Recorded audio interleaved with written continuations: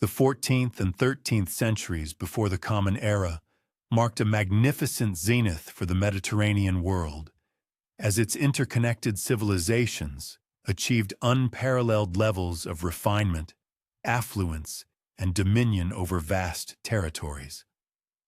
This pivotal epoch, spanning roughly from 1400 to 1200 BC, represented the glorious culmination of nearly 1,000 years of progressive advancements in the intricate arts of metallurgy, the strategies of warfare, the complexities of administration, and the ingenuity of maritime engineering.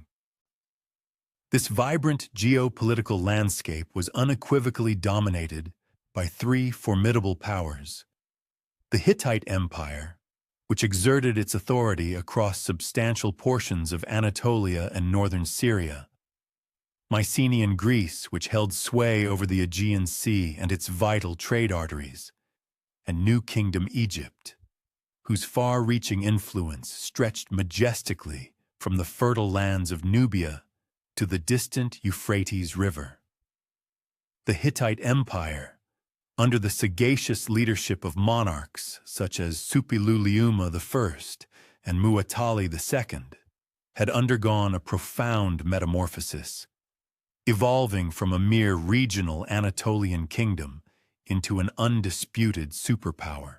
This formidable entity was now fully capable of directly challenging Egyptian supremacy or hegemony throughout the strategically crucial Levant. From their imposing capital city of Hattusa, the Hittites meticulously managed an intricate feudal system. This sophisticated administrative structure seamlessly integrated a multitude of vassal states into their dominion, while simultaneously maintaining direct and unwavering control over territories deemed critical for imperial security and resource extraction. The sprawling urban expanse of Hattusa itself covered an impressive 180 hectares, fortified by colossal stone walls that were further reinforced with strategically placed towers. Its elaborate gate structures were not merely functional, but also aesthetically impressive, adorned with majestic carvings of lions and valiant warriors, symbols of royal power and protection. Extensive archaeological investigations have since unveiled a remarkably sophisticated urban core, meticulously planned with distinct quarters designated for the royal citadel, sacred temples, and various administrative edifices, all interconnected by a network of paved streets and sustained by an ingenious water management system, which included both subterranean channels and extensive reservoirs. The Hittite military organization was a direct reflection of their ambitious imperial aspirations and the considerable territorial breadth of their domain. The formidable nucleus of their armed forces comprised highly trained professional warriors, expertly outfitted with superior bronze weaponry. These elite units were augmented by robust contingents drawn from their numerous vassal states and allied territories, creating a diverse but cohesive fighting force. The Hittite chariot forces, in particular, stood as the epitome of Bronze Age mobile warfare. Their vehicles meticulously engineered using advanced construction techniques that masterfully balanced blistering speed, enduring durability, and devastating combat effectiveness. These technologically advanced chariots featured lightweight wooden frames ingeniously reinforced with bronze fittings, while their spoked wheels were specifically designed to maximize maneuverability across varied terrains. Each chariot was typically manned by a highly skilled crew of 2 warriors. A dedicated driver who navigated the vehicle with precision, and an archer or spearman who delivered lethal projectiles or thrusts. Their infantry formations encompassed both heavily armored and lighter skirmishing troops. The heavy infantry, designed for direct confrontation, carried bronze-tipped spears, wielded substantial rectangular shields, and were protected by bronze-scale armor, offering considerable defense. In contrast, the lighter troops were employed as agile skirmishers and archers, providing ranged support and harassing enemy lines. The Hittite legal and administrative framework, a testament to their highly organized state apparatus, has been remarkably preserved through thousands of cuneiform tablets unearthed at Hattusa. The reigning king held a dual and paramount role, serving as both the supreme military commander, leading his armies in conquest and defense, and the revered high priest, officiating over sacred rites and maintaining divine favor. His authority was underpinned by a meticulously structured hierarchy of influential nobles, diligent provincial governors, and myriad local administrators who managed the day-to-day affairs of the empire. Treaties forged with vassal states adhered to strictly standardized formats, meticulously outlining mutual obligations, specifying tribute requirements, and detailing clauses for military assistance, ensuring clarity and compliance across the empire. Furthermore, the Hittites engaged in extensive diplomatic correspondence with other preeminent powers of the era, including the formidable New Kingdom Egypt, the rising Assyrian Empire, and the venerable state of Babylon. Utilizing Akkadian as the universally recognized lingua franca for all international relations and negotiations. Mycenaean Greece, during this dynamic period, not only encompassed the entirety of the Greek mainland, but also impressively extended its considerable influence across the myriad Aegean islands, along the fertile coastal regions of Anatolia, and into various strategic enclaves of the eastern Mediterranean. The distinctive Mycenaean political system revolved around imposing fortified palace complexes, which functioned as the vital administrative, religious, and economic nerve centers for their respective surrounding territories. The magnificent palace at Pylos, under the enlightened rule of the Wanax Nestor, commanded the southwestern Peloponnese. This sprawling palatial complex famously housed extensive archives, meticulously inscribed in the Linear B script. These invaluable administrative records meticulously detail the workings of a highly sophisticated bureaucracy, which managed diverse aspects of public life with remarkable precision, including intricate systems of land tenure, the collection of taxation, the precise allocation of religious offerings, and the organized production of various crafts. The architectural marvel that was the palace at Pylos occupied an expansive area of approximately 2 hectares and proudly showcased a distinctive megaron hall, a grand central chamber featuring a prominent hearth encircled by 4 robust columns supporting an elevated clerestory roof, allowing light and air to circulate. The walls of this majestic hall were adorned with vibrant frescoes, masterfully depicting scenes of stately processions, thrilling hunting expeditions, and captivating mythological narratives, offering a glimpse into Mycenaean culture and beliefs. The floors, equally decorative, were meticulously covered with painted plaster, exhibiting intricate geometric and naturalistic patterns.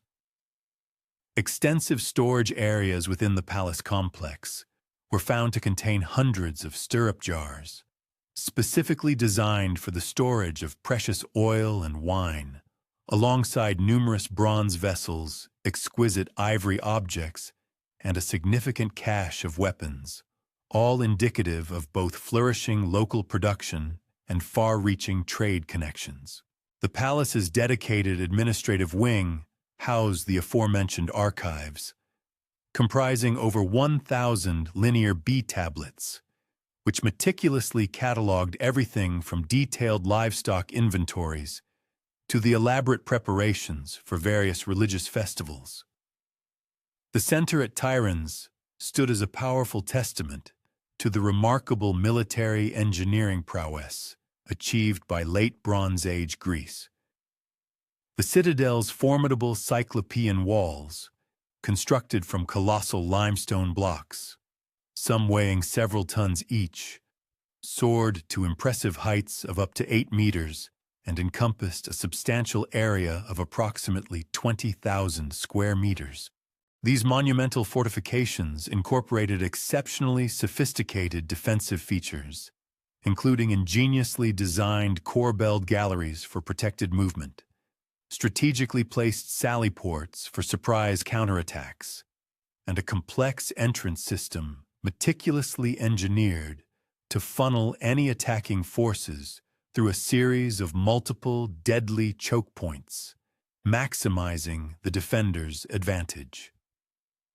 The palace nestled within these impregnable walls featured architectural elements similar to those found at Pylos, but on an even grander and more imposing scale, boasting a megaron measuring an impressive 11.8 by 9 meters and remarkably elaborate bathroom facilities, which notably included a well-preserved terracotta bathtub, signifying a high degree of domestic comfort and sophistication. Mycenaean military organization represented a clever synthesis, ingeniously combining elements adopted from the sophisticated Minoan culture with innovative adaptations specifically tailored to the unique conditions of mainland Greece.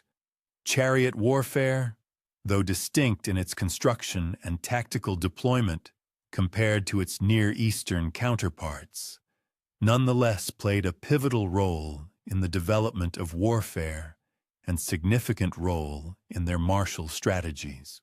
Archaeological discoveries from the opulent shaft graves and majestic Tholos tombs have consistently revealed bronze weaponry of truly exceptional quality, including elegant rapiers, formidable daggers, sharp spearheads, and precision arrowheads, showcasing advanced metallurgical skills. Their body armor was equally impressive, incorporating robust bronze cuirasses for torso protection, helmets ingeniously reinforced with boar tusks for enhanced cranial defense, and iconic figure-8 shields, expertly crafted from oxhide, stretched tautly over sturdy wooden frames, providing vital protection in battle. The extensive Mycenaean maritime network spanned the entire eastern Mediterranean, facilitating widespread trade and cultural exchange. Abundant archaeological evidence, including findings of Greek traders and settlers, has been uncovered at numerous sites across Cyprus, along the vibrant Levantine coast, and in parts of southern Italy, illustrating their broad commercial reach. Distinctive Mycenaean pottery, particularly the characteristic stirrup jars and elegant kylikes, appears in archaeological contexts stretching from the western reaches of Sardinia all the way to the Euphrates, vividly demonstrating both the sheer geographical extent and the intensive nature of their commercial activities. These intricate trade relationships encompass not only a diverse array of finished goods, such as fine pottery and crafted objects, but also crucial raw materials. These included copper sourced from the rich mines of Cyprus, tin obtained from potential sources in Anatolia or even Central Europe, precious gold from the opulent lands of Egypt and Nubia, and highly prized amber from the distant Baltic region, highlighting a complex and far-reaching supply chain. New Kingdom Egypt, particularly during the illustrious reigns of Amenhotep III, Akhenaten, and Rameses II, truly embodied the pinnacle of pharaonic power and territorial expansion. The vast Egyptian empire stretched impressively from the fourth cataract of the Nile in Nubia, deep within Africa, all the way to the Euphrates River in Syria, encompassing an astonishingly diverse tapestry of peoples, invaluable resources, and strategically critical positions. Governing such an immense and varied territory necessitated exceptionally sophisticated administrative systems capable of deftly balancing centralized control with a degree of local autonomy. It also required formidable military forces, robust enough to defend its extensively stretched frontiers, and highly efficient economic mechanisms designed to effectively extract and then redistribute resources across thousands of kilometers, sustaining the empire's might and prosperity. The Egyptian military during this golden era had undergone a profound transformation, evolving far beyond its more modest Middle Kingdom origins to become a highly professional and formidable fighting force, equipped with the most cutting-edge Bronze Age technology available. The elite chariot corps formed the swift and devastating striking arm of the army, with their advanced vehicles meticulously manufactured in royal workshops utilizing imported woods, precisely crafted bronze fittings, and durable leather components. Egyptian chariots typically accommodated 2 skilled crew members, a driver to expertly maneuver the vehicle, and an archer to deliver a hail of deadly projectiles. These chariots were strategically organized into squadrons, each comprising 10 vehicles, operating under the experienced command of seasoned officers. The infantry divisions, each theoretically boasting a strength of 5,000 men, were recruited from a broad base, drawing both from the indigenous Egyptian population and from various foreign auxiliary forces, including formidable Nubians, resilient Libyans, and diverse Asiatic peoples, reflecting the empire's vast reach and diverse manpower. Egyptian bronzework had attained truly extraordinary levels of sophistication, resulting in the production of weapons and tools that masterfully integrated functional effectiveness with exquisite artistic excellence. Bronze swords recovered from royal tombs offer compelling evidence of complex metallurgical techniques, including advanced pattern welding, differential hardening to achieve varying degrees of toughness, and intricate decorative inlays, showcasing unparalleled craftsmanship. Military equipment also included highly advanced composite bows, capable of penetrating bronze armor at impressive ranges exceeding 200 meters, alongside bronze-tipped arrows featuring specialized heads, designed for different targets, and sophisticated siege equipment, intelligently adapted from successful Asiatic models.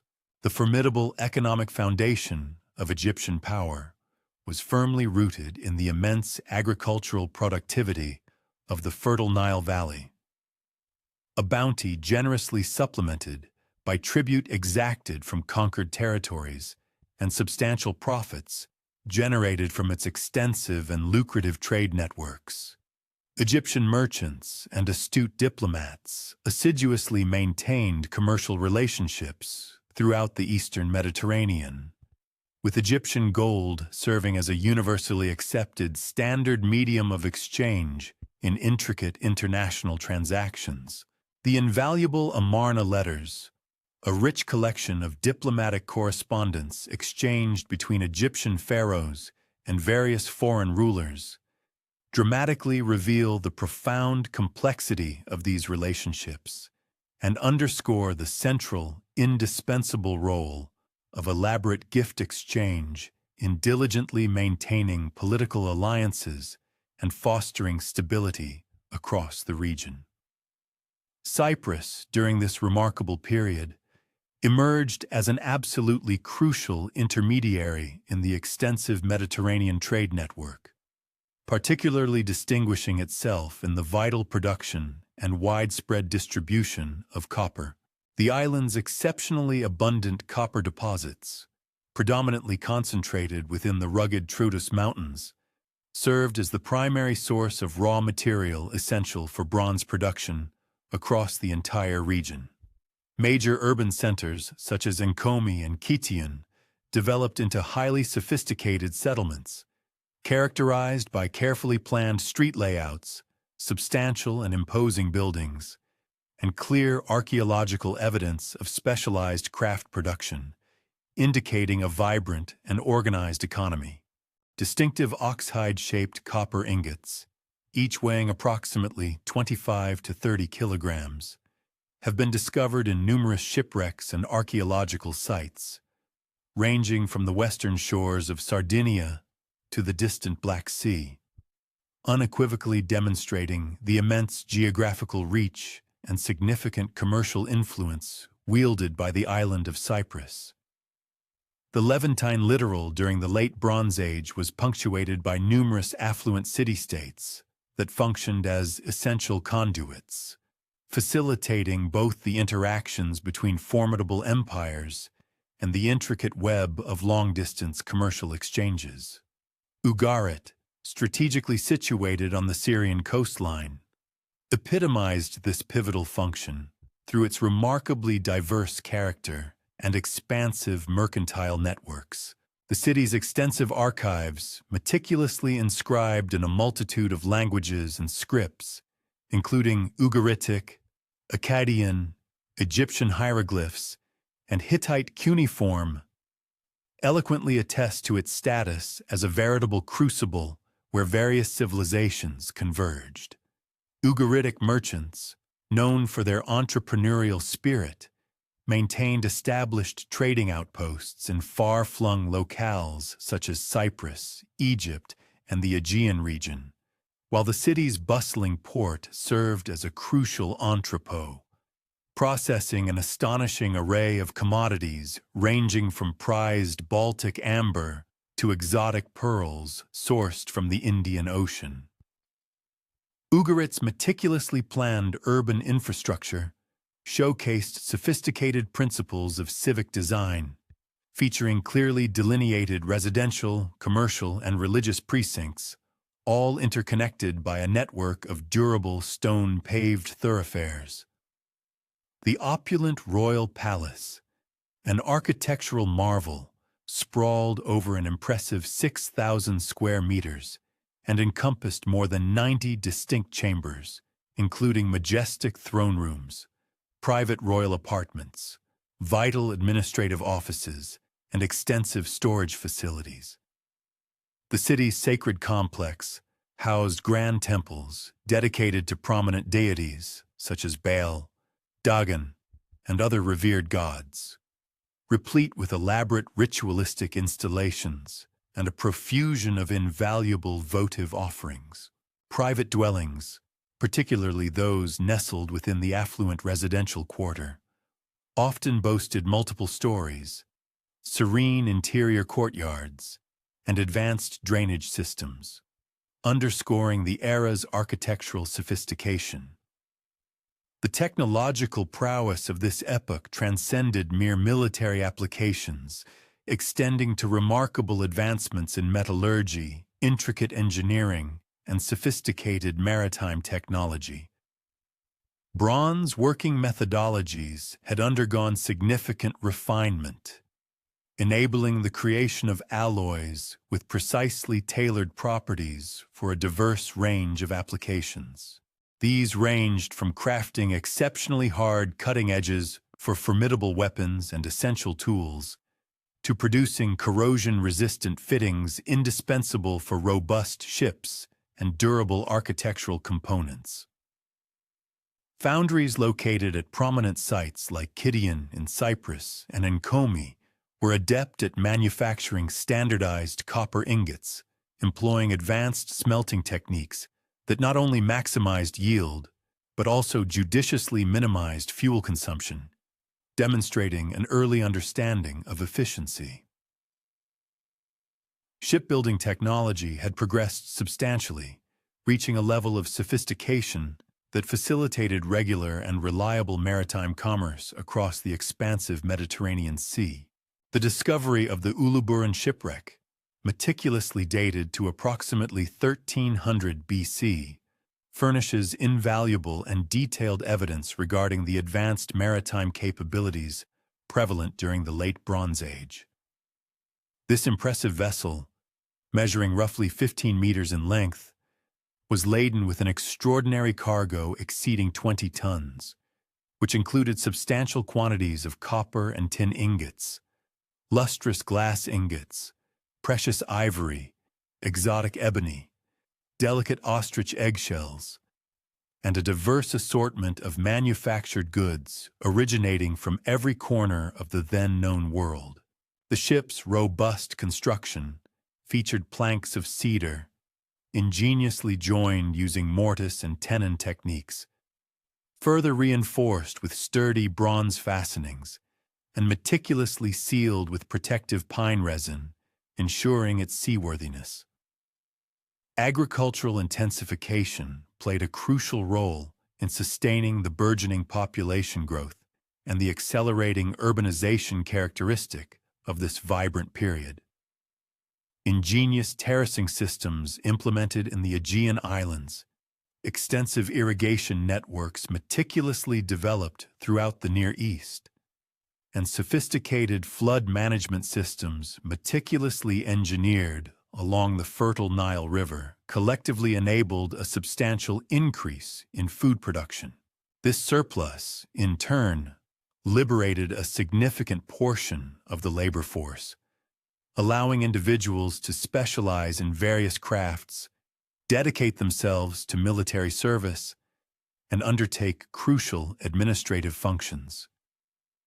Palatial centers boasted vast storage facilities capable of holding provisions sufficient for several years, thereby offering a vital buffer against potential harvest failures and empowering rulers to support substantial retinues of dependents.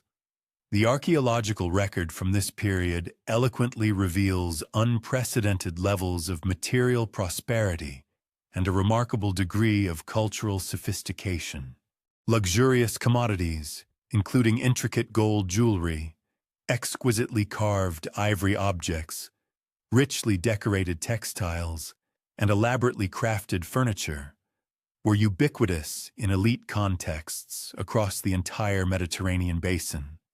Artistic styles exhibited an increasing international flavor, with distinctive Egyptian motifs seamlessly integrated into Mycenaean frescoes. Characteristic Aegean pottery forms adopted with enthusiasm in the Levant, and iconic Mesopotamian cylinder seals discovered within Greek archaeological sites, illustrating a vibrant cross-cultural exchange. Religious practices during the Late Bronze Age reflected a fascinating amalgamation of deeply rooted local traditions and pervasive international influences. Grand temple complexes situated at major urban centers featured elaborate ritualistic installations, substantial treasuries brimming with offerings, and extensive landholdings, thereby establishing them as formidable economic as well as profoundly spiritual institutions. The international dimension of Late Bronze Age religion is unequivocally evident in the widespread adoption of foreign deities, the emergence of syncretistic practices that blended diverse beliefs, and the dynamic exchange of sacred texts and iconic imagery between distinct cultural regions, fostering a shared religious landscape. However, beneath the shimmering facade of prosperity and the seemingly robust international cooperation that defined the Late Bronze Age Mediterranean, subtle yet ominous indicators of instability began to surface during the concluding decades of the 13th century BC. These initial warnings, dispersed across disparate geographical regions and preserved in tantalizingly fragmentary records, would ultimately prove to be the grim harbingers of a cataclysmic collapse, an event destined to irrevocably reshape the ancient world. The earliest documented evidence of impending turmoil emerges from the Hittite royal archives, where references to escalating conflicts with various Western Anatolian peoples become progressively more frequent and imbued with a palpable sense of urgency after 1250 BC. The formidable Hittite king Tudhaliya IV found himself confronting intensifying pressure along the western frontiers of his vast empire, where a burgeoning confederation of Anatolian peoples, collectively identified as the Asua lands, had begun to defiantly challenge imperial authority. These territories, stretching along the Aegean coast of Anatolia from the Troad in the north to Lycia in the south, had historically served as staunchly loyal vassals, consistently providing both tribute and crucial military assistance to the Hittite capital of Hattusa. Nevertheless, archaeological findings unearthed at prominent sites such as Troy, Miletus, and Assos reveal a marked increase in fortification efforts during this critical period, strongly suggesting a growing sense of insecurity and proactive preparations for impending conflict. Hittite military records meticulously detail campaigns waged against rebellious Western vassals with an unprecedented level of specificity, underscoring the gravity of these escalating threats. The Yalburt inscription, an important rock relief carved near modern Konya, commemorates Tudhaliya's decisive victories over the Luka people and their allies, vividly depicting pitched battles involving thousands of warriors and the successful capture of numerous fortified settlements. The inscription notably mentions specific tactical formations employed, sophisticated siege techniques utilized, and the strategic deployment of chariot squadrons in mountainous terrain previously deemed unsuitable for such operations, showcasing advanced military planning. These Western Anatolian conflicts diverged significantly from earlier Hittite military campaigns in both their ferocity and their expansive geographical reach.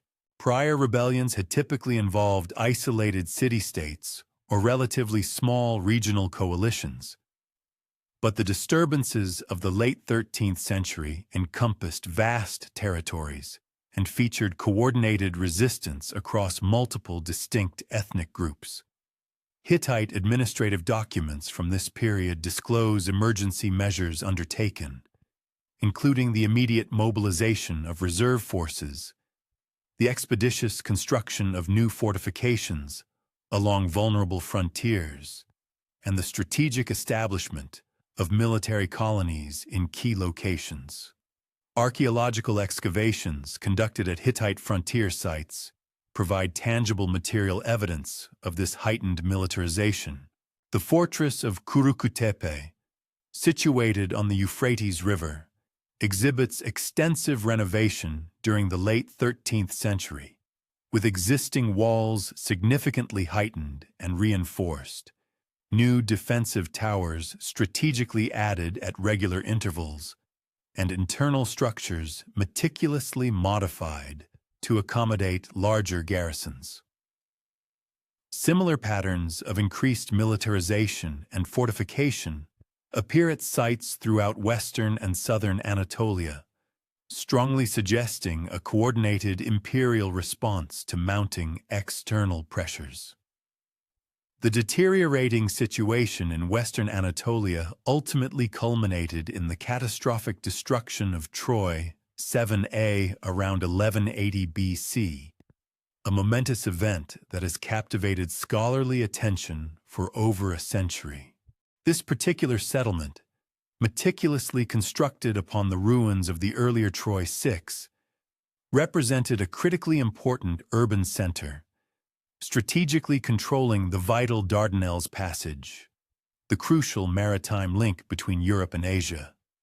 The archaeological evidence meticulously uncovered at Troy 7 paints a vivid picture of a community under relentless siege, with narrow streets densely packed with storage jars, makeshift shelters hastily erected within the formidable citadel walls, and unequivocal signs of severe overcrowding as the beleaguered population desperately sought protection behind the massive fortifications. The destruction layer at Troy 7A contains extensive evidence of pervasive fire damage, widespread collapsed building materials, and scattered human remains, all of which strongly suggest a violent conquest rather than an accidental conflagration. Numerous arrowheads of various types, including some with distinctive barbed points not characteristic of local Anatolian traditions, lie embedded in the walls and scattered across the floors, indicating an intense battle.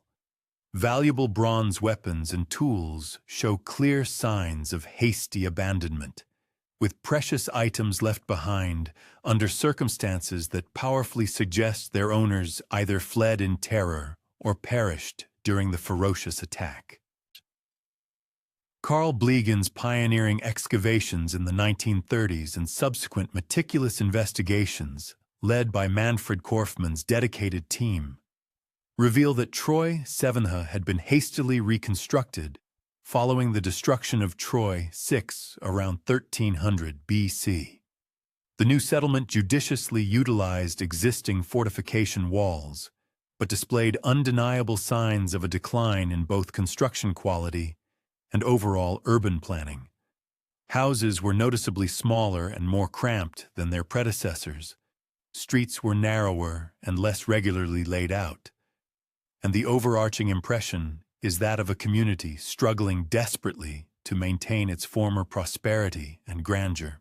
The pottery assemblage recovered from Troy 7A's destruction level includes a diverse mix of both local Anatolian wares and imported pieces originating from various Aegean sources, indicating that trade connections, though perhaps strained, continued despite the apparent military pressures. However, both the quantity and the overall quality of imported goods had significantly diminished compared to earlier periods, strongly suggesting a widespread economic disruption that clearly preceded the final, devastating catastrophe. Storage areas situated within the citadel contain substantial quantities of grain and other vital foodstuffs, compelling evidence of methodical preparation for extended siege conditions, underscoring the community's grim anticipation of prolonged conflict. Extended siege conditions. In parallel with the tumultuous events unfolding in Western Anatolia, both Egyptian and Levantine historical sources document a burgeoning pattern of incursions and demographic shifts along the eastern Mediterranean littoral. The earliest unequivocal textual allusions to seaborne raiders appear within Egyptian records from the illustrious reign of Merneptah, who confronted a formidable confederation of Libyan tribes and foreign peoples seeking to establish permanent enclaves within the fertile Nile Delta.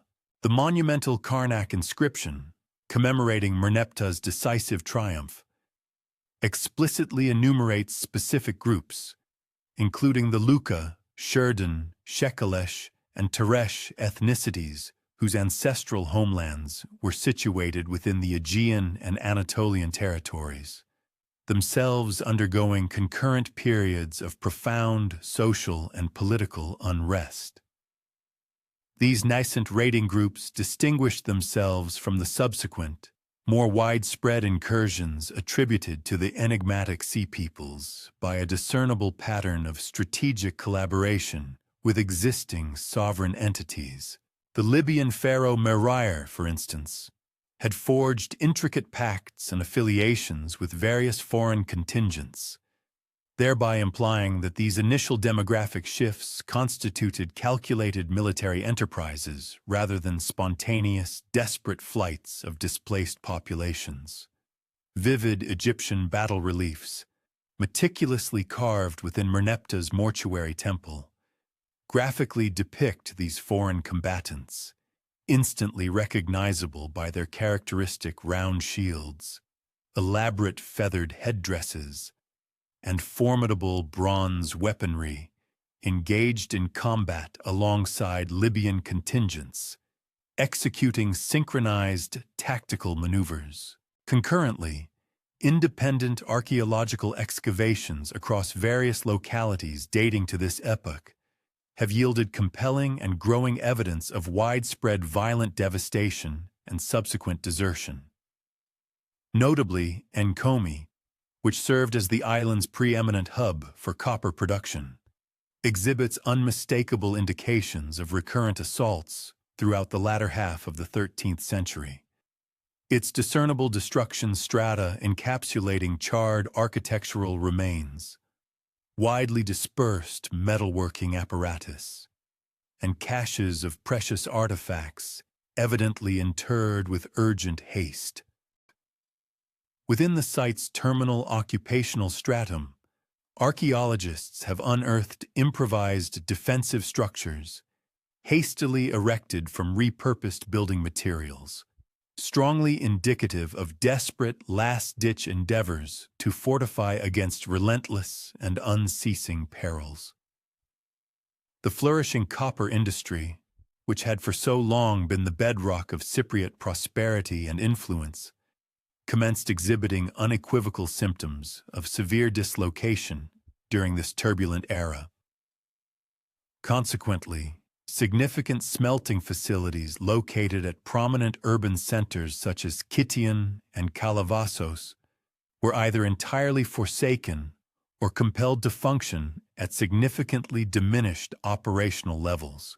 The hallmark standardized production of oxhide ingots, which had defined Cypriot metallurgical practices for many centuries, devolved into an erratic process, manifesting inconsistencies in both its inherent quality and overall output volume.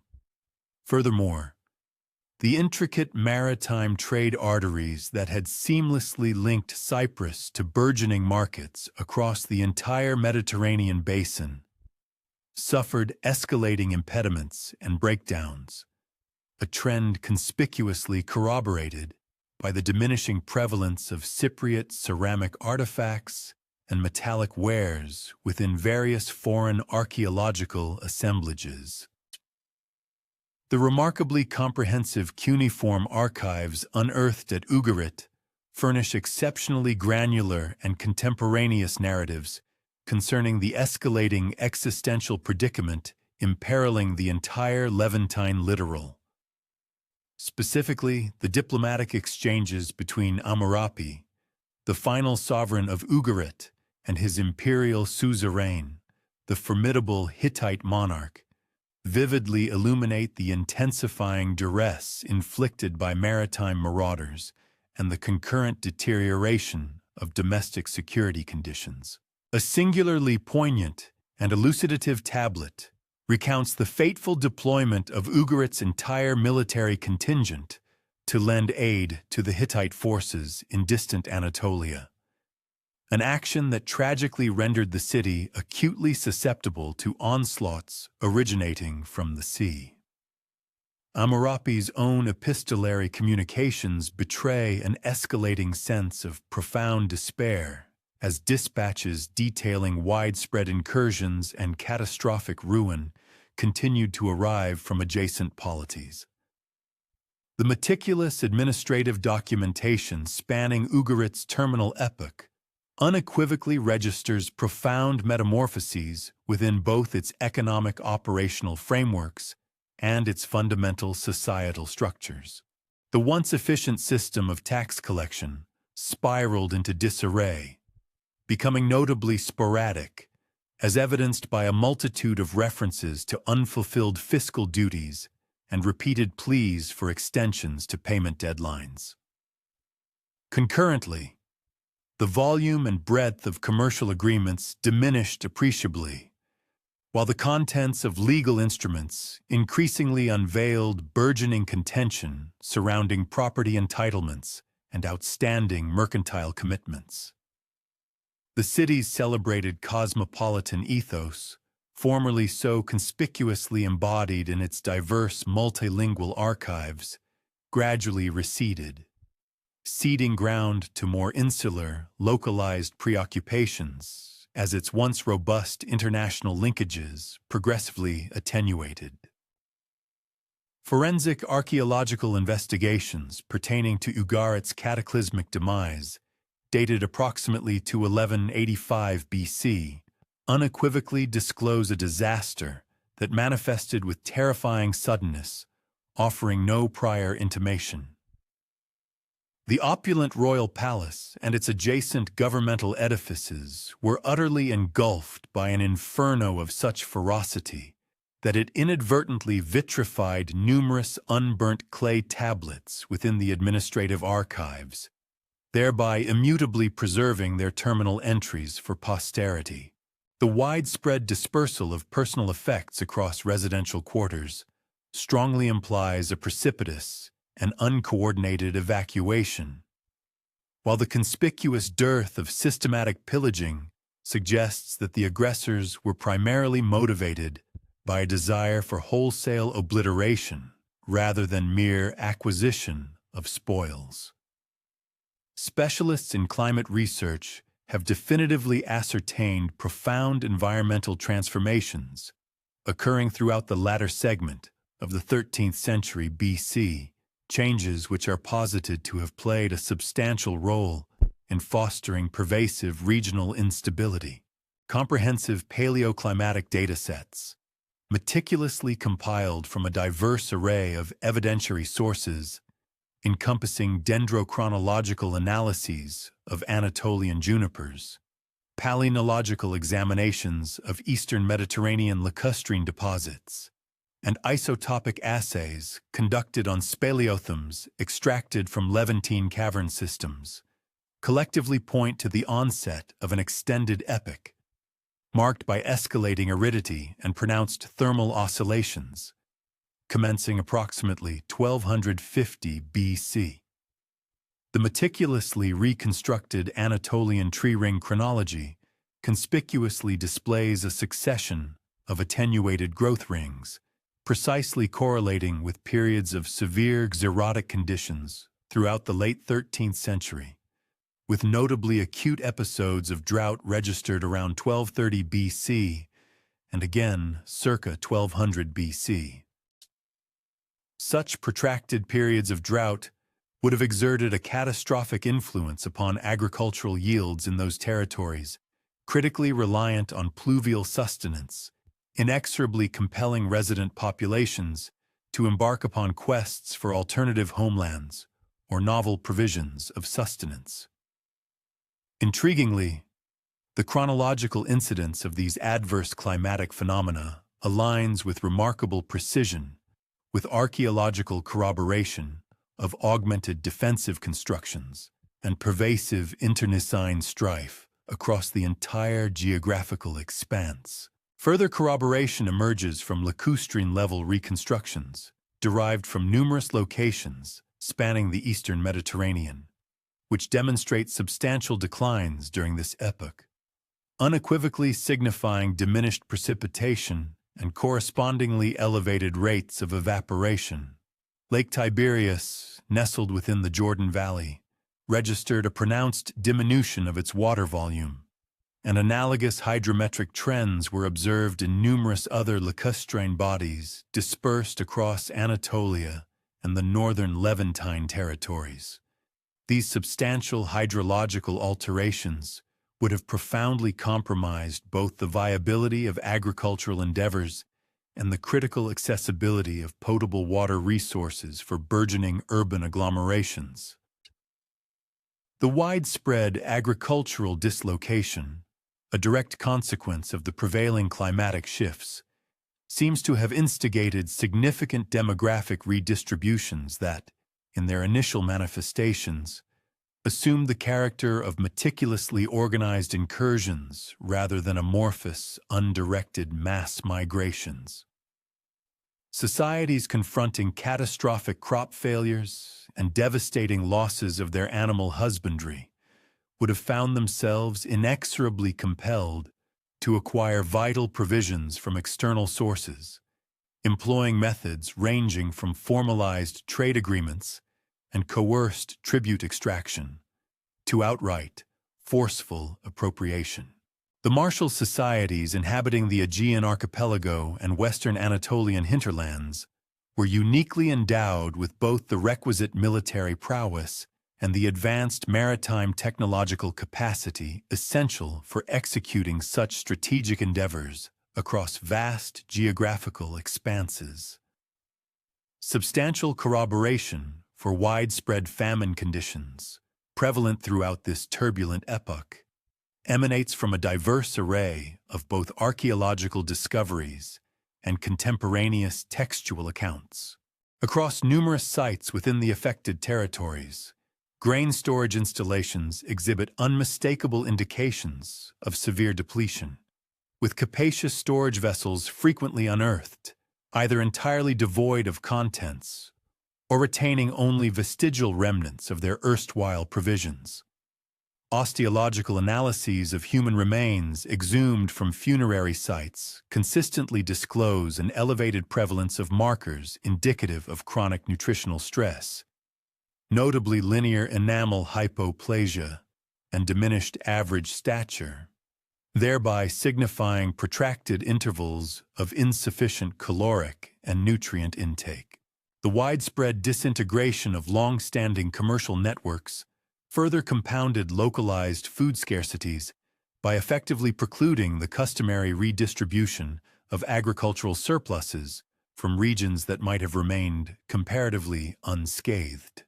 Cyprus, an island economy critically dependent on substantial grain imports to sustain its highly specialized copper-producing sector, encountered especially acute hardships as its customary suppliers in both Egypt and the Levant simultaneously grappled with their own severe agricultural crises. The archaeological stratum pertaining to Cyprus during this era provides mounting corroboration of intensified efforts toward food preservation and systematic rationing, with domestic habitations frequently yielding an unusually high concentration of storage receptacles. Concurrently, extant Hittite administrative documents elucidate concerted endeavors to mitigate the pervasive food scarcities through a series of emergency protocols, which encompassed the strategic reallocation of grain stockpiled within temple precincts, the temporary abrogation of tribute requirements for beleaguered territories, and the proactive negotiation of vital grain imports from the Egyptian realm. Nonetheless, these ostensibly comprehensive interventions seemingly afforded merely ephemeral succor, inasmuch as persistent textual allusions to dire famine conditions endure throughout the terminal decades of the Hittite imperial hegemony. The synergistic confluence of pronounced climatic shifts, widespread agricultural incapacitation, and the attendant demographic exigencies collectively engendered an environment ripe for the escalations of erstwhile localized skirmishes into full-blown, pervasive regional catastrophes. Societies that had, in preceding eras, maintained amicable coexistence now discovered themselves locked in fierce competition for increasingly scarce vital commodities.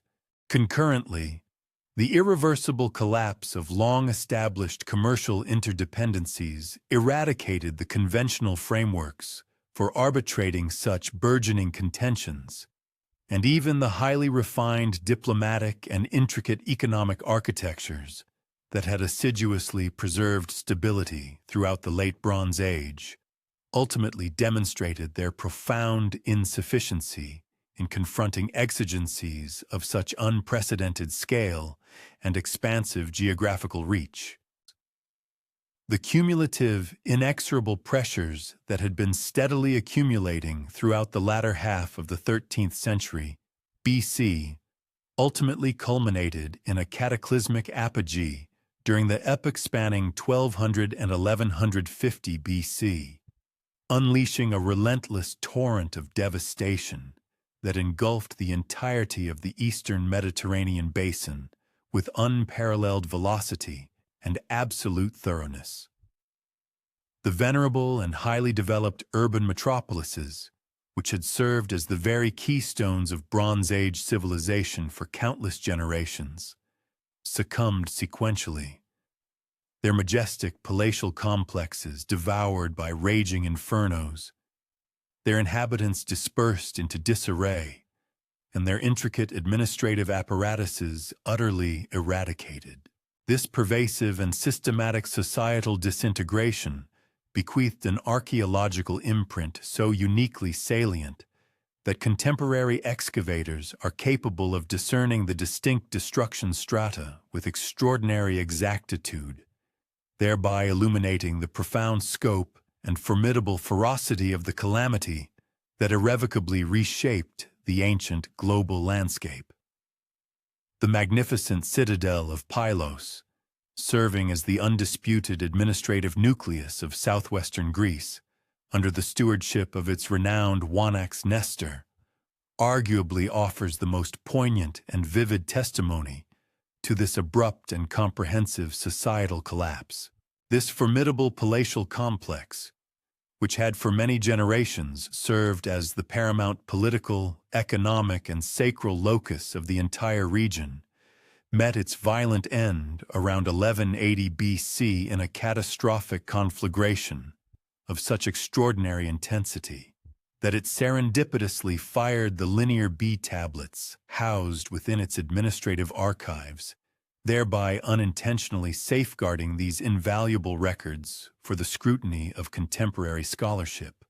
The latest recovered tablets from the palatial repository strikingly indicate a governmental machinery that remained ostensibly operational and methodical until its ultimate demise, meticulously documenting customary religious oblations, systematic distributions of martial accoutrements, and other quotidian bureaucratic affairs, with entries precisely dated to the final few months preceding its utter obliteration. The archaeological examination of the Pylos destruction layer vividly reveals the profound violence and precipitous haste that characterized the final assault on this Mycenaean center. Throughout the labyrinthine palace corridors, a grim tableau of scattered bronze weaponry, including spearheads forcefully embedded within door frames and arrowheads discovered in various storage areas, starkly indicates the desperate last stands made by its defenders. The royal throne room, known as the Megaron, bears unequivocal evidence of an intense conflagration, with massive collapsed roof timbers forming a charcoal stratum exceeding a meter in thickness in certain sections. Fragments of once beautifully decorated fresco, their painted plaster surfaces now marred by telltale scorch marks, lie intermingled with shattered pottery shards and contorted bronze vessels amidst the extensive ruins. The administrative wing of the palace offers particularly poignant testimony to the catastrophe's sudden onset.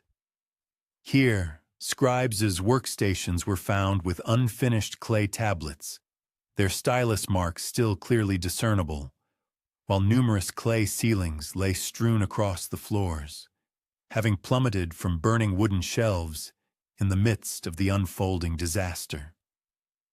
Further investigations into the palace's storage areas, which once housed its extensive and invaluable archives, unveil clear indications of systematic obliteration.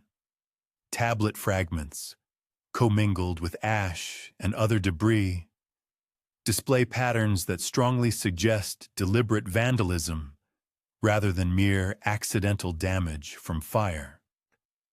The personal belongings unearthed throughout the sprawling palace complex compellingly indicate that the inhabitants were afforded no opportunity for an organized or leisurely evacuation. Bronze mirrors, intricately carved ivory combs, and delicate gold jewelry were discovered abandoned in the residential quarters, while cooking vessels still containing carbonized food remnants imply that the rhythms of daily life persisted without interruption right up until the very moment of the attack. Even children's toys, such as small bronze animals and ceramic figurines, found scattered across domestic spaces, provide a haunting and silent testament to families utterly unprepared for the overwhelming catastrophe that suddenly engulfed them. The broader settlement surrounding the central palace at Pylos likewise exhibits pervasive evidence of a brutal and destructive assault. Residential sectors were found to contain burned-out houses, their contents scattered indiscriminately, alongside hastily concealed hoards of valuables. Several caches of bronze artifacts, encompassing an array of weapons, tools, and domestic vessels, were unearthed in locations implying that their owners had fully intended to return and retrieve these precious items once the immediate danger had receded. The systematic and comprehensive nature of this destruction, impacting both the palace core and the surrounding communities simultaneously, points unequivocally to a meticulously coordinated assault executed by formidable forces capable of decisively overwhelming the region's established defensive capabilities. Tiryns, renowned for its colossal cyclopean fortifications, might reasonably have been expected to withstand the onslaughts that tragically brought down less robustly defended sites. Yet this formidable citadel, too, succumbed to the widespread catastrophe. Its destruction, occurring around 1200 BC, starkly demonstrates that even the most advanced and sophisticated defensive systems of the Bronze Age proved fundamentally inadequate against the devastating forces unleashed during this tumultuous period. The palace complex, nestled within the fortress walls, was subjected to a thorough and ferocious burning, with accumulated destruction debris reaching depths of several meters in certain areas.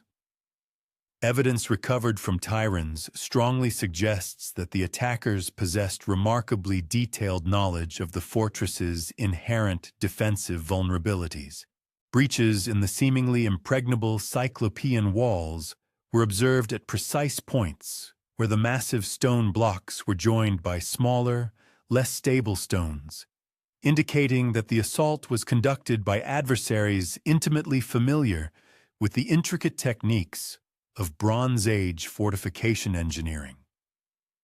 The complex and ingenious entrance system, specifically engineered to funnel and channel potential attackers through a series of multiple choke points, shows clear signs of having been either skillfully bypassed or decisively overcome through meticulously coordinated assault tactics. Within the lower citadel at Tiryns, archaeological findings reveal evidence of desperate and last-minute defensive preparations undertaken as the crisis deepened. Residential buildings situated close to the walls were deliberately demolished to create unobstructed fields of fire, their robust stone foundations then ingeniously incorporated into hastily constructed additional defensive works. Storage areas located throughout the fortress were found to be meticulously packed with essential provisions, including substantial quantities of arrows, spear points, and bronze armor pieces, suggesting that the defenders had indeed been granted sufficient time to prepare for prolonged siege conditions. However, despite these diligent preparations, they ultimately proved incapable of withstanding the ferocity of the final, decisive assault. Hattusa, the magnificent capital of the formidable Hittite Empire, arguably endured the most complete and devastating destruction of any major Bronze Age center. The city's abandonment, occurring around 1180 BC, signified not merely the downfall of a single urban settlement, but rather the catastrophic collapse of an entire imperial system that had exerted unparalleled dominance over Anatolia and northern Syria for many centuries. Archaeological evidence reveals that Hattusa was systematically destroyed and subsequently deliberately evacuated, with its populace apparently carrying out an organized departure prior to the final engulfing conflagration. The royal citadel at Hattusa exhibits clear indications of careful and methodical preparation for its abandonment, with valuable objects evidently removed and the extensive archives seemingly transferred to a different location before the city's ultimate destruction. Nevertheless, the administrative buildings and sacred temples were subjected to a thorough and destructive burning, creating deep destruction layers that yielded thousands of cuneiform tablets. These invaluable documents provide exceptionally detailed insights into the empire's final, turbulent period, revealing escalating military pressures, severe economic difficulties, and a pervasive administrative breakdown in the years immediately preceding the capital's fall. The grand temple complexes at Hattusa were subjected to particularly systematic acts of destruction. Temple 1, which stood as the largest and most significant religious structure in the entire Hittite world, was systematically stripped of its valuable fittings before being consumed by fire, with bronze cult objects and precious metal decorations apparently removed by the departing populace.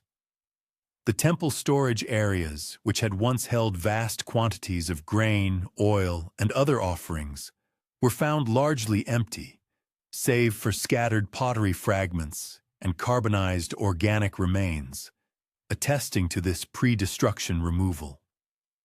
Residential areas spread across Hattusa reveal a consistent pattern of organized evacuation, followed by deliberate destruction.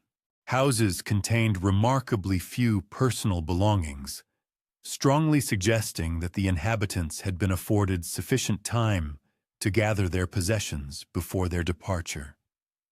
Yet the buildings themselves were thoroughly and systematically burned. This distinct pattern indicates that the city's abandonment was a planned and executed action initiated by its own population, rather than being the consequence of a sudden conquest by external invading forces. Furthermore, the sophisticated water supply systems that had enabled Hattusa's large population to thrive were deliberately sabotaged during the abandonment. Underground channels were intentionally blocked with stones and debris, while surface installations were damaged beyond easy repair. These actions suggest a clear intent by the evacuating population to prevent the site's future reoccupation by hostile forces, thereby effectively denying any strategic advantages that had originally made Hattusa such a pivotal imperial capital. Ugarit's destruction, occurring around 1185 BC, marked the catastrophic elimination of one of the late Bronze Age world's most cosmopolitan and economically vital centers. The city's strategic position as a crucial intermediary between the great powers of the era, coupled with its extensive commercial networks, rendered its loss particularly significant for the broader and systemic collapse of Mediterranean civilization. Archaeological evidence vividly reveals that Ugarit, much like other major urban centers, was destroyed suddenly and completely, exhibiting no discernible signs of gradual decline or partial abandonment. The royal palace at Ugarit was consumed by a fire of such extraordinary intensity that bronze objects melted and fused directly with the stone architectural elements of the structure. The palace's extensive archives, comprising thousands of tablets inscribed in multiple languages and scripts, were baked hard by the extreme heat, inadvertently preserving invaluable diplomatic correspondence, commercial contracts, and administrative records that offer unique and unparalleled insights into the final, tumultuous period of the international system. The last letters discovered within these archives paint a desperate picture, describing urgent pleas for military assistance and alarming reports of seaborne raiders rapidly approaching the coast. Ugarit's catastrophic destruction was accompanied by the systematic dismantling of its vital commercial infrastructure. Harbor installations suffered severe damage, with massive stone blocks from quays and warehouses scattered in a manner consistent with deliberate demolition. The city's thriving metalworking quarter, which had been a prolific producer of bronze objects for export throughout the Mediterranean, shows clear evidence of a hasty and chaotic evacuation, with furnaces abandoned while still containing partially processed raw materials. The residential areas of Ugarit reveal the same distressing pattern of sudden catastrophe observed at other destroyed sites. Houses contain scattered possessions, overturned furniture, and widespread evidence of fire damage, while the streets are littered with pottery fragments and other debris. Several hoards of valuable objects, including exquisite silver vessels, precious jewelry, and formidable bronze weapons, were discovered buried within residential areas, indicating that some inhabitants had managed to conceal their wealth in a desperate attempt before either fleeing or tragically perishing in the inferno. The profound destruction of Ugarit had immediate and far-reaching consequences for the intricate trade networks spanning the entire eastern Mediterranean. The city's numerous commercial houses had meticulously maintained extensive trading relationships with partners located in Cyprus, Egypt, the Aegean region, and Mesopotamia. Its sudden and complete elimination created an enormous and irreplaceable void in the established commercial system, a gap that could not be easily or quickly filled. Archaeological evidence from sites across the broader region unequivocally demonstrates a sharp and dramatic decline in imported goods and luxury items following Ugarit's destruction, underscoring the severe and widespread economic impact of its loss. Extensive archaeological surveys conducted throughout the eastern Mediterranean basin consistently reveal that the catastrophic destruction of major urban centers was simultaneously accompanied by the widespread abandonment of hundreds of smaller, less prominent settlements. In the region of Greece, an astonishing figure of over 90% of all known Mycenaean sites exhibit clear evidence of destruction or abandonment during the tumultuous period between 1200 and 1150 BC. This pervasive pattern extends far beyond the major palace centers, encompassing small towns, numerous rural settlements, and even specialized sites such as metalwork centers and religious sanctuaries. The systematic and comprehensive nature of this widespread abandonment strongly suggests coordinated and synchronized attacks by formidable forces capable of operating effectively across vast geographical distances and navigating diverse and challenging terrains. The vulnerability of coastal regions was undeniably pronounced, with compelling archaeological evidence of amphibious assaults surfacing across the expanse of the Aegean Islands, the Anatolian littoral, and the Levantine shore. Nevertheless, inland settlements also succumbed to devastation, underscoring the fact that the aggressors commanded both maritime and land-based military capabilities. Throughout the ravaged territories, expedient interment rituals are discernible, involving the secretive placement of valuable artifacts in locations implying their owners harbored the desperate hope of reclaiming them once the immediate peril had subsided. These hidden caches invariably comprised bronze weaponry and tools, precious metal objects, and occasionally raw materials such as copper ingots or silver bars. The pervasive prevalence of such hoards and their homogeneous material makeup evinces that communities across the region confronted analogous perils and adopted comparable preemptive measures. The disintegration of governmental infrastructures became manifest through the precipitous discontinuation of written records at sites throughout the affected areas.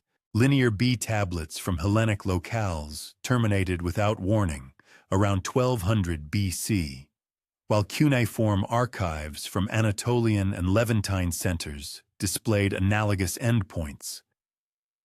This abrogation of scribal traditions carried far-reaching ramifications for the dissemination of erudition, the methodologies of governance, and the societal customs that had been cultivated across millennia of Bronze Age civilization.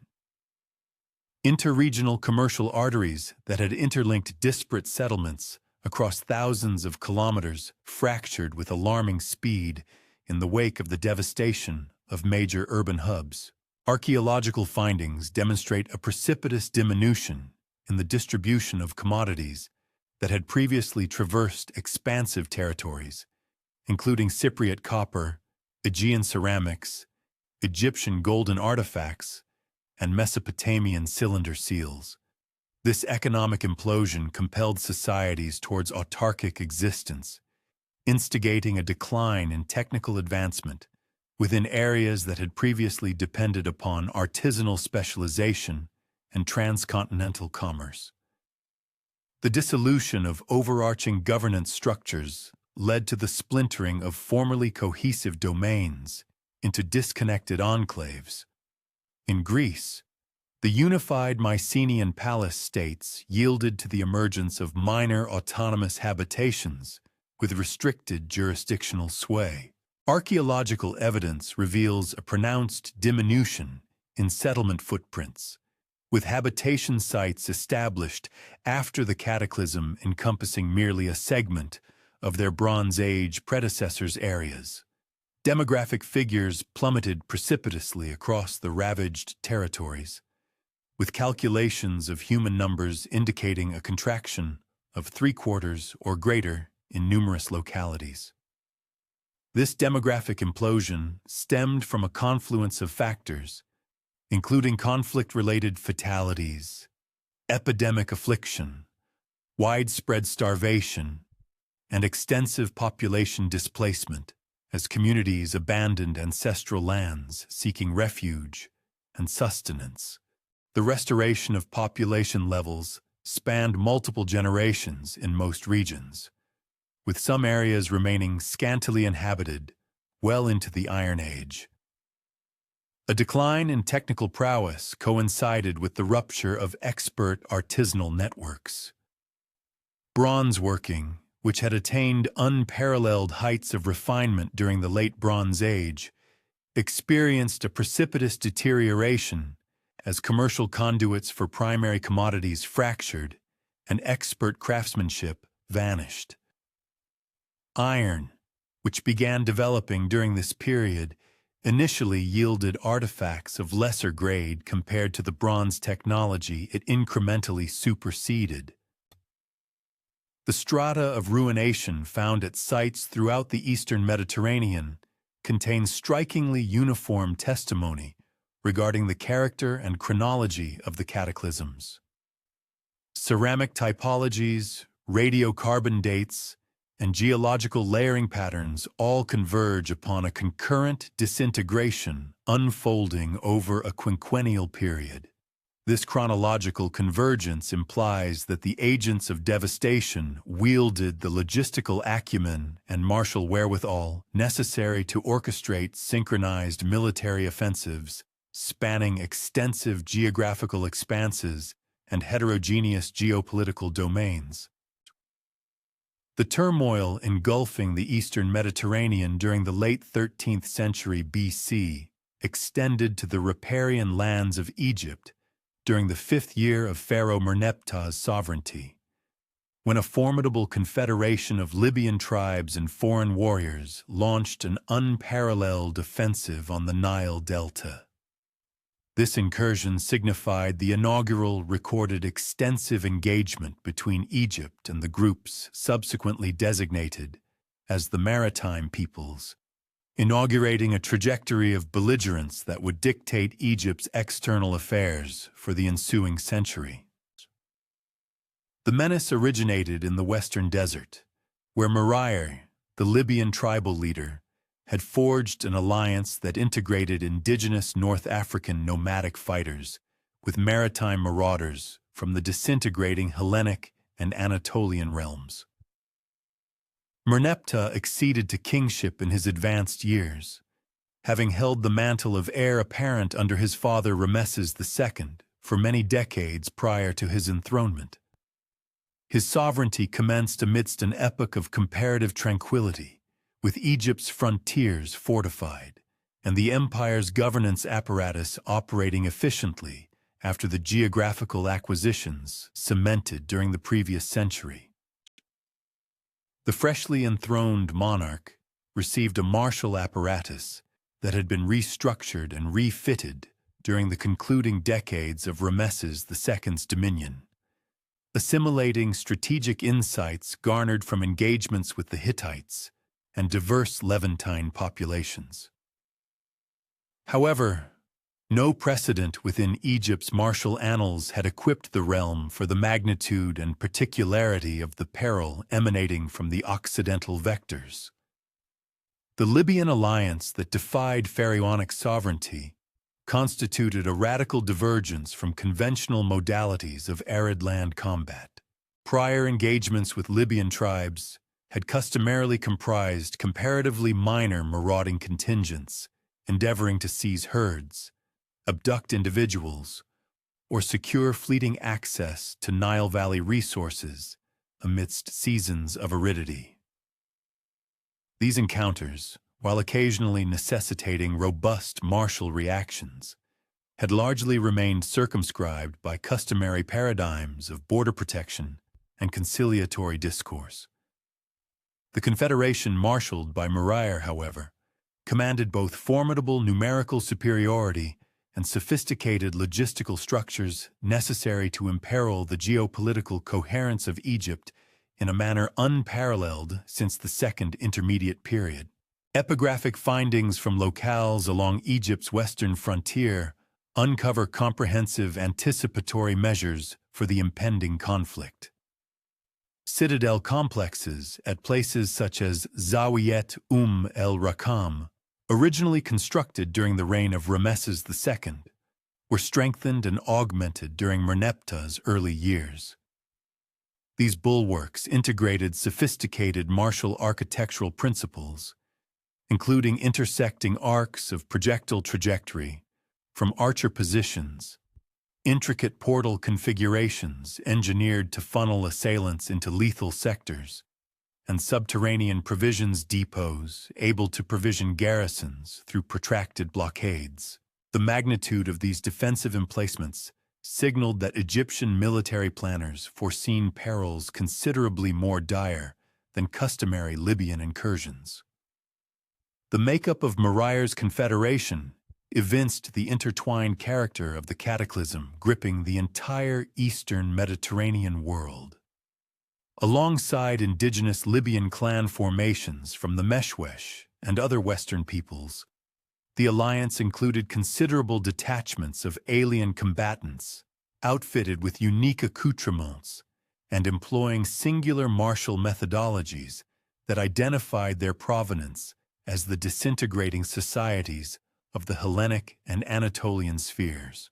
Pharaonic iconographic representations of these foreign contingents furnish elaborate pictorial testimony of their visage, armaments, and strategic deployment, affording pivotal elucidation regarding the dynamics of demographic shifts reconfiguring the antique globe.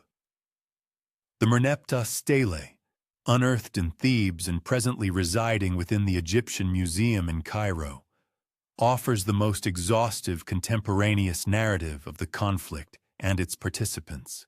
This colossal granite monolith, towering beyond 3 meters in height and adorned with intricate hieroglyphic script, recounts the incursion and Egypt's triumphant rejoinder in rhetoric that fuses customary regal self-aggrandizement with remarkably granular particulars about the adversarial contingents and the trajectory of the military expedition. The stele delineates particular alien factions within the coalition, furnishing the initial unequivocal epigraphic substantiation for ethnicities destined to persistently contest pharaonic dominion for successive eras. As per the stele's narrative, the Libyan Confederation comprised detachments of Ekwesh, characterized as combatants armed with cupric blades and circular bucklers who engaged in dense phalanx-like arrays. These fighters are portrayed garbed in unique waist wraps and wielding armaments markedly dissimilar from conventional Egyptian or Libyan panoply. Their strategic deployment, as narrated in pharaonic martial chronicles, entailed synchronized assaults intended to rupture adversarial configurations via forceful impact, a methodology indicative of martial legacies originating from Hellenic or Anatolian combat methodologies. The Teresh detachment within Murayer's military posed distinct strategic dilemmas for Egyptian defenders. These warriors are described as proficient bowmen and agile light infantry, who utilized evasive skirmishing maneuvers calculated to disorganize pharaonic arrays before dissolving into arduous landscapes. Their armament comprised sophisticated composite recurve bows of advanced design, cupric-headed shafts, and minimal defensive plating, prioritizing agility above durability. Pharaonic martial archives denote that neutralizing Teresh methodologies necessitated adaptations to conventional Egyptian combat protocols, including the stationing of dedicated agile foot soldiers and the inception of novel chase strategies. The formidable Luka warriors, whose presence was not new to the Egyptian military due to prior engagements in Anatolia during the reigns of preceding pharaohs, constituted yet another crucial element within the burgeoning coalition. These experienced combatants contributed a specialized knowledge in both siege warfare and the intricacies of mountain combat, skills that proved extraordinarily beneficial during the subsequent, more challenging stages of the military campaign. Ancient Egyptian artistic depictions, specifically reliefs, vividly illustrate these Luka contingents outfitted with an array of sophisticated tools, including robust scaling ladders, formidable siege hooks, and various other highly specialized implements meticulously engineered for the purpose of breaching and overcoming fortified enemy strongholds. Their strategic integration into Murayer's diverse fighting force endowed the coalition with a range of tactical proficiencies and operational capacities that had been conspicuously absent in the conventional Libyan methods of warfare. The Sherdun, a people whose historical interactions with Egypt were multifaceted, appearing in royal annals as both formidable adversaries and dependable allies across various prior reigns, brought invaluable naval expertise and sophisticated amphibious assault capabilities to the growing coalition. These skilled warriors possessed a profound understanding of advanced shipbuilding practices and honed maritime combat techniques, a combination that strategically empowered the coalition to meticulously orchestrate land-based offensive maneuvers in concert with seaborne operations spanning the critical Delta coastline. Furthermore, ancient Egyptian naval archives provide detailed accounts of confrontations involving Sherdun vessels, which were notably outfitted with formidable bronze-reinforced rams and manned by seasoned warriors meticulously trained in aggressive boarding actions and effective coastal raiding tactics. Completing the diverse foreign composition of Murayer's formidable coalition were the Shekelesh contingents, who contributed specialized metallurgical expertise and advanced weapon manufacturing capabilities. Compelling archaeological findings unearthed in the wake of the campaign's conclusion have revealed a collection of bronze weaponry and various tools, all bearing unmistakable technological hallmarks that are directly attributable to distinctive Shekelesh production methodologies. These recovered artifacts offer profound insights into their sophisticated alloying practices and refined heat treatment methods, processes which consistently yielded weapons that, in numerous critical aspects, surpassed the quality and effectiveness of conventional Egyptian bronze work. The concerted advance of the coalition forces towards the fertile Nile Delta commenced during the customary flooding season of Merneptah's 5th year as pharaoh, a period when the annual inundation traditionally bestowed upon Egypt significant natural defensive benefits. Nevertheless, Merir's strategic forces exhibited an extraordinarily sophisticated comprehension of Egypt's seasonal climatic cycles by meticulously coordinating their approach to precisely align with those intervals when the expansive floodwaters would effectively impede Egyptian military mobility, simultaneously affording the invading armies unconventional alternative passage through terrain typically deemed impassable. This remarkably astute strategic timing strongly implies that the coalition had acquired exceptionally detailed intelligence regarding Egypt's established defensive arrangements and its inherent seasonal vulnerabilities. The initial reports of the coalition's impending arrival emanated from Egyptian frontier scouts positioned near the remote oasis of Siwa, where forward elements of the invading force had already established crucial supply bases and meticulously carried out reconnaissance operations. These preliminary encounters swiftly unveiled the truly unprecedented magnitude of the impending threat, with conservative estimates projecting the coalition's aggregate strength to exceed 20,000 seasoned warriors, augmented by a substantial multitude of non-combatants, encompassing entire families, vast herds of livestock, and extensive baggage trains. The unmistakable presence of women, children, and numerous household possessions unequivocally signaled that this was far more than a mere predatory raiding expedition. It represented a profound and genuine migration, driven by the explicit intention of establishing permanent settlement within the prized Egyptian territory. Pharaoh Merneptah's immediate and decisive response to the burgeoning crisis served to illuminate both the inherent strengths and the discernible limitations characteristic of New Kingdom military organization.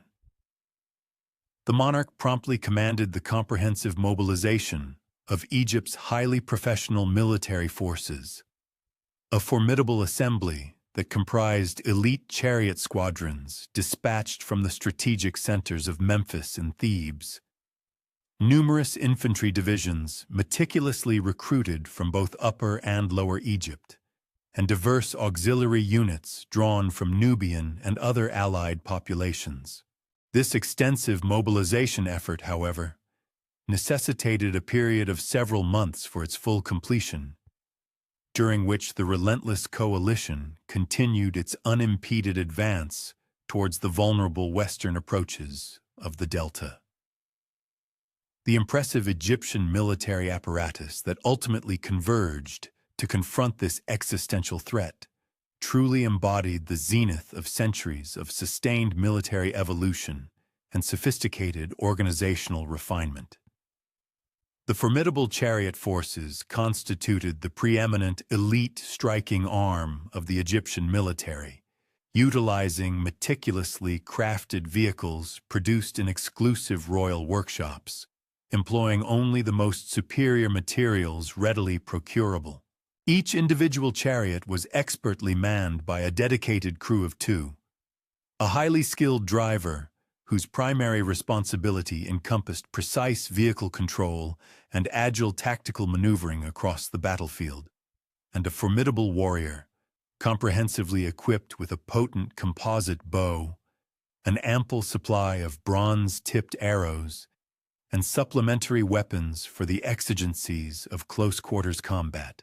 The chariots themselves were characterized by their remarkably lightweight wooden frames, judiciously reinforced with durable bronze fittings, featuring spoked wheels specifically engineered for optimal speed and exceptional maneuverability, and incorporating resilient leather components that imparted crucial flexibility while rigorously preserving the structural integrity of the entire conveyance. The diverse infantry formations encompassed both robust heavy troops and agile light troops, systematically organized into divisions that, in theory, comprised approximately 5,000 men apiece, although their actual operational strengths frequently fluctuated significantly depending upon the efficacy of recruitment efforts and the specific demands of ongoing campaigns. The heavy infantry contingents were armed with formidable bronze-tipped spears, carried substantial rectangular shields meticulously constructed from durable wood and reinforced leather, and were clad in protective bronze-scale armor designed to afford significant defense while simultaneously preserving crucial battlefield mobility. Conversely, the light infantry functioned primarily as swift skirmishers and skilled archers, outfitted with powerful composite bows, sharp bronze daggers, and minimal protective armor. A deliberate choice that prioritized exceptional speed and tactical flexibility above extensive defensive capability. The pivotal and decisive confrontation ultimately unfolded within the Western Delta region, in close proximity to the location of modern Komar, where the inherent geographical contours of the landscape effectively funneled the coalition's advance into an area exceptionally conducive to Egyptian tactical deployment. Merneptah's military forces had meticulously established robust defensive positions that strategically leveraged existing natural obstacles, simultaneously ensuring optimal fields of fire for their formidable archer units and providing unobstructed approaches for devastating chariot charges. The very location of this momentous battle, situated approximately 150 kilometers distant from the venerable city of Memphis, powerfully attested to the coalition's alarming success in penetrating deep into the heart of Egyptian territory before encountering any form of organized and coordinated resistance. Official Egyptian battle narratives vividly recount a protracted, multi-day engagement that commenced with intense skirmishing between the advanced elements of both armies and progressively escalated into a full-scale general confrontation involving the entire strength of both opposing forces. The coalition's initial offensive thrusts were primarily directed at the elite Egyptian chariot squadrons, a calculated attempt to neutralize Egypt's principal tactical advantage through a barrage of concentrated missile fire and meticulously coordinated infantry assaults. Nevertheless, the inherent Egyptian tactical flexibility and their superior operational coordination ultimately proved decisive, as their chariot forces executed brilliant flanking maneuvers that effectively fractured and disrupted the cohesion of the coalition's formations, thereby creating invaluable openings for subsequent infantry advances. The pivotal turning point of the protracted battle materialized when the Egyptian forces successfully accomplished the critical objective of isolating Murayer's central command group from the main body of the coalition's military strength. Operating in meticulously coordinated squadrons, Egyptian chariots skillfully penetrated the enemy's defensive lines, resulting in the capture or demise of several key leaders, including prominent members of Murayer's immediate family. This decisive tactical achievement immediately sowed profound confusion throughout the coalition's ranks and simultaneously empowered the Egyptian infantry to effectively exploit the gaping vulnerabilities within the shattered enemy formations. The subsequent collapse of centralized command irrevocably led to the rapid disintegration of the coalition's cohesion, prompting individual contingents to attempt independent withdrawals rather than sustaining any semblance of coordinated resistance. The official Egyptian casualty figures, meticulously documented in royal accounts, asserted strikingly minimal losses for their own forces when juxtaposed against the catastrophic devastation inflicted upon the coalition armies. While these numerical declarations undeniably served the propaganda imperatives inherent in royal inscriptions, rather than representing precise battlefield statistics, compelling archaeological evidence recovered from the very site of the battle unequivocally substantiates the conclusion that Egyptian forces secured a truly decisive victory. The extensive array of weapons and equipment strewn across the expansive battlefield included a significant number of items of distinct foreign manufacture, thereby incontrovertibly confirming the remarkably diverse composition of Murayer's coalition and underscoring the broad international scope of this momentous conflict. The immediate aftermath of the monumental battle vividly exposed the authentic scope of the coalition's audacious ambitions and unequivocally demonstrated the comprehensive nature of Egypt's hard-won victory. Egyptian forces successfully apprehended more than 9,000 prisoners, a significant proportion of whom were women and children, thereby powerfully indicating that entire communities had actively participated in this desperate migration attempt. Furthermore, vast herds of livestock, numbering in the tens of thousands, were confiscated, alongside substantial quantities of bronze weaponry, various tools, and other essential equipment, all of which furnished invaluable intelligence regarding the coalition's disparate origins and its operational capabilities. The subsequent treatment of the prisoners captured after the decisive battle served as a clear testament to both Egyptian administrative efficiency and their astute strategic foresight concerning future security imperatives. Instead of resorting to the customary practices of executing the defeated warriors or consigning them to the brutal fate of slavery, Merneptah's sagacious government elected to integrate a significant number of them directly into Egyptian military service, specifically prioritizing those individuals who possessed specialized proficiencies in areas such as metallurgy, shipbuilding, or the demanding art of siege warfare. This pragmatic policy underscored both an enlightened approach to resource management and a shrewd recognition that the unique skills inherent in these foreign combatants could substantially augment and benefit Egypt's own military capabilities. The immediate repercussions of this monumental victory reverberated far beyond the confines of the battlefield itself, instigating profound and lasting changes. Egyptian dominion over the critical Western Delta region was emphatically re-established, reinforced by the expeditious construction of new, formidable fortress installations, strategically positioned to thwart any prospective coalition incursions. The wealth of captured equipment and the insights gleaned from the numerous prisoners yielded invaluable intelligence concerning the prevailing conditions within the Aegean and Anatolian regions, thereby empowering Egyptian strategic planners to develop a more nuanced and comprehensive understanding of the pervasive crisis then afflicting the wider Eastern Mediterranean world. Beyond its immediate military and territorial consequences, Merneptah's resounding triumph also generated significant and far-reaching diplomatic ramifications across the entire region.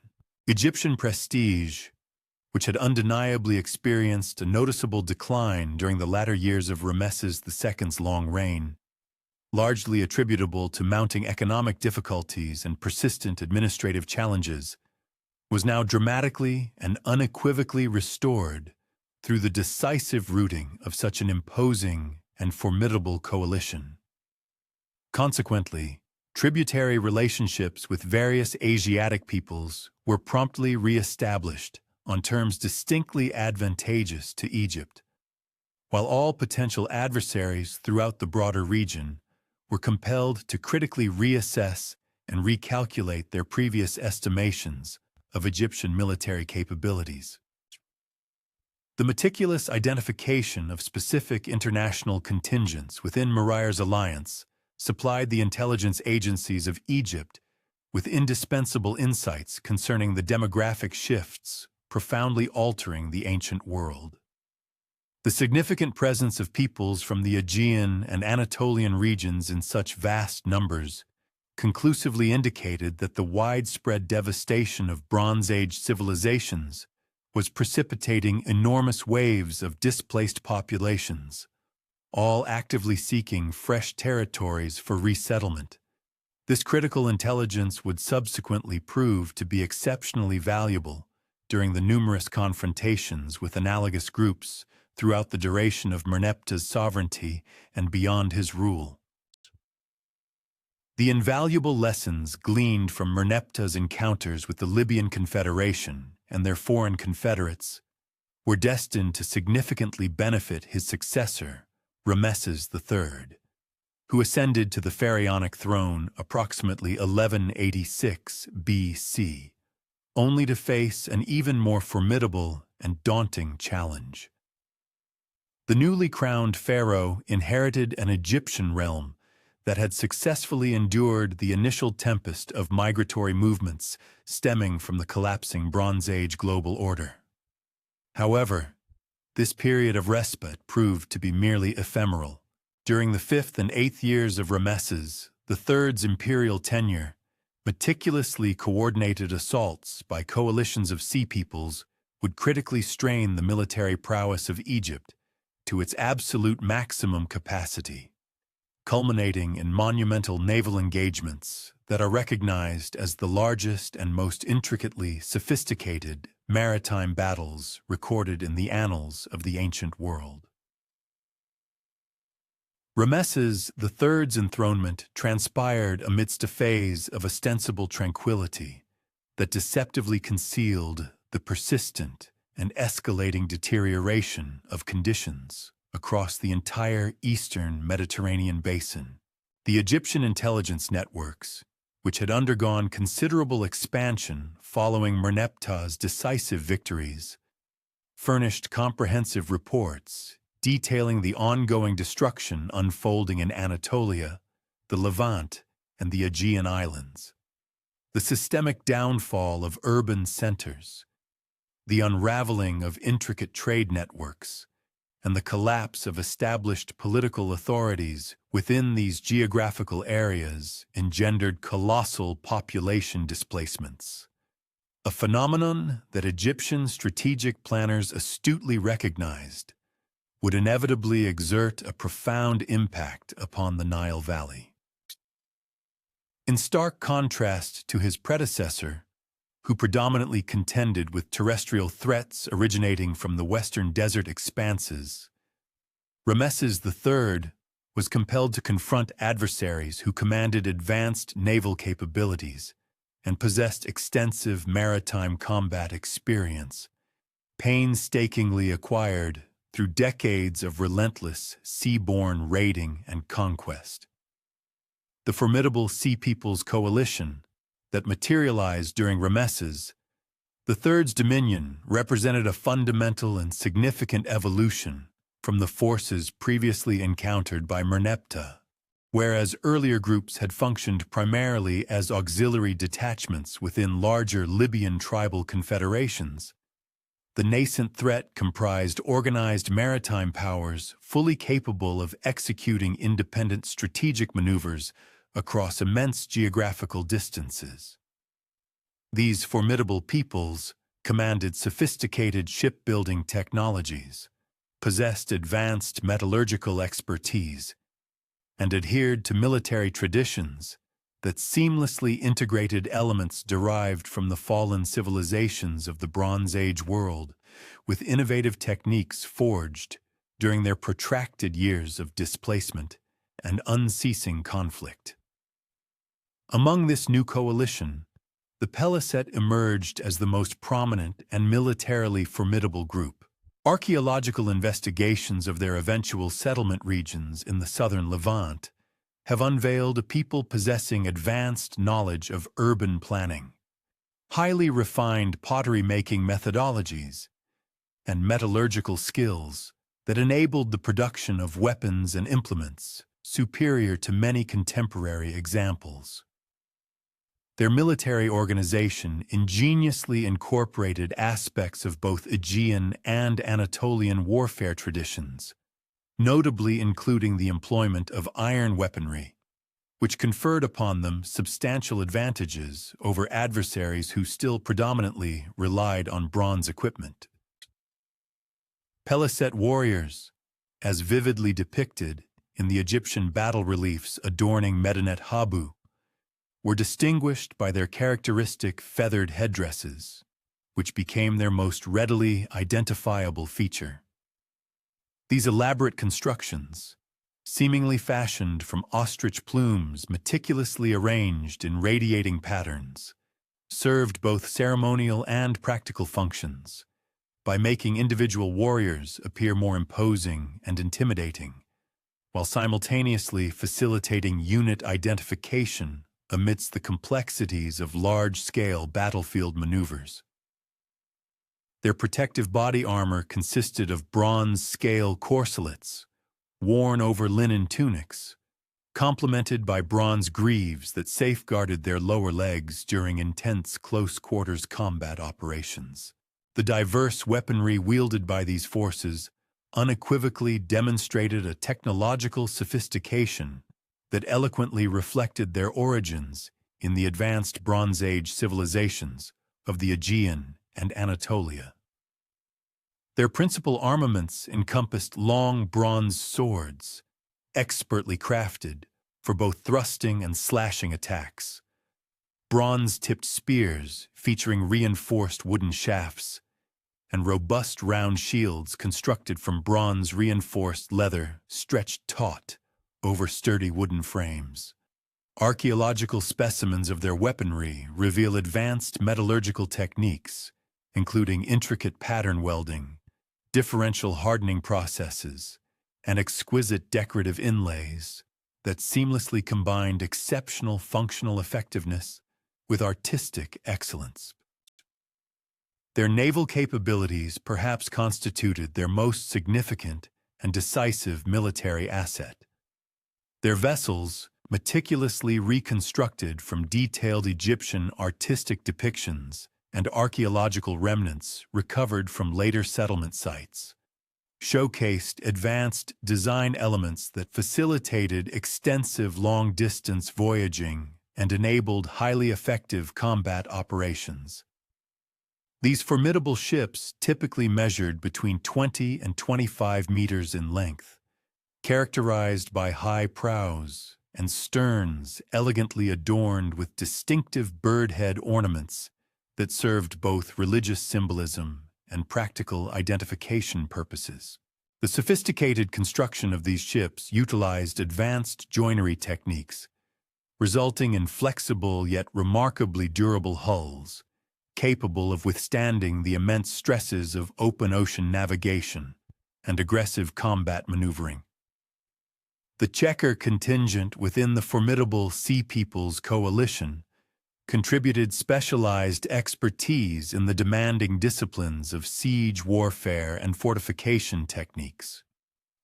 Egyptian historical records describe Chequer warriors as particularly adept at executing assault operations against heavily defended positions, employing an array of scaling equipment, formidable siege towers, and sophisticated undermining techniques that unmistakably reflected their extensive practical experience in urban warfare scenarios.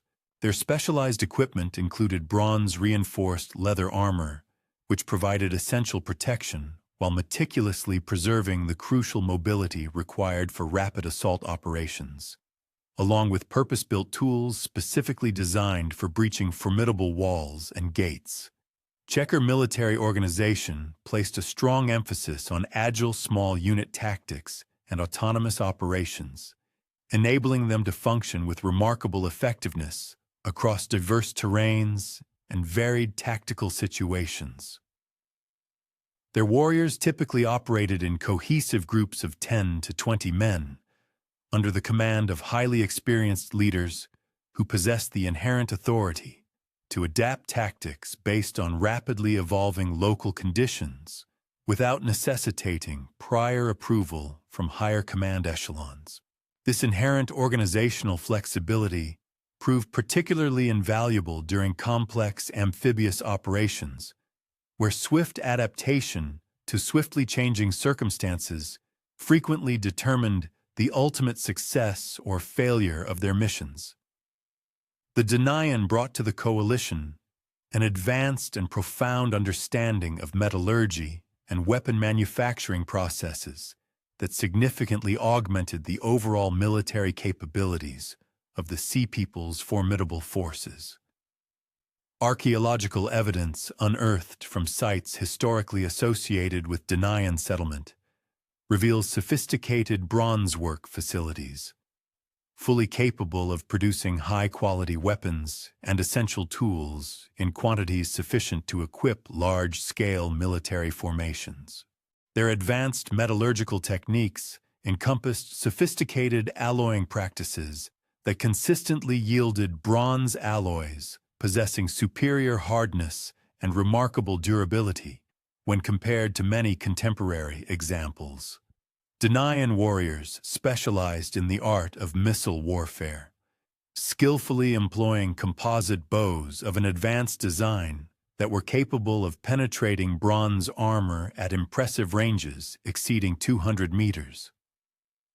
The arrows they utilized featured bronze points with specialized designs tailored for various tactical applications, including bodkin points engineered for armor penetration, broadheads optimized for maximum tissue damage, and fire arrows strategically deployed for attacking wooden structures and ships.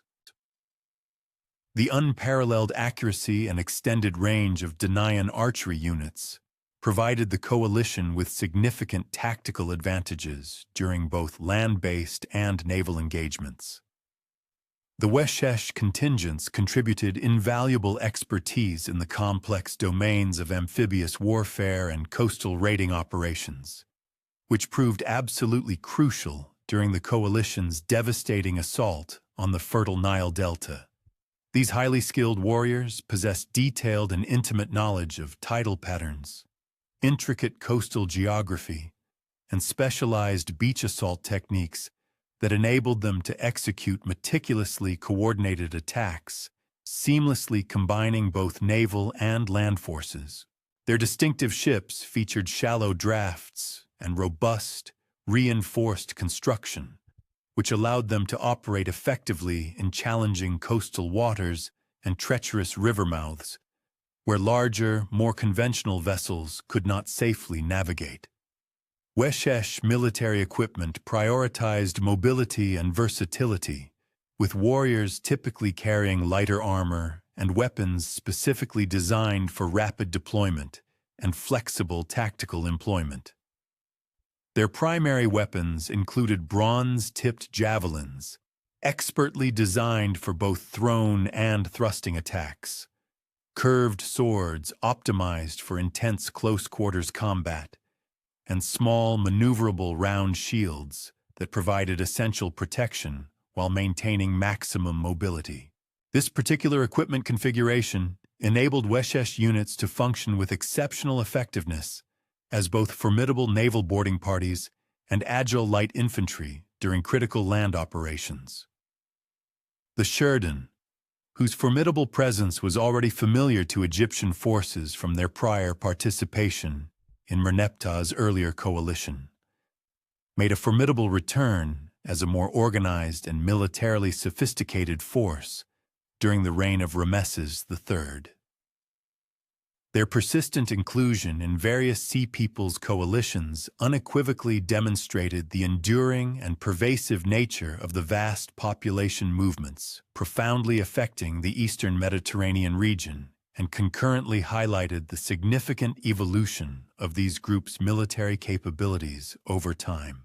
Sherden warriors had evidently assimilated crucial lessons from their previous defeats, subsequently adopting new equipment and refining their tactics to reflect their accumulated and hard-won combat experience.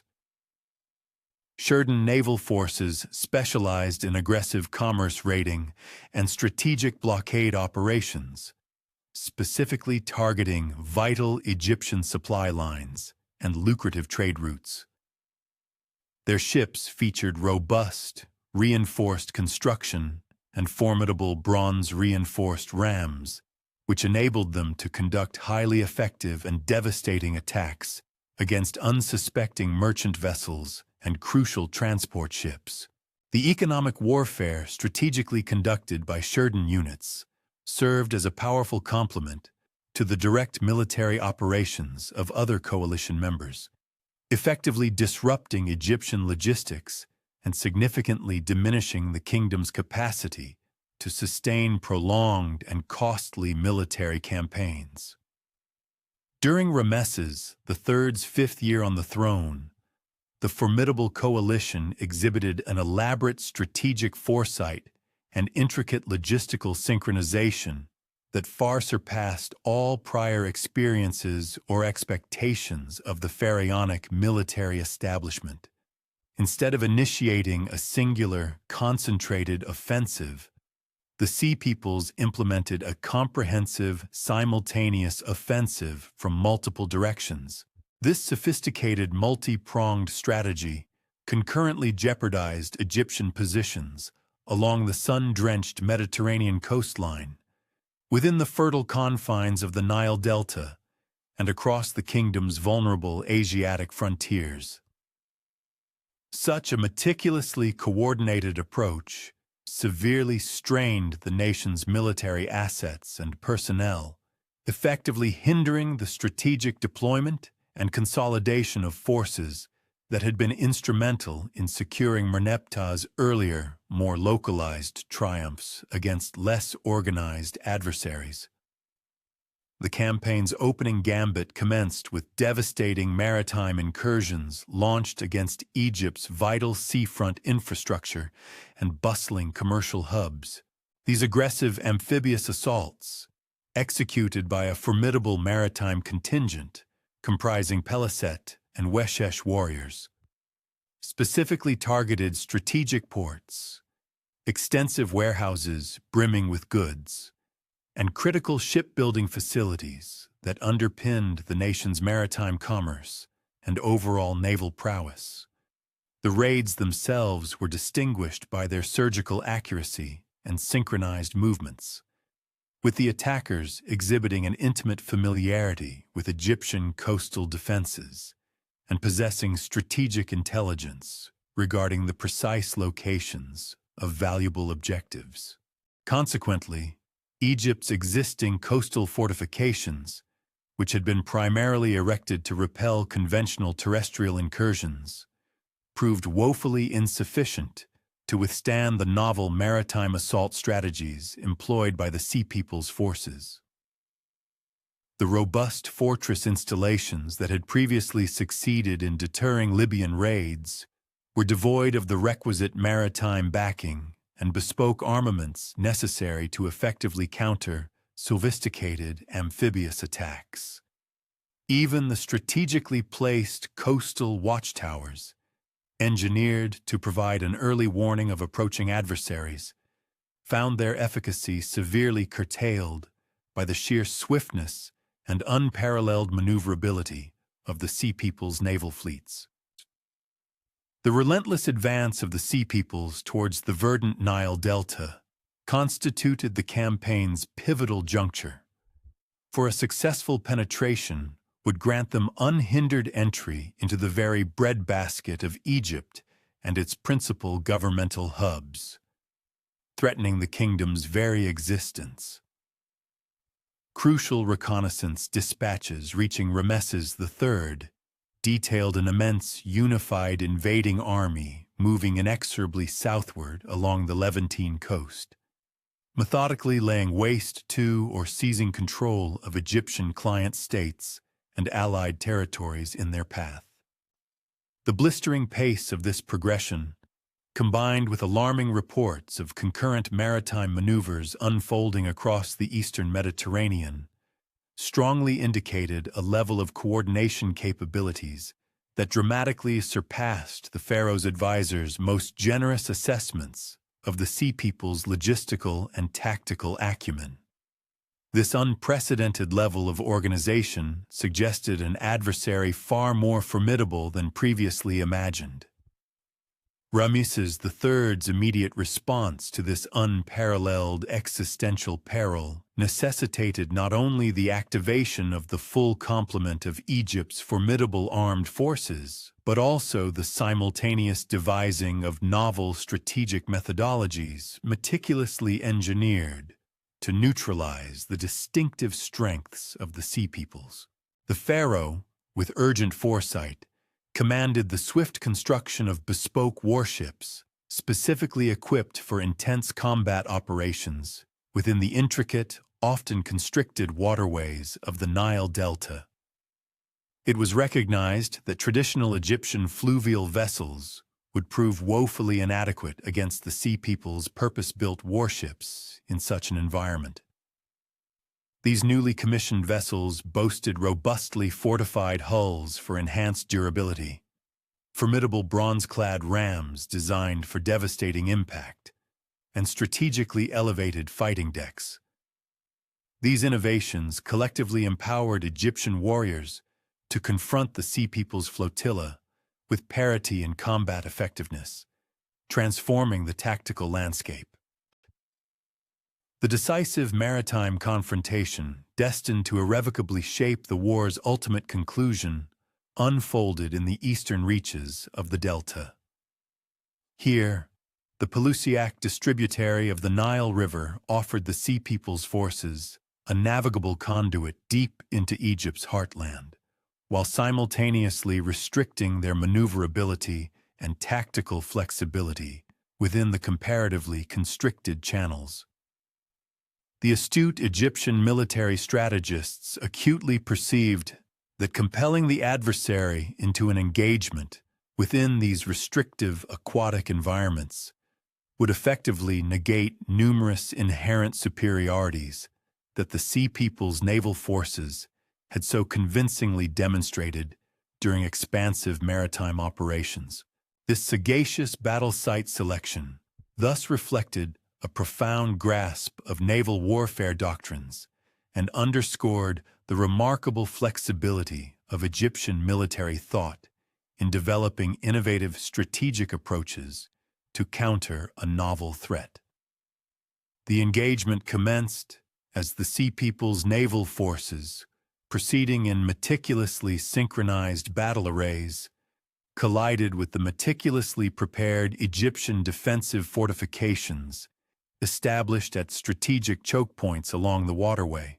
Egyptian forces had engineered intricate defensive constructions, which included cunning submerged impediments, incendiary vessels strategically poised for deployment at critical junctures, and elevated archer emplacements lining both riverbanks, designed to create a deadly crossfire across the water. These extensive preparations were the culmination of arduous months of meticulous strategizing and highlighted the impressive ingenuity of Egyptian engineering in ingeniously repurposing conventional siege tactics for the exigencies of maritime engagement. The battle reliefs, masterfully carved upon the walls of Rameses III's mortuary temple at Medinet Habu, offer the singularly comprehensive visual chronicle of ancient naval warfare known to history. These expansive hieroglyphic narratives vividly portray Egyptian and Sea People's vessels locked in desperate hand-to-hand struggle, with combatants battling fiercely from raised decks while their ships jockeyed for superior tactical positions. The reliefs illuminate precise aspects of ship design, armament deployment, and combat configurations, thereby providing unparalleled understanding of Bronze Age maritime combat methodologies.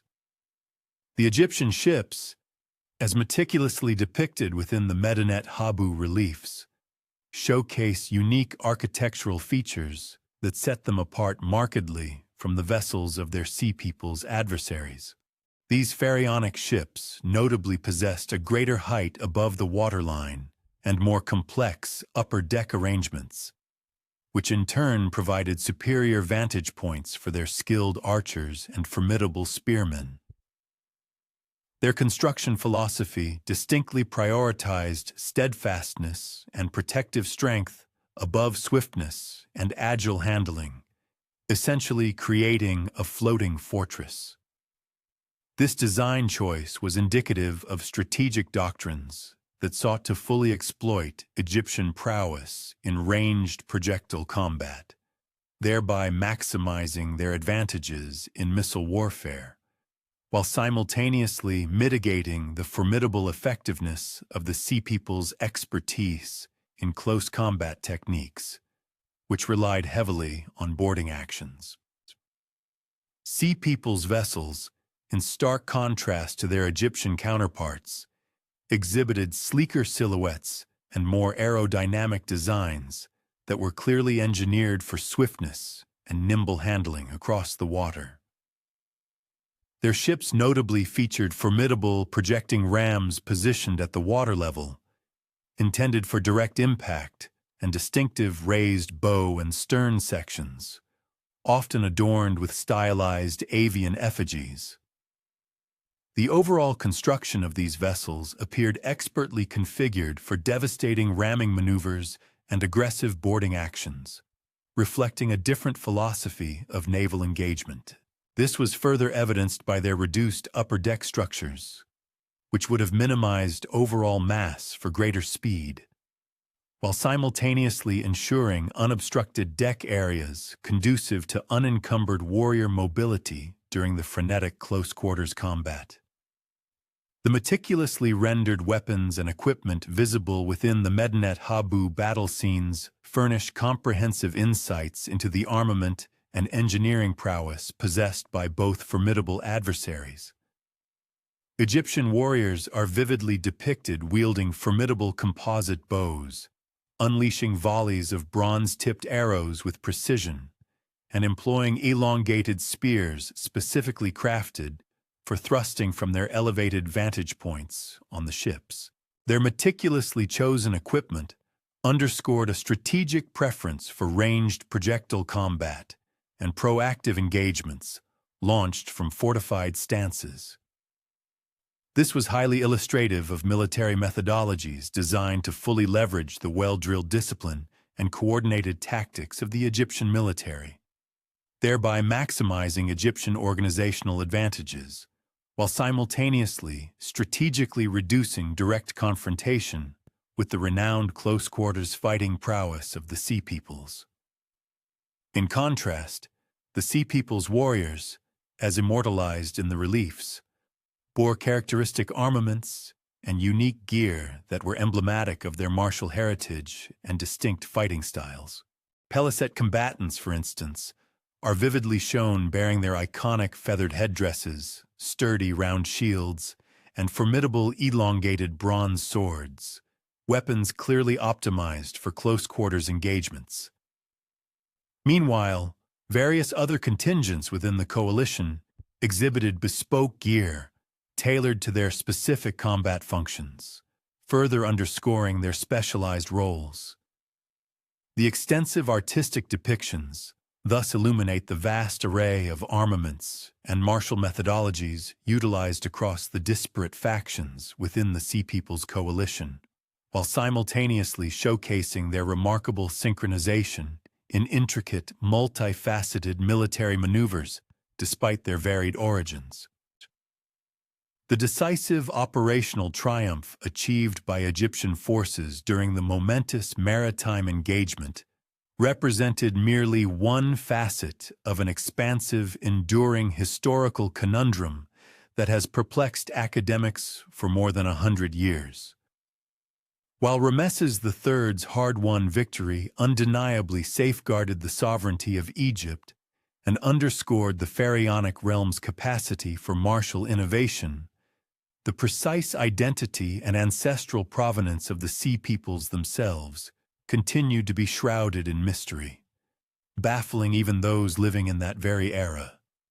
Egyptian scribes meticulously chronicled their appellations, vividly portrayed their unique armaments and physiognomy, and assiduously recorded their formidable martial prowess. Yet, despite these valuable contemporary accounts, the core inquiries regarding where these peoples originated and how they related to established historical communities persist in fueling vigorous academic discourse and intensive archaeological exploration, an enduring fascination for modern researchers.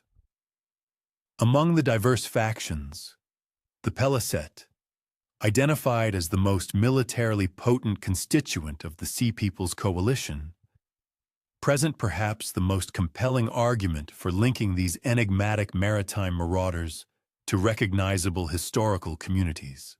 Substantial archaeological findings unearthed in their subsequent settlement territories across the southern Levant bring to light distinctive patterns of material culture that powerfully indicate their identification with the Philistines, a people well documented in biblical narratives and various ancient Near Eastern texts. Extensive excavations conducted at key sites such as Ashkelon, Ekron, and Gath have painstakingly brought to light rich pottery collections, distinctive architectural vestiges, and characteristic burial customs. These discoveries collectively demonstrate unmistakable continuities with Aegean cultural traditions, while concurrently revealing a remarkable process of adaptation to the prevailing Levantine environmental and cultural circumstances, solidifying the proposed link. The abundant pottery evidence recovered from early Philistine sites offers exceptionally potent corroboration for their Aegean ancestral roots. Earthenware artifacts unearthed within the 12th century BC strata at Ashkelon, for instance, include a diverse array of utilitarian cooking pots, capacious storage jars, and elegant drinking vessels that exhibit technological and aesthetic attributes unequivocally linked to the late Helladic Wamtsutchikikstusi ceramic traditions emanating from the Hellenic mainland and the archipelago of the Aegean Sea. These particular vessels showcase characteristic tempering methods, intricate surface embellishments, and recognizable decorative patterns that were utterly unparalleled within indigenous Canaanite pottery practices, but instead demonstrate unmistakable echoes of Mycenaean ceramic craftsmanship. Furthermore, the iconic Mycenaean stirrup jars, instantly recognizable by their unique false spout and basket-like handle arrangement, manifest in subtly altered iterations across Philistine settlements throughout the entirety of the 12th and 11th centuries BCE. While these vessels clearly underwent necessary adjustments to local utilitarian demands and the readily accessible raw materials, their fundamental fabrication methodologies and intrinsic proportional harmonies steadfastly mirrored the Aegean archetypes. The enduring presence of these distinct ceramic traditions across successive generations of their settlement strongly indicates that Philistine communities diligently preserved cultural customs originating from their ancestral homeland prior to migration, notwithstanding their novel geographical location and evolving political landscape. This cultural tenacity speaks volumes about their origins. Architectural evidence gleaned from Philistine settlements offers compelling insights into their patterns of cultural continuity and adaptive strategies.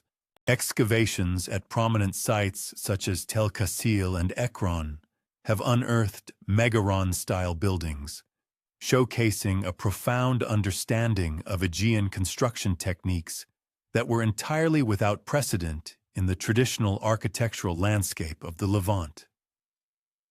These distinctive structures incorporate characteristic design elements, including prominent central hearths, typically encircled by 4 supporting columns, clearly defined entrance porches, and precise proportional relationships that remarkably mirror those observed in the grand Mycenaean palace complexes. The ingenious adaptation of these sophisticated architectural forms to the prevailing Levantine environmental conditions, utilizing readily available local stone and mud brick construction methods, strongly suggests the presence of communities that meticulously preserved their cherished cultural memories of their origins, while simultaneously demonstrating remarkable flexibility in assimilating and thriving within their new ecological circumstances. Further substantiation of Aegean connections, alongside revelations of the intricate cultural transformations that unfolded during the settlement process, emerges from the meticulously documented burial practices at Philistine cemeteries. The expansive cemetery at Ashkelon, for instance, which dates back to the 11th and 10th centuries BC, encompasses a diverse array of both cremation and inhumation burials. This heterogeneity in mortuary rites vividly reflects the varied cultural traditions coexisting within the Philistine communities.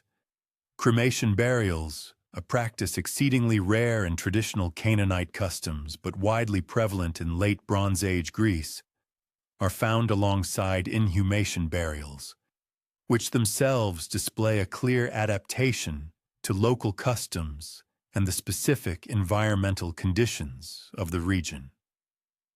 The grave goods accompanying these Philistine burials serve as tangible evidence of the profound material culture synthesis that characterized these vibrant communities. Bronze fibulae, distinctly of Aegean design, are discovered juxtaposed with locally crafted pottery and indigenous jewelry.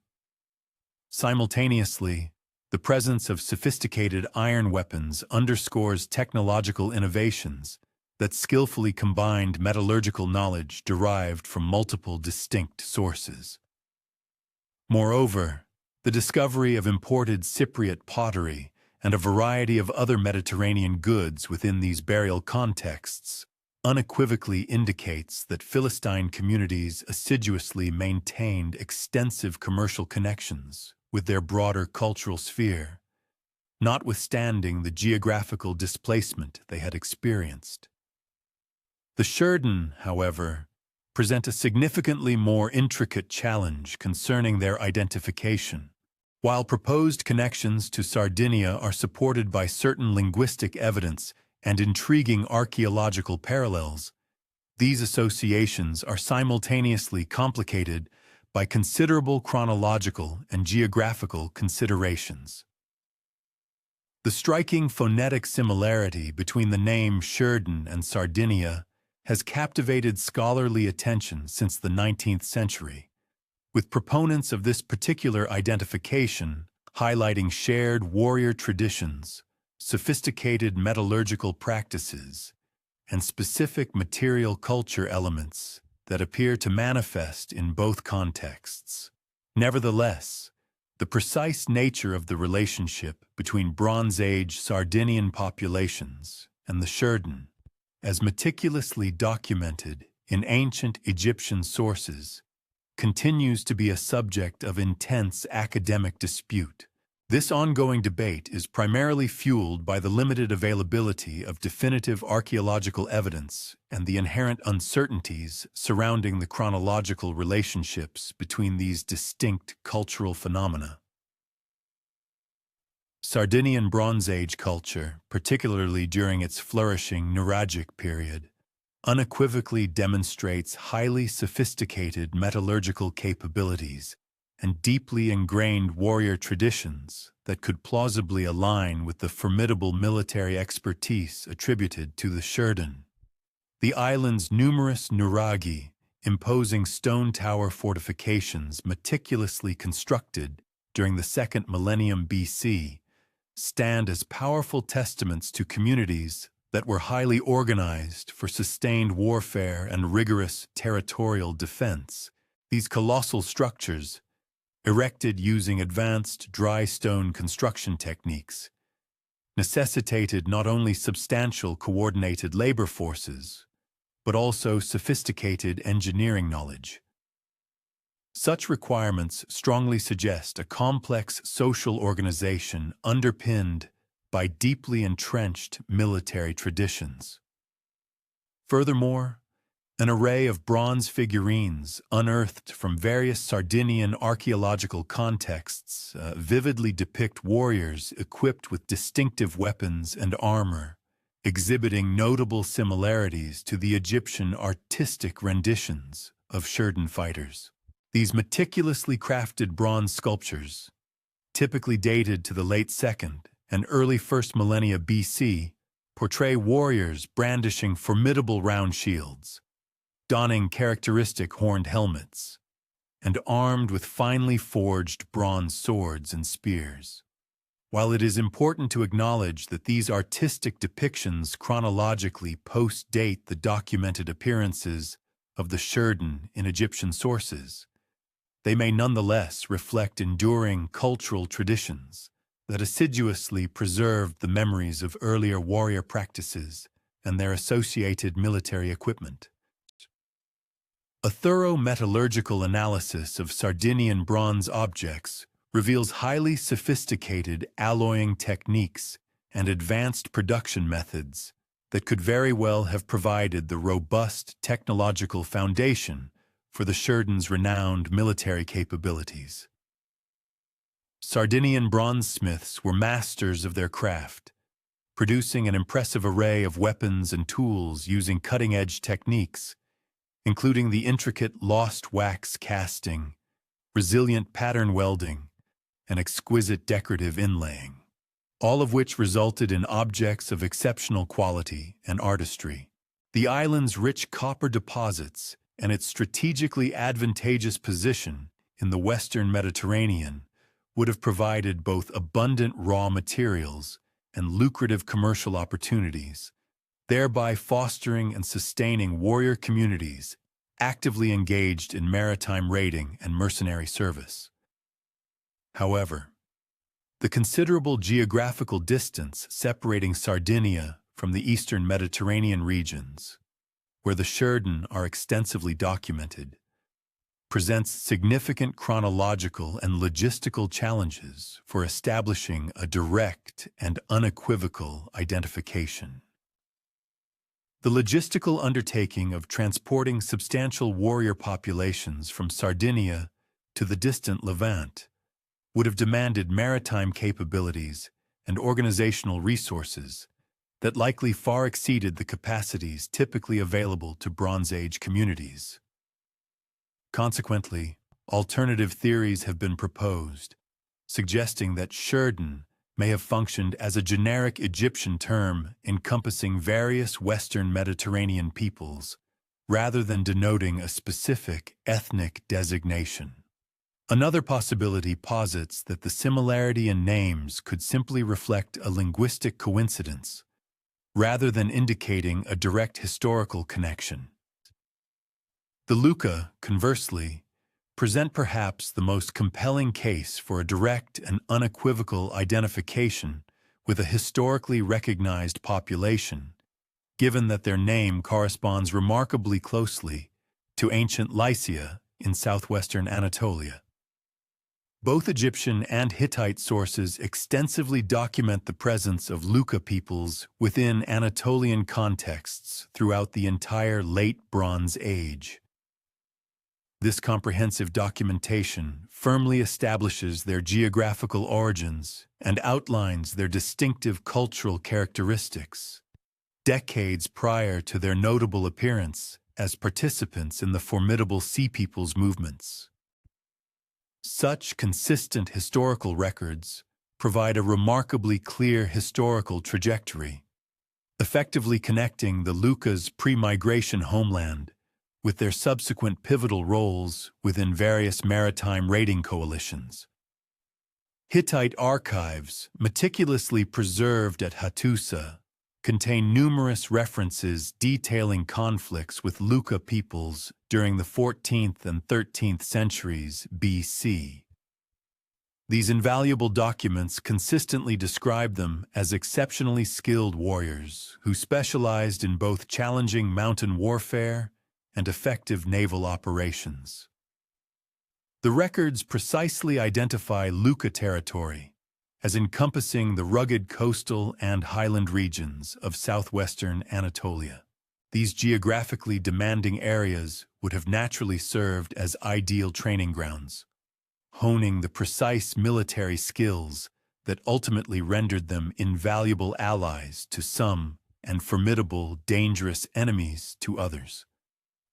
The persistent difficulties encountered by the Hittite Empire in effectively controlling Luca territories powerfully suggest the existence of communities possessing deeply ingrained warrior traditions and employing highly effective resistance strategies. Archaeological evidence unearthed from various Lycian sites consistently reveals material culture patterns that are remarkably consistent with the military capabilities attributed to the Luca peoples in contemporary historical sources. Fortified settlements distributed throughout the region display clear indications of sophisticated defensive planning and advanced construction techniques, unequivocally reflecting communities that were meticulously organized and prepared for warfare. Furthermore, bronze weapons and armor recovered from Lycian archaeological contexts demonstrate a high degree of metallurgical expertise and innovative weapon design. These advancements would undoubtedly have provided significant military advantages during the complex and often brutal conflicts of the Bronze Age. Lycian rock-cut tombs and other elaborate mortuary monuments provide profound insights into cultural traditions that placed a strong emphasis on warrior identity and the celebration of martial achievement. These impressive burial installations, often intricately carved directly into sheer cliff faces and adorned with detailed relief sculptures, frequently depict armed warriors and dynamic battle scenes. Such artistic representations serve to celebrate military prowess and heroic accomplishment. The substantial investment of resources and labor required for the creation of these monumental structures clearly indicates that these communities highly valued warrior status and assiduously maintained cultural memories of their military traditions across multiple generations. The linguistic evidence linking the Luca to later populations provides additional robust support for their historical continuity. Lycian inscriptions from the 1st millennium BC, written in an Indo-European language closely related to Hittite and other Anatolian languages, meticulously preserve personal names and place names that exhibit clear connections to earlier Luca designations documented in Bronze Age sources.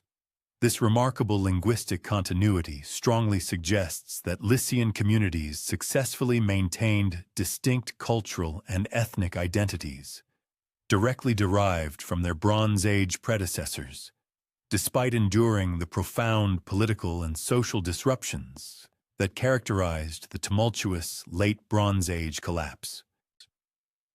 The linguistic analysis of the names associated with the Sea Peoples has spurred extensive scholarly investigation, primarily aimed at precisely determining their ethnic and geographical origins.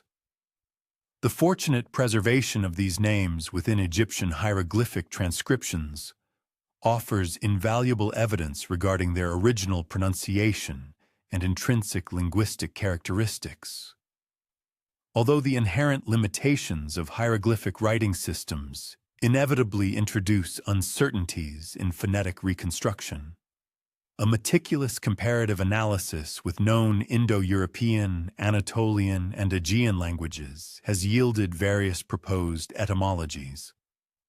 These diverse etymological hypotheses suggest a range of possible origins for the distinct groups comprising the Sea Peoples. Indo-European linguistic connections appear particularly strong for several of the Sea Peoples' names. The Danaian, for instance, exhibit possible connections to the Greek term Danaoi, a Homeric designation for Greeks that may well preserve Bronze Age ethnic identifiers.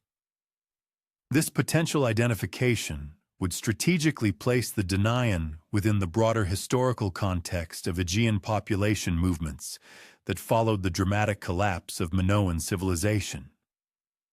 Similarly, the Akawasha have been linguistically linked to the Homeric Achaeans, another significant Greek ethnic designation, suggesting the possible participation of mainland Greek populations in the formidable movements associated with the Sea Peoples. Intriguing linguistic connections originating from Anatolia offer alternative interpretations regarding the etymology of several prominent Sea Peoples' names. For instance, the appellation Teresh exhibits plausible links to Taruisa, an ancient Bronze Age designation for the legendary city of Troy, a name frequently encountered in venerable Hittite historical documents.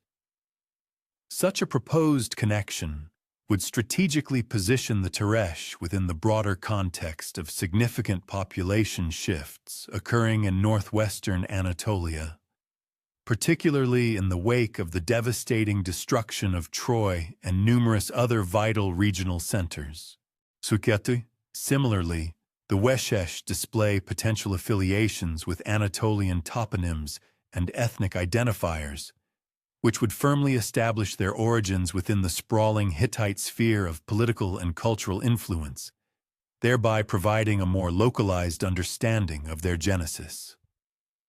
The scholarly discourse surrounding the political and social architecture of the Sea Peoples primarily revolves around fundamental, unresolved questions concerning their intrinsic nature as a historical phenomenon. Some erudite academics passionately contend that these groups constituted highly organized, unified confederations, characterized by cohesive leadership structures and the steadfast pursuit of common strategic objectives across a multitude of military campaigns and diverse geographical territories. This particular interpretation places significant emphasis on the seemingly orchestrated nature of the Sea Peoples' various assaults, their consistently formidable military prowess, and their demonstrated capacity to execute intricate operations demanding substantial logistical provisioning and meticulous planning. Evidence marshaled in support of these confederation theories encompasses the consistent appearance of multiple distinct Sea Peoples contingents in ancient Egyptian chronicles, strongly implying the maintenance of enduring alliances and robust cooperative relationships among them. The remarkable tactical synchronization evinced during their engagements with Egyptian military forces further suggests the presence of sophisticated command structures, capable of seamlessly integrating disparate military traditions and varied operational capabilities into highly effective combined arms maneuvers. Furthermore, the sustained longevity of the Sea Peoples' activities, spanning several decades, points towards an impressive degree of organizational continuity, a feat that would undoubtedly have necessitated stable leadership institutions and a shared commitment to overarching strategic goals.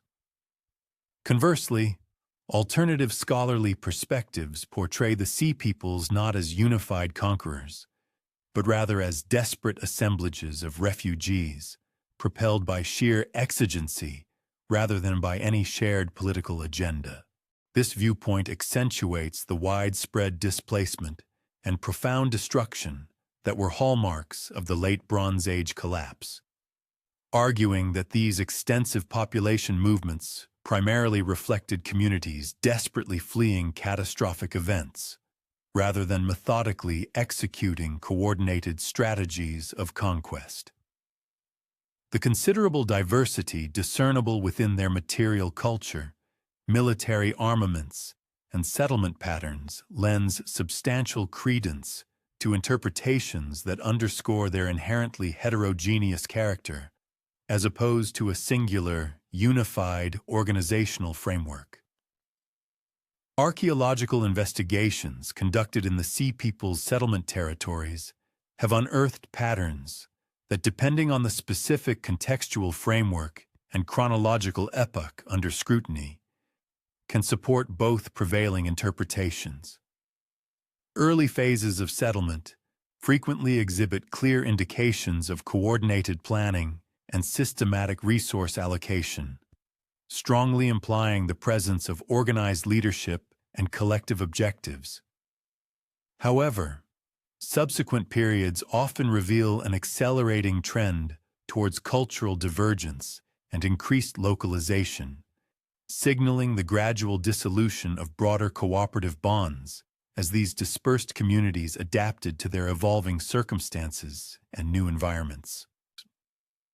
A third compelling perspective, known as the opportunistic raider interpretation, characterizes the Sea Peoples as highly mobile maritime warrior communities that shrewdly capitalized on the widespread disintegration of established Bronze Age political systems to achieve economic and territorial advantages. This approach highlights the formidable military acumen and unparalleled maritime expertise that empowered various Sea Peoples contingents to conduct highly profitable raiding expeditions, all while prudently circumventing the inherent risks associated with direct territorial annexation.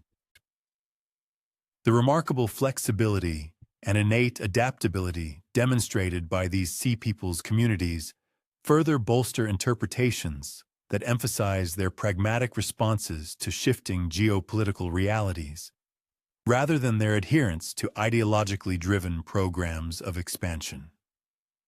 Regional discrepancies observed in the Sea Peoples' activities and their distinctive settlement patterns offer empirical evidence that can be invoked to support all three interpretational frameworks. Certain geographical areas indeed reveal unequivocal signs of meticulously coordinated military campaigns and pre-planned settlement initiatives, strongly suggesting organizational structures and strategic foresight akin to those of a confederation. Other regions, however, present clear patterns indicative of desperate refugee settlements and the formation of defensive communities, reflecting intense displacement pressures rather than expansionist ambitions. Yet other contexts yield evidence of the opportunistic exploitation of localized vulnerabilities and emerging commercial opportunities, pointing towards a pragmatic and adaptive response to prevailing circumstances. The decisive military defeats inflicted upon the Sea Peoples by the formidable forces of Rameses III marked the culmination of their large-scale invasions, yet this did not signify their complete disappearance from the annals of history. Far from retreating into enigmatic homelands or fading into utter obscurity, these displaced populations subsequently established enduring settlements across the vast expanse of the Eastern Mediterranean, fundamentally transforming the demographic and cultural fabric of the entire region. Among these settlement endeavors, the most remarkably successful and archaeologically prominent occurred in the southern Levant, where the Peliset, a specific Sea People group, underwent a profound metamorphosis, evolving into the Philistines and forging a distinctive urban civilization that would exert considerable influence over the coastal plain for many centuries. The successful establishment of Philistine city-states in the southern Levant stands as one of the most extraordinary examples of triumphant cultural adaptation and sophisticated political organization in the annals of the ancient world. Rather than attempting to meticulously reconstruct the lost grandeur of their Bronze Age homelands, these erstwhile sea peoples innovated and developed novel forms of urban organization, which skillfully integrated elements from their rich Aegean heritage with practical adaptations suited to the unique conditions of the Levantine landscape. Extensive archaeological excavations at pivotal sites such as Gaza, Ashkelon, Ashdod, Ekron, and Gath have brought to light sophisticated urban planning, incorporating advanced drainage systems, specialized zones for craft production, and robust defensive fortifications specifically engineered to safeguard their burgeoning commercial centers. Gaza emerged as the northernmost of these significant Philistine urban centers, strategically positioned to exert control over crucial trade routes linking Egypt with the fertile Levantine interior. Excavations conducted within the city's ancient precincts have unearthed substantial mud brick architectural remains dating back to the 12th century BC, including sprawling residential complexes, complete with interior courtyards, extensive storage facilities, and dedicated workshop areas. The pottery assemblages recovered from these early strata unequivocally demonstrate a technological continuity, forging a direct link between Philistine ceramic traditions and their Mycenaean antecedents, while simultaneously exhibiting a rapid and skillful adaptation to readily available local clay sources and specific functional requirements. The intricate urban layout of early Gaza reveals sophisticated planning principles that diverged markedly from the more traditional Canaanite city organization of the era. Its streets followed more regular and defined patterns than were typically observed in Bronze Age Levantine settlements, providing compelling evidence of centralized urban planning that meticulously allocated specific areas for distinct economic activities. For example, metalwork installations were carefully clustered in designated quarters, strategically positioned so that prevailing winds would naturally carry smoke and fumes away from residential zones, while pottery production facilities were concentrated in proximity to vital water sources and abundant clay deposits. This systematic and methodical approach to urban organization strongly suggests that these communities possessed significant administrative experience and technical knowledge, likely inherited from their advanced Bronze Age urban backgrounds. Ashkelon, in particular, blossomed into the largest and most prosperous of the Philistine city-states, with comprehensive archaeological evidence indicating that its settlement encompassed an impressive area exceeding 60 hectares at its zenith. The city's enviable strategic location along the Mediterranean coast provided direct access to lucrative maritime trade networks, while its fertile agricultural hinterland effectively sustained a substantial and growing population. Excavations meticulously directed by Lawrence Steger and his dedicated team have uncovered extensive remains from the Philistine period occupation, including monumental architectural structures, sophisticated industrial installations, and sprawling residential quarters, all of which powerfully attest to the community's rapid economic development following its initial establishment. The rich material culture meticulously recovered from Ashkelon furnishes remarkably detailed insights into Philistine daily life and their distinctive cultural practices during the foundational settlement period. Cooking pots, distinguished by their unique rim forms and surface treatments, exhibit a clear stylistic derivation from Aegean prototypes, yet they were expertly manufactured using local clays and skillfully adapted to suit traditional Levantine cooking methods.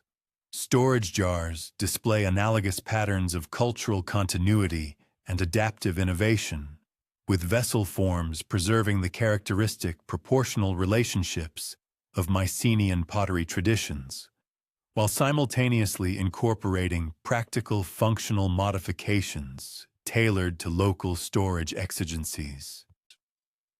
Architectural remnants unearthed at Ashkelon disclose advanced construction techniques that ingeniously combined knowledge of Aegean building traditions with pragmatic adaptations to local raw materials and prevailing environmental conditions.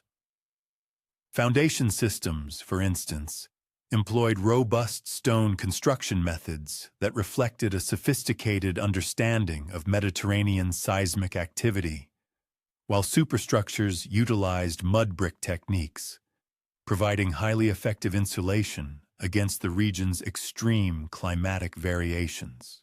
The seamless integration of these disparate technological traditions resulted in the creation of distinctive Philistine building styles, which were both aesthetically unique and supremely functionally adapted to their new geographical milieu.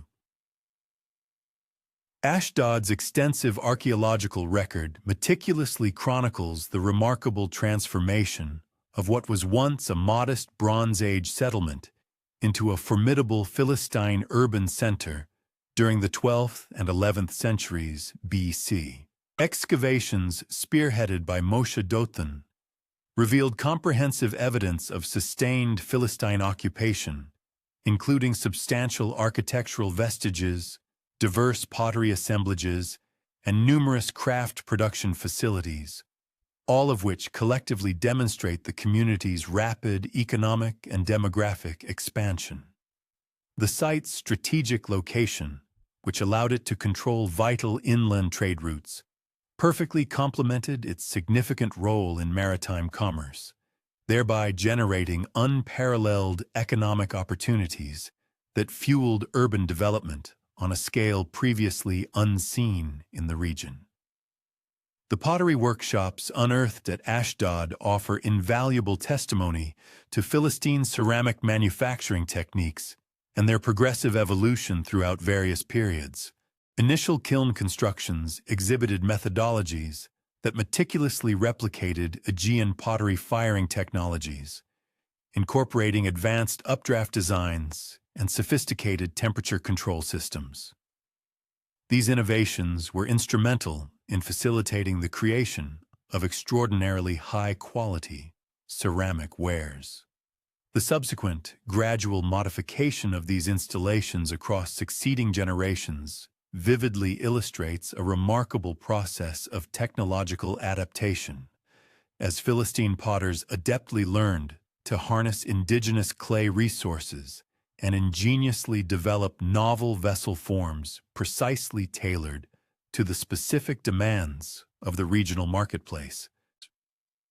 The religious architectural endeavors of the Philistines at Ashdod compellingly underscore the intricate tapestry of cultural synthesis that profoundly characterized these early communities. Temple structures, for instance, artfully melded distinctive elements drawn from Aegean religious traditions with astute adaptations to prevailing Levantine cult practices. This fusion culminated in the creation of unique hybrid forms specifically designed to cater to the diverse spiritual requirements of their culturally heterogeneous populations. Among the cult objects meticulously recovered from these sacred contexts are both exquisite imported artifacts, which serve to maintain vital connections to their pre-migration religious heritage, and locally fabricated pieces that conspicuously display the pervasive influence of Canaanite iconographic traditions. Ekron, definitively identified with the archaeological expanse of Tel Mikni, stands as perhaps the most thoroughly excavated Philistine metropolis, furnishing an exhaustive array of evidence pertaining to urban development, intricate economic specialization, and profound cultural transformation spanning several centuries of continuous occupation. The meticulous excavation of this pivotal site, spearheaded by the renowned archaeologists Trude Dothan and Seymour Gittin brought to light extensive vestiges of Philistine period habitation. These included well-defined residential quarters, bustling industrial zones, and stately public edifices, all of which meticulously chronicle the community's dynamic evolution from its nascent settlement phases through its ultimate integration into the broader, intricate regional political frameworks of the era. The sophisticated olive oil production facilities unearthed at Ekron powerfully attest to the profound economic specialization that proved instrumental in enabling Philistine communities to attain remarkable prosperity within their newly adopted homeland. Archaeological investigations have indeed uncovered more than 100 distinct olive oil installations, all meticulously dated to the 7th century BC. This astounding concentration firmly establishes Ekron as the single largest known olive oil production center in the entirety of the ancient world. These state-of-the-art facilities ingeniously employed advanced pressing technologies, which skillfully amalgamated time-honored Mediterranean olive processing techniques with groundbreaking innovations designed to significantly enhance production efficiency and elevate the overall quality of the resulting product. The sheer magnitude of olive oil production at Ekron unequivocally signals commercial operations that extended far beyond the immediate exigencies of local consumption. This vast scale strongly implies the existence of intricate and expansive trade networks, which effectively interconnected Philistine communities with vibrant markets situated throughout the entire region. Furthermore, substantial storage facilities discovered at the site possessed the impressive capacity to house many thousands of liters of processed oil, while distinctive, standardized jar forms bearing telltale inscriptions identifying Ekron as their precise place of origin have been unearthing across the broader Levant.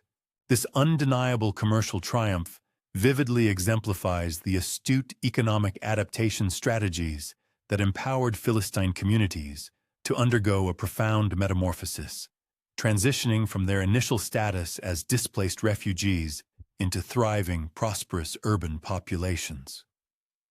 Gath, widely acknowledged as the largest of the Philistine cities according to venerable biblical accounts, has been definitively correlated with the archaeological expanse of Tel Esafi. Here, under the dedicated direction of Aaron Machir, ongoing excavations continuously bring to light compelling evidence of enduring Philistine occupation and significant cultural development. The site's inherently strategic geographical placement, which afforded it control over critical thoroughfares linking the fertile coastal plain with the rugged Judean hills, rendered it an indispensable nexus for both bustling commercial endeavors and crucial military operations.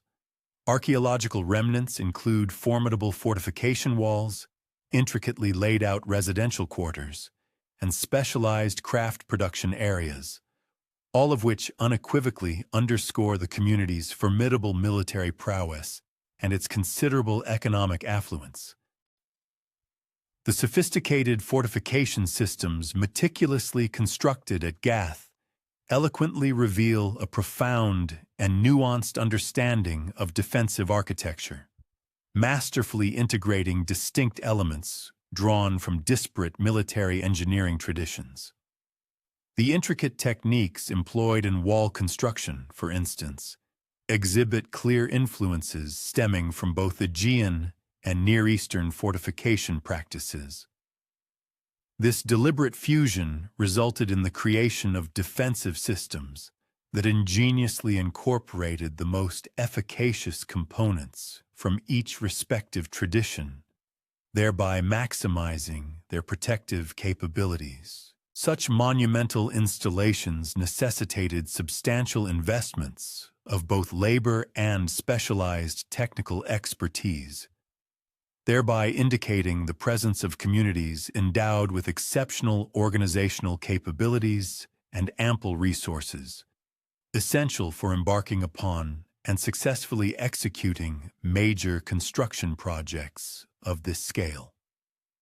Archaeological insights into Philistine material culture extend significantly beyond the confines of the 5 principal city-states, encompassing a multitude of smaller settlements dispersed across the southern Levant. These peripheral sites collectively illuminate the broader geographic scope of Philistine settlement and the gradual yet profound cultural transformation that steadily unfolded as these communities progressively acclimated to their new homeland. Pottery assemblages recovered from these minor localities exhibit strikingly similar patterns of cultural continuity and adaptive innovation to those meticulously documented at the major urban centers. Concurrently, architectural remnants consistently demonstrate the widespread adoption of hybrid building techniques, which skillfully combined established Aegean and indigenous Levantine traditions. Mycenaean IC pottery traditions serve as the most unequivocal archaeological marker for meticulously tracing the intricate origins and subsequent development of Philistine culture. These distinctive ceramic styles, immediately recognizable by their characteristic decorative motifs, specific vessel forms, and unique production techniques, made their prominent appearance throughout Philistine settlement areas during the 12th century BC. Over time, they gradually evolved into localized variants that thoughtfully incorporated regional influences and adaptations. The enduring persistence of particular decorative elements, notably including intricate bird motifs, precise geometric patterns, and vibrant painted designs, stands as compelling evidence of a profound cultural continuity that intrinsically linked Philistine communities to their cherished Aegean heritage across multiple successive generations. The distinctive cooking pot traditions that progressively emerged within Philistine settlements constitute yet another unambiguous indicator of both cultural continuity and pragmatic adaptation. These utilitarian vessels, readily identified by their characteristic rim forms, specific handle attachments, and unique surface treatments, exhibit a clear and undeniable derivation from Aegean prototypes. Simultaneously, they conspicuously demonstrate a clever adaptation to local culinary practices and the readily available raw materials of the region.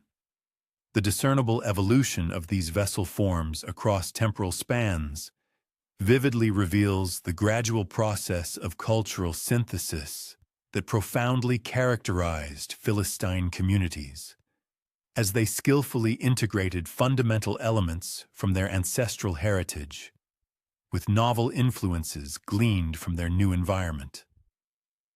Strikingly, architectural features meticulously documented at Philistine sites consistently demonstrate analogous patterns of cultural continuity and adaptive innovation. Hearth installations, commonly found within residential buildings, display unequivocal connections to established Aegean domestic traditions. These include their characteristic central placement within rooms and specific construction techniques that clearly reflected an inherent understanding of Mediterranean heating requirements. However, these essential installations were subsequently modified with ingenuity to efficiently accommodate locally available fuel sources and were thoughtfully adapted to utilize the building materials readily accessible in the Levant. This pragmatic approach resulted in the creation of unique hybrid forms that effectively served practical domestic needs, while simultaneously preserving vital cultural connections to their ancestral traditions. Beyond the extensively documented Philistine settlements, Archaeological investigations reveal the presence of other Sea Peoples groups who established communities across the broader Eastern Mediterranean. The Checker, specifically referenced in ancient Egyptian sources as active participants within the formidable Sea Peoples coalitions, appear to have established significant settlements along the Levantine coast. The most substantial concentration of their presence is notably found at Dora. This strategically positioned port city, situated on the Mediterranean coastline south of modern Haifa, rapidly ascended to prominence as a major commercial hub under Checker dominion. It subsequently cultivated extensive and sophisticated trade networks that effectively interconnected the Levant with distant regions such as Cyprus, Anatolia, and the Aegean. Excavations conducted at Dora by the esteemed archaeologist Ephraim Stern uncovered substantial archaeological remnants of Iron Age occupation that unequivocally demonstrate connections to the material culture traditions of the Sea Peoples. Pottery assemblages meticulously recovered from the site include a diverse array of vessels that reveal clear technological and stylistic affinities with Aegean ceramic traditions. Concurrently, the architectural remains consistently showcase building techniques that skillfully integrated elements drawn from various Mediterranean construction traditions. The impressive development of this site into a preeminent commercial center serves as compelling evidence of the notable economic success achieved by Checker communities within their newly adopted homeland. The sophisticated harbor installations meticulously constructed at Dora unequivocally demonstrate an advanced and profound understanding of maritime engineering, a crucial factor that empowered the community to develop and sustain extensive commercial operations. Archaeological investigations have brought to light compelling evidence, including robust stone quays, intricately designed breakwater systems, and capacious warehouse facilities, all meticulously engineered to efficiently accommodate substantial shipping activities. These monumental installations necessitated significant technical expertise and considerable labor investments, thereby indicating the presence of communities endowed with exceptional organizational capabilities and ample resources, essential for successfully undertaking major infrastructure projects of such complexity and scale. Checker material culture, as meticulously documented at Dora, consistently exhibits patterns remarkably similar to those observed within Philistine settlements. This congruence is marked by unequivocal evidence of cultural continuity stemming from Aegean traditions, skillfully combined with astute adaptation to prevailing local conditions. Pottery production techniques, for instance, steadfastly maintained technological elements derived from their Bronze Age traditions, while simultaneously adapting ingeniously to indigenous clay sources and the specific requirements of the local market. Similarly, metalwork installations reveal analogous patterns, with production techniques that artfully combined knowledge gleaned from multiple technological traditions to meticulously craft products precisely suited to regional needs and prevailing preferences. The potential nexus between the Sheridan and Sardinian populations endures as one of the most intellectually captivating, yet simultaneously problematic, facets of ongoing Sea Peoples research. Archaeological findings from Sardinia, dating to the late Bronze Age, indeed reveal the existence of communities possessing sophisticated metallurgical capabilities, ingrained warrior traditions, and considerable maritime expertise.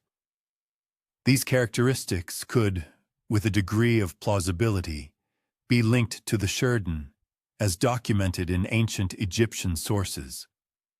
However, the considerable geographical expanse separating Sardinia from the eastern Mediterranean coupled with the regrettably limited archaeological evidence for direct interregional connections, renders any definitive identification or conclusive linkage profoundly problematic. During the second millennium BC, the Nuragic culture flourishing on Sardinia exhibited a distinct array of technological advancements and social structures that bore striking resemblances to the formidable capabilities often ascribed to the legendary Sheridan warriors. The island's landscape, punctuated by a plethora of imposing stone tower fortifications, vividly illustrates the existence of highly organized communities geared towards both aggressive warfare and robust territorial defense. Furthermore, archaeological excavations have unearthed intricate bronze figurines, meticulously crafted, which portray warriors adorned with remarkably distinctive weaponry and protective armor. Collectively, these compelling cultural artifacts and societal arrangements could readily furnish the compelling historical backdrop for the emergence of powerful warrior populations, fully capable of engaging in the extensive maritime raiding and mercenary endeavors frequently associated with the enigmatic groups known as the Sea Peoples. Further substantiating this hypothesis, an examination of metallurgical evidence gleaned from Sardinian Bronze Age archaeological contexts unequivocally unveils highly sophisticated production techniques that undoubtedly furnished the essential technological bedrock for the formidable military capabilities attributed to the Sheridan. The array of bronze weaponry and implements excavated from the island consistently showcases remarkably advanced alloying methods, exquisite decorative inlaying, and ingenious functional design innovations, all culminating in the creation of artifacts boasting truly exceptional quality and efficacy. Crucially, Sardinia's abundant copper resources, coupled with its pivotal strategic location within the Western Mediterranean basin, would have simultaneously offered both the indispensable raw materials and lucrative commercial avenues. These elements combined to robustly sustain warrior communities actively engaged in extensive long-distance military and mercantile operations across the ancient world. The Danaan, another enigmatic group within the Sea Peoples narrative, present a particularly intricate challenge for definitive identification, notably due to proposed linkages with the Danuna people, whose existence is meticulously chronicled in late Bronze Age documents originating from the region of Cilicia, located in southeastern Anatolia. Should this identification prove accurate, it would embed the Danaan firmly within the expansive framework of Anatolian population migrations that ensued following the precipitous collapse of Hittite imperial dominion. Such a connection would thereby link them to venerable historical populations possessing well-documented geographical origins and discernible cultural characteristics.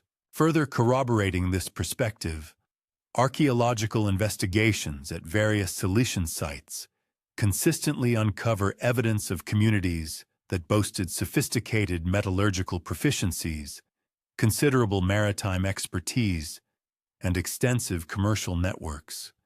These inherent strengths could readily have constituted the foundational elements enabling their active engagement in the broader Sea Peoples' activities.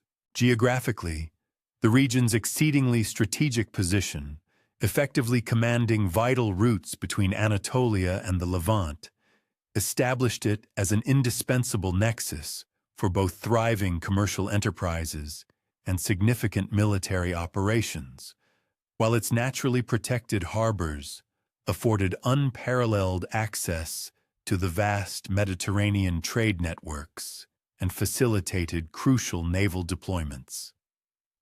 The progressive, albeit gradual assimilation of these diverse Sea Peoples communities into the pre-existing local populations stands as one of the most profound and enduring long-term consequences stemming from their eventual settlement across the eastern Mediterranean littoral.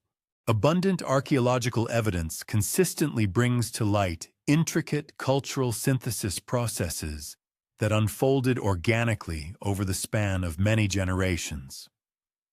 During this prolonged period, these initially displaced populations meticulously adapted to the unique characteristics of their new homelands, concurrently enriching regional development by introducing their own distinctive technological and cultural innovations.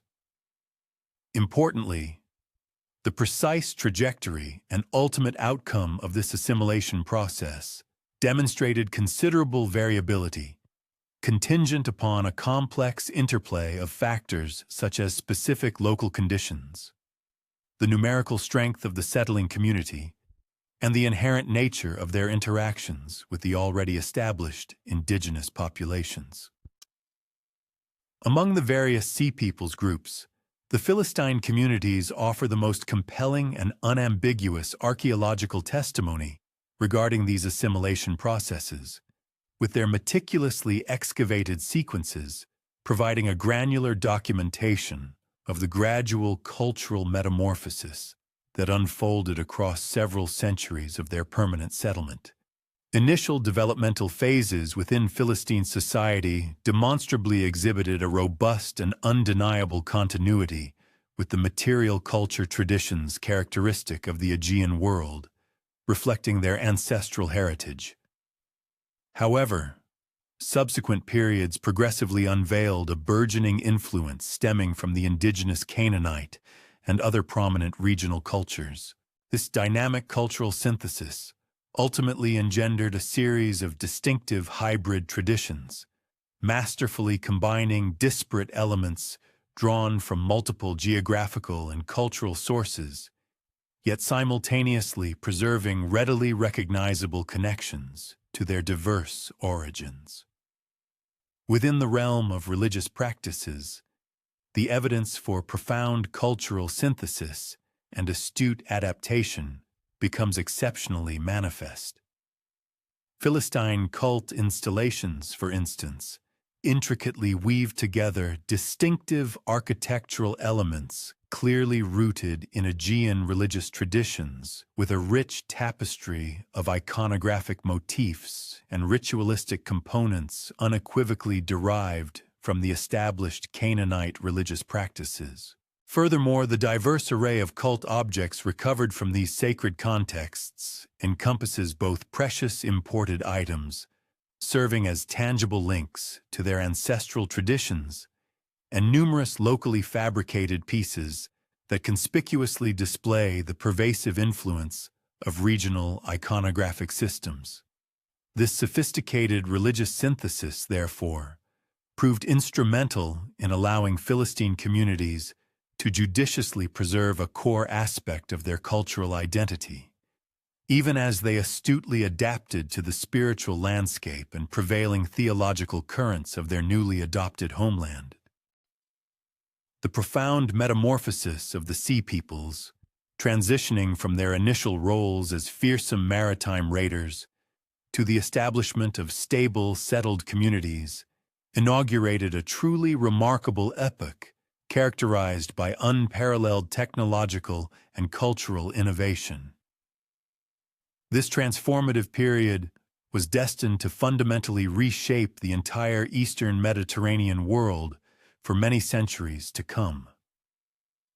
These once displaced populations, who successfully established themselves in diverse territories spanning from the fertile Levantine coast all the way to the distant island of Sardinia, carried with them far more than mere vestiges of the fading Bronze Age civilization.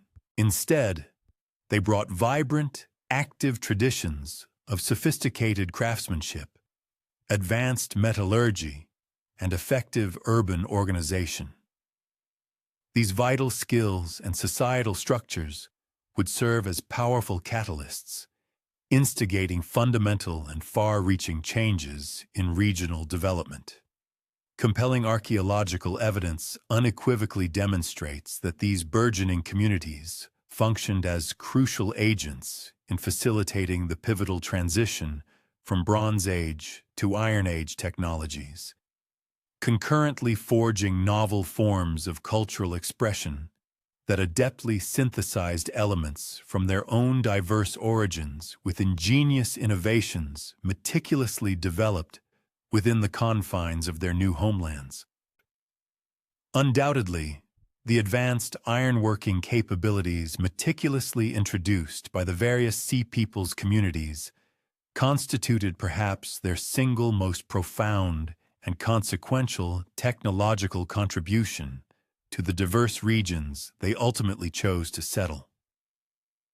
Although rudimentary forms of iron technology had indeed existed, albeit sparingly, throughout the twilight years of the Late Bronze Age, the subsequent tumultuous collapse of established copper and tin trade networks rendered the large-scale production of bronze increasingly arduous and economically unfeasible, particularly in the substantial quantities demanded for the manufacture of essential tools and formidable weaponry. Crucially, many Sea Peoples groups, especially those who traced their origins to the Anatolian regions, where the earliest iron smelting techniques were pioneered and refined, possessed an invaluable inherited knowledge of sophisticated ore processing and intricate metalworking methodologies. This specialized expertise empowered them to exploit local iron deposits with far greater efficacy and efficiency than the already established indigenous populations. Furthermore, compelling archaeological evidence unearthed at Philistine sites consistently brings to light remarkably sophisticated iron production facilities, unequivocally demonstrating an advanced, nuanced understanding of both smelting techniques and the critical principles of heat management.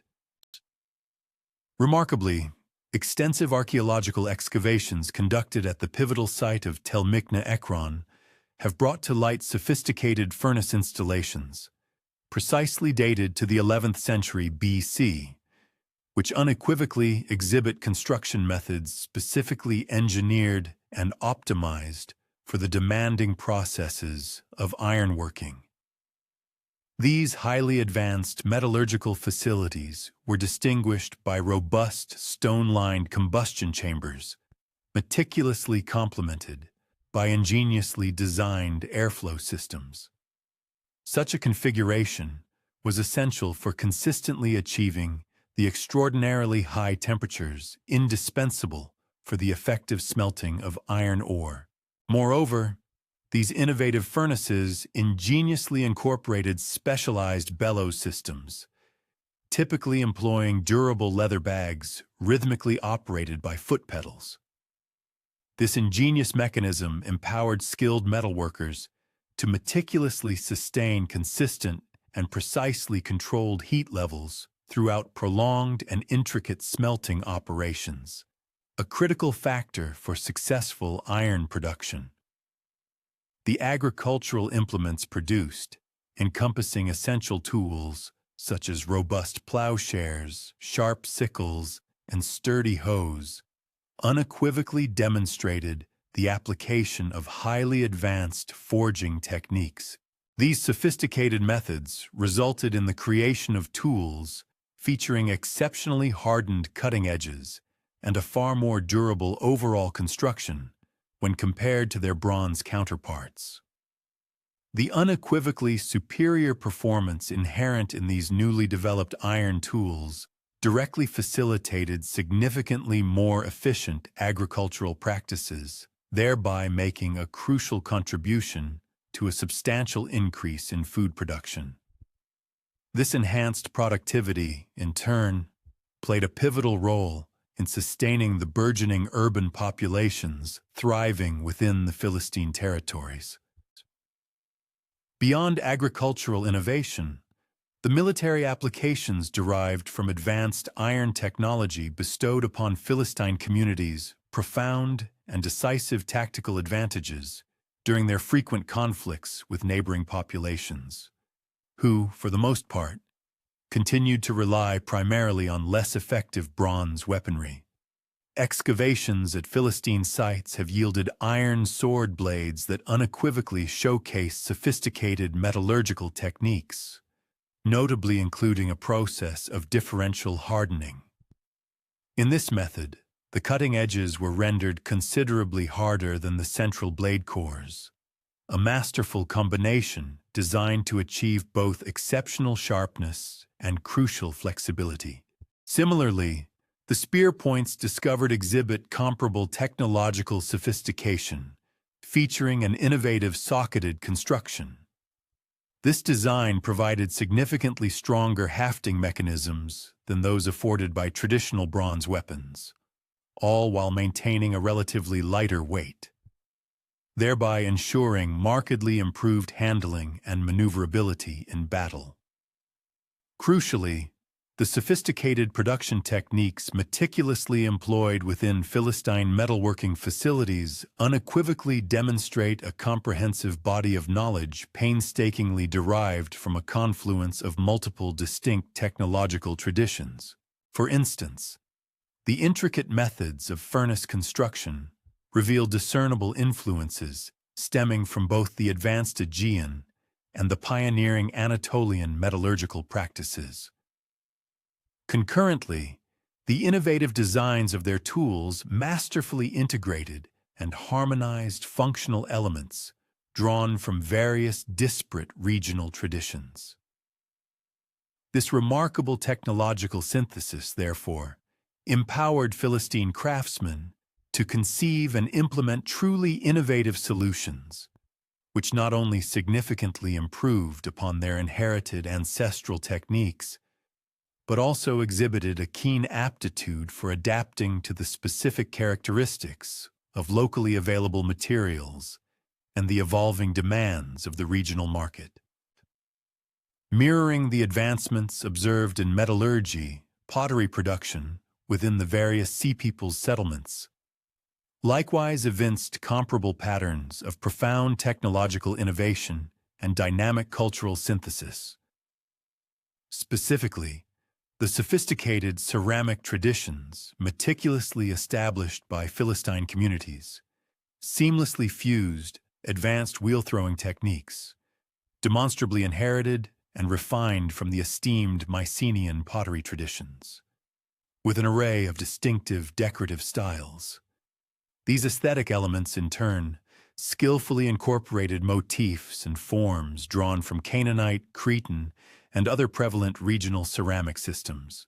This remarkable synthesis ultimately gave rise to a series of truly distinctive pottery styles that adeptly fulfilled both essential, functional, and significant cultural purposes. In doing so, these unique ceramic creations empowered the communities to assiduously maintain tangible connections to their cherished heritage, even as they astutely adapted to the specific local preferences and evolving requirements of their new environments.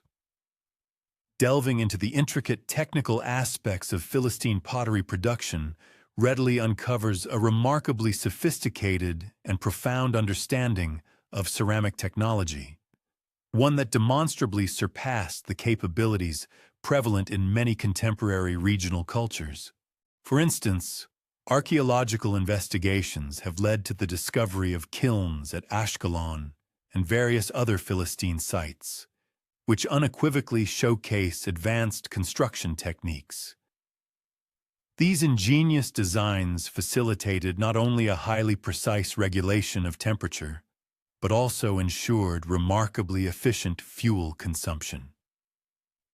Crucially, these specialized installations typically featured innovative updraft designs, incorporating distinct and separate combustion and firing chambers. This ingenious configuration allowed skilled potters to consistently achieve optimal and uniform firing conditions, thereby enabling the production of exceptionally high-quality ceramics, distinguished by their consistent coloration and impressive durability. The remarkable ceramic products crafted by these ancient communities were distinguished by their exceptional visual appeal, characterized by a sophisticated palette of colors and their inherent structural robustness, ensuring impressive longevity. This mastery in pottery creation became a hallmark of their skilled artisans. The sophisticated decorative techniques employed by Philistine potters truly showcased an extraordinary degree of artistic innovation, masterfully synthesizing motifs drawn from a wide array of cultural sources. For instance, elegant bird representations, clearly originating from the rich Mycenaean artistic traditions, gracefully appeared in conjunction with intricate geometric patterns that unequivocally displayed influences from both Cretan and Levantine decorative systems. This remarkable integration and harmonious blending of such disparate artistic elements successfully gave rise to highly distinctive ornamental styles. These styles were not only immediately recognizable as quintessentially Philistine, but also retained a universal appeal, making them readily accessible and aesthetically pleasing to various regional populations, each with their own unique cultural backgrounds and artistic preferences. The diverse array of vessel forms meticulously produced within Philistine workshops similarly exhibited compelling patterns of cultural synthesis and astute functional adaptation. For instance, the design of their cooking pots meticulously preserved the characteristic proportional relationships inherent to Aegean ceramic traditions, yet simultaneously incorporated distinctive rim forms and handle configurations that unequivocally reflected a thoughtful adaptation to prevailing local cooking practices and culinary requirements. Furthermore, their large storage jars ingeniously combined Mycenaean volumetric standards, ensuring efficient capacity, with construction techniques that expertly utilized readily available local clay sources and indigenous firing methods. This innovative approach resulted in the creation of robust containers that not only admirably served crucial practical storage needs, but also powerfully reinforced and conveyed specific cultural identity functions for the Philistine populace. The extensive geographical distribution of Philistine pottery throughout the southern Levant region compellingly unveils the existence of sophisticated and far-reaching trade networks, which effectively interconnected Sea Peoples communities with a multitude of regional markets. Indeed, numerous archaeological surveys have systematically identified distinct Philistine ceramic products at a wide array of sites, spanning both the fertile coastal plain and the verdant inland valleys. This widespread presence unequivocally indicates robust commercial relationships that extended considerably beyond their immediate settlement areas. Such notable commercial success powerfully demonstrates the substantial economic advantages derived from their superior pottery production techniques and the undeniable market appeal generated by their truly innovative and aesthetically pleasing decorative styles. The notable architectural innovations thoughtfully introduced by the Sea Peoples communities compellingly reflect similar, overarching patterns of technological transfer and profound cultural adaptation. Specifically, the advanced building techniques meticulously employed within Philistine settlements, skillfully synthesized construction methods, clearly derived from established Aegean traditions, with intelligent adaptations made to readily available local materials and the specific environmental conditions of the Levant. The remarkable result of this thoughtful synthesis was the emergence of distinctive architectural styles that not only provided significantly improved functionality and structural integrity, but also successfully maintained strong cultural connections to their revered ancestral building traditions. The robust foundation systems meticulously employed in Philistine construction unequivocally demonstrated a remarkably advanced understanding of structural engineering, a sophisticated knowledge base that undoubtedly reflected insights gained from extensive experience in building within seismically active Mediterranean regions. Specifically, their stone foundations were meticulously laid to extend considerably deeper than was typical in contemporary Canaanite construction, often incorporating scrupulous attention to integrated drainage systems. These systems were expertly designed to prevent detrimental water damage to the vulnerable mud brick superstructures. Such significant technical improvements collectively enabled the successful construction of substantially larger and more durable buildings, which were perfectly suited to accommodate their rapidly growing urban populations and support their continually expanding commercial activities.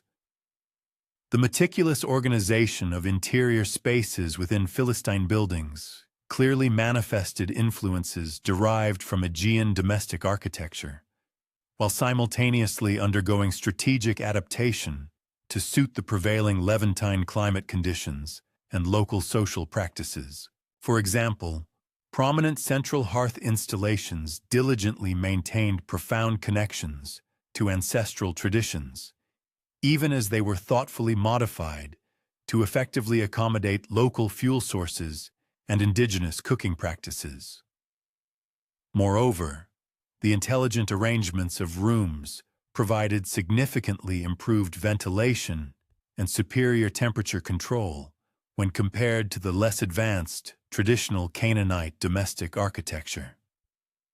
This innovative approach ultimately fostered more comfortable and healthful living conditions, which in turn positively contributed to overall community health and enhanced productivity. The impressive public architecture evident within Philistine settlements compellingly reveals sophisticated urban planning capabilities, which expertly combined and integrated elements drawn from various distinct Mediterranean urban traditions.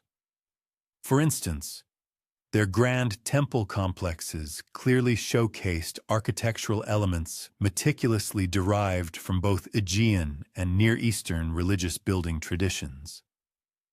This fusion resulted in the creation of unique hybrid forms that admirably served the diverse spiritual needs of their culturally varied populations. Furthermore, their administrative buildings demonstrably exhibited a profound knowledge of established palace architecture, a mastery that effectively enabled the efficient and robust governance of complex urban communities, all while thoughtfully adapting to specific local political and social requirements. The profound religious and cultural syncretism that distinctly developed within the Sea People's settlements represents undeniably one of the most fascinating and insightful aspects of their enduring cultural legacy.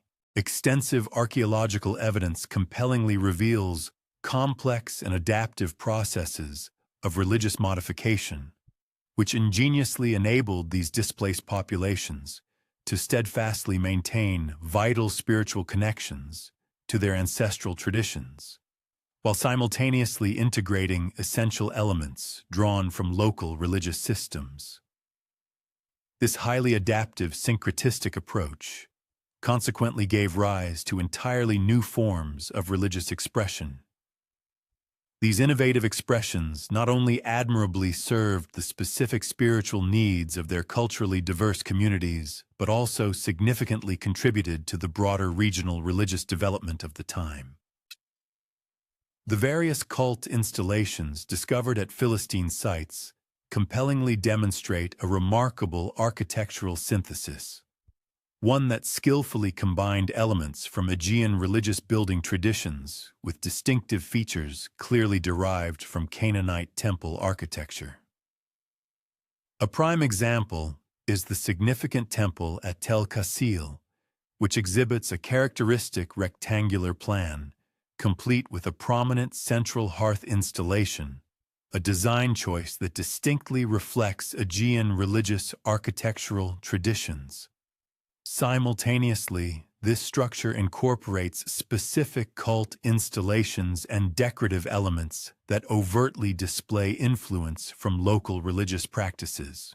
This innovative hybrid architecture, therefore, effectively enabled religious observances that successfully satisfied both deeply rooted ancestral spiritual traditions and prevailing local religious expectations. The rich religious iconography discovered at various Sea Peoples sites similarly reveals comparable patterns of profound cultural synthesis and astute adaptation. A diverse array of figurines and cult objects skillfully combine artistic elements drawn from multiple distinct sources, thereby creating a truly distinctive religious art that admirably served the spiritual needs of their culturally diverse populations. For instance, female figurines prominently display influences stemming from both Aegean goddess traditions and Canaanite fertility cult practices, while robust male warrior figurines emphatically demonstrate the continued and significant importance of martial identity within the intricate religious systems of the Sea Peoples. The meticulously documented burial practices observed at Sea Peoples cemeteries furnish exceptionally detailed evidence of profound religious syncretism and intricate cultural adaptation processes. For instance, the extensive cemetery at Ashkelon notably contains both cremation and inhumation burials, a significant duality that clearly reflects the successful accommodation of different cultural traditions within single, cohesive communities. The grave goods interred with the deceased often thoughtfully combine objects that meticulously maintained vital connections to ancestral traditions with locally produced items, which unmistakably demonstrate a pragmatic adaptation to regional customs and readily available materials. Specifically, the presence of cremation burials at Philistine sites powerfully demonstrates the persistence of Aegean religious traditions, even while concurrently showing a thoughtful adaptation to local conditions and available materials. The distinctive ceramic urns utilized for containing cremated remains exhibit forms directly derived from Mycenaean pottery traditions, yet they were skillfully manufactured using indigenous clays and firing techniques. Moreover, the strategic placement of these particular burials within broader cemetery areas clearly illustrates an integration with local burial customs, all while steadfastly maintaining distinctive practices that meticulously preserved their unique cultural identity. The pervasive artistic influences clearly discernible within their pottery, figurines, and various decorative motifs unequivocally reveal the profound and extensive cultural exchange that fundamentally characterized the Sea Peoples' settlements. Indeed, numerous ornamental elements disseminated widely throughout the region, propelled by intricate trade networks and sustained cultural contact, thereby significantly influencing and shaping artistic development across the entire Eastern Mediterranean. The singularly distinctive artistic styles meticulously cultivated and developed by Sea Peoples communities thus made substantial contributions to broader regional artistic traditions, all while diligently maintaining recognizable connections to their diverse ancestral origins. The sophisticated pottery painting techniques, meticulously developed within Philistine workshops, profoundly influenced ceramic production throughout the entire southern Levant. Specifically, the distinctive use of vivid red and black painted designs applied onto buff-colored pottery surfaces created singularly striking decorative effects. These aesthetically pleasing techniques were subsequently enthusiastically adopted by local potters and thoughtfully adapted to suit regional preferences. Consequently, these influential techniques propagated extensively through robust commercial networks and continuous cultural contact, ultimately leading to the development of entirely new regional pottery styles that skillfully combined artistic elements from a multiplicity of diverse artistic traditions. The intricate and widespread production of figurines within Sea Peoples settlements similarly demonstrates compelling patterns of artistic innovation and far-reaching cultural influence, mirroring the trends observed in their ceramic arts and other decorative crafts. This particular artistic domain served as another powerful medium for expressing their unique synthetic cultural identity and disseminating their distinct aesthetic sensibilities throughout the region. The singularly distinctive female figurines meticulously produced at Philistine sites ingeniously combined artistic elements drawn from both Aegean and Near Eastern traditions, thereby forging entirely new and compelling iconographic forms that profoundly permeated and influenced religious art across the entire region. These remarkable figurines conspicuously displayed advanced modeling techniques, which notably resulted in the creation of more lifelike and naturalistic representations than typically observed in many contemporary regional examples. This sophisticated craftsmanship and innovative approach significantly contributed to broader artistic developments that would, in turn, exert a lasting and transformative influence on Mediterranean art for countless centuries to come. The exquisite decorative metalwork meticulously fashioned by Sea Peoples craftsmen vividly unveils their sophisticated artistic proficiencies, which seamlessly combine technical excellence with truly innovative design elements. Specifically, their bronze vessels and weaponry conspicuously displayed intricate decorative inlays, masterful pattern welding, and refined surface treatments, all of which unequivocally demonstrate an advanced level of metallurgical artistry. These groundbreaking techniques significantly influenced established metalworking traditions throughout the Eastern Mediterranean, thereby contributing substantially to the development of entirely new decorative styles that successfully united robust functional effectiveness with unparalleled artistic excellence. The pivotal and multifaceted role played by the Sea Peoples in facilitating the profound transition from Bronze Age to Iron Age social structures extended considerably beyond their significant technological contributions. It encompassed fundamental and far-reaching changes in political organization, economic systems, and intricate social relationships. The dynamic communities meticulously established by these displaced populations ingeniously developed entirely new forms of urban organization, expertly adapting established Bronze Age institutional knowledge to the dramatically altered conditions prevalent in the early Iron Age world. Furthermore, the political structures that conspicuously developed within Sea People settlements clearly evinced a significant adaptation, evolving from the highly centralized Bronze Age palace systems towards more decentralized forms of governance. This crucial shift accurately reflected the generally reduced scale and constrained resources characteristic of burgeoning Iron Age communities. Archaeological evidence, moreover, strongly suggests that Philistine city-states, while prudently maintaining certain elements of centralized authority, simultaneously cultivated more flexible and responsive administrative systems that could effectively address specific local conditions and navigate complex regional challenges. The economic structures evident in Sea People enclaves exhibited remarkable ingenuity in their trading methodologies and manufacturing frameworks, significantly fostering regional economic advancement.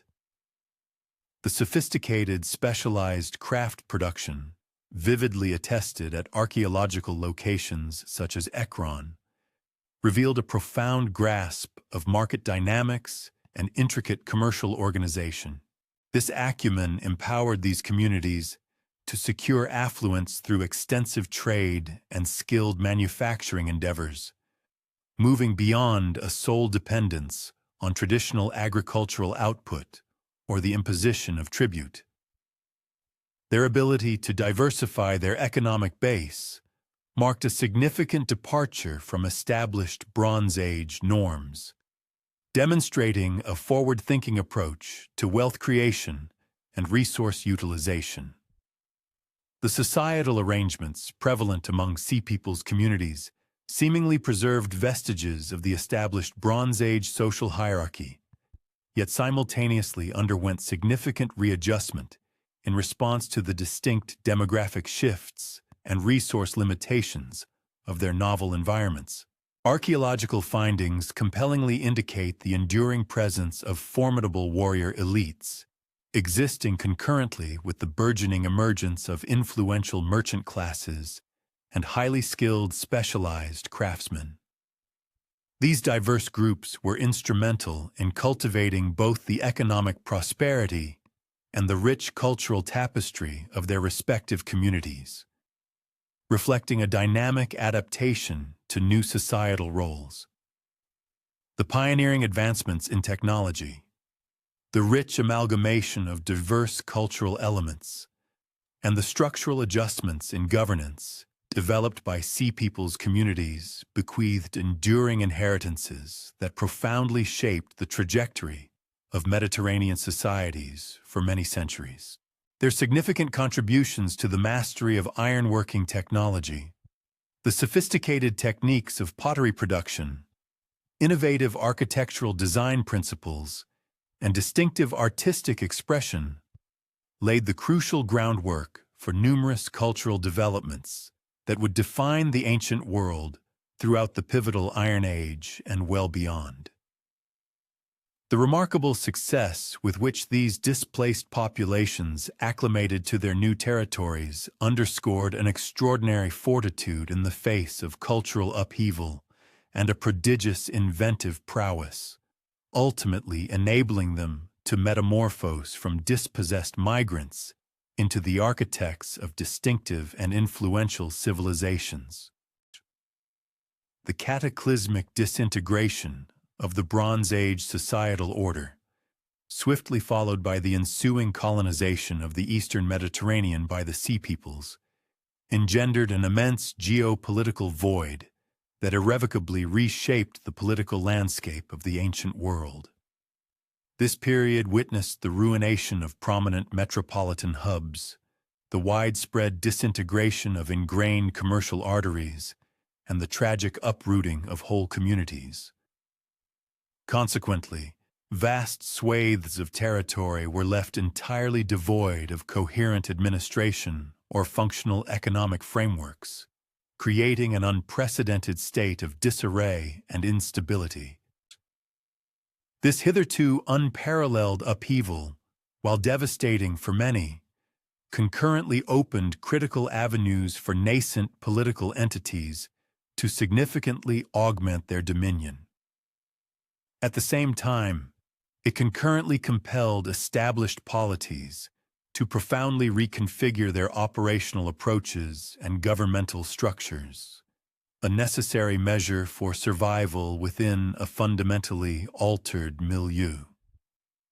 The former could seize territories and resources, while the latter had to innovate or perish in the face of widespread chaos. Amidst this widespread geopolitical turmoil, the Neo-Assyrian Empire notably arose as the foremost recipient of advantage. Skillfully capitalizing on the vulnerabilities of its long-standing adversaries, it proceeded to forge an unparalleled expanse of dominion, extending its territorial control across the vast plains of Mesopotamia and far into neighboring regions with a calculated and aggressive strategy. Under the successive reigns of Tiglath-Pileser I and his royal descendants, Assyrian forces methodically annexed domains formerly held by the once mighty Hittite Empire, the Kingdom of Mitanni, and various Aramean polities. The Assyrian military machine, already redoubtable in the Middle Assyrian epoch, skillfully recalibrated its military strategies and structural arrangements to capitalize on the advantageous circumstances arising from the Bronze Age collapse. Simultaneously, it pioneered novel governmental frameworks, adept at managing the disparate peoples brought under its burgeoning imperial control. This phase of Assyrian expansion diverged markedly from prior Mesopotamian imperialistic endeavors, distinguished by both its unprecedented magnitude and its meticulously methodical structure. In contrast to prior imperial models, which primarily concentrated on levying payments from subjugated domains while largely preserving indigenous governance frameworks mostly undisturbed, the Neo-Assyrian approach proved far more intrusive. It entailed immediate gubernatorial oversight of lands, the forcible relocation of inhabitants, and comprehensive programs aimed at cultural absorption. These aggressive policies were meticulously designed to establish enduring dominion, moving beyond mere ephemeral supremacy. Archaeological investigations across numerous sites within the expanding Assyrian sphere consistently uncover uniform governmental procedures, distinctive building aesthetics, and consistent patterns of tangible artifacts, all of which powerfully attest to the empire's methodical strategy for unifying disparate regions into a cohesive whole. The Assyrian advancements in martial technology and doctrine, which significantly facilitated this territorial growth, thoughtfully assimilated insights gained during engagements with the Sea Peoples and other displaced populations.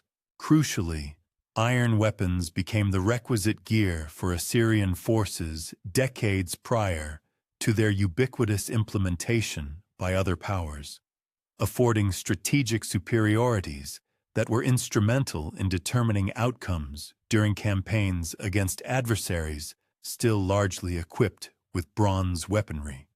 Furthermore, Assyrian methods of besieging fortifications underwent refinement to effectively neutralize the enhanced defensive constructions developed by communities seeking protection during the tumultuous post-collapse period. This involved deploying purpose-built apparatus and employing ingenious strategic maneuvers capable of breaching even the most impregnable bastions. The comprehensive governance restructuring instituted by Neo-Assyrian rulers established sophisticated bureaucratic frameworks adept at overseeing an immense expanse of territories, stretching from the shores of the Persian Gulf to the Mediterranean coast.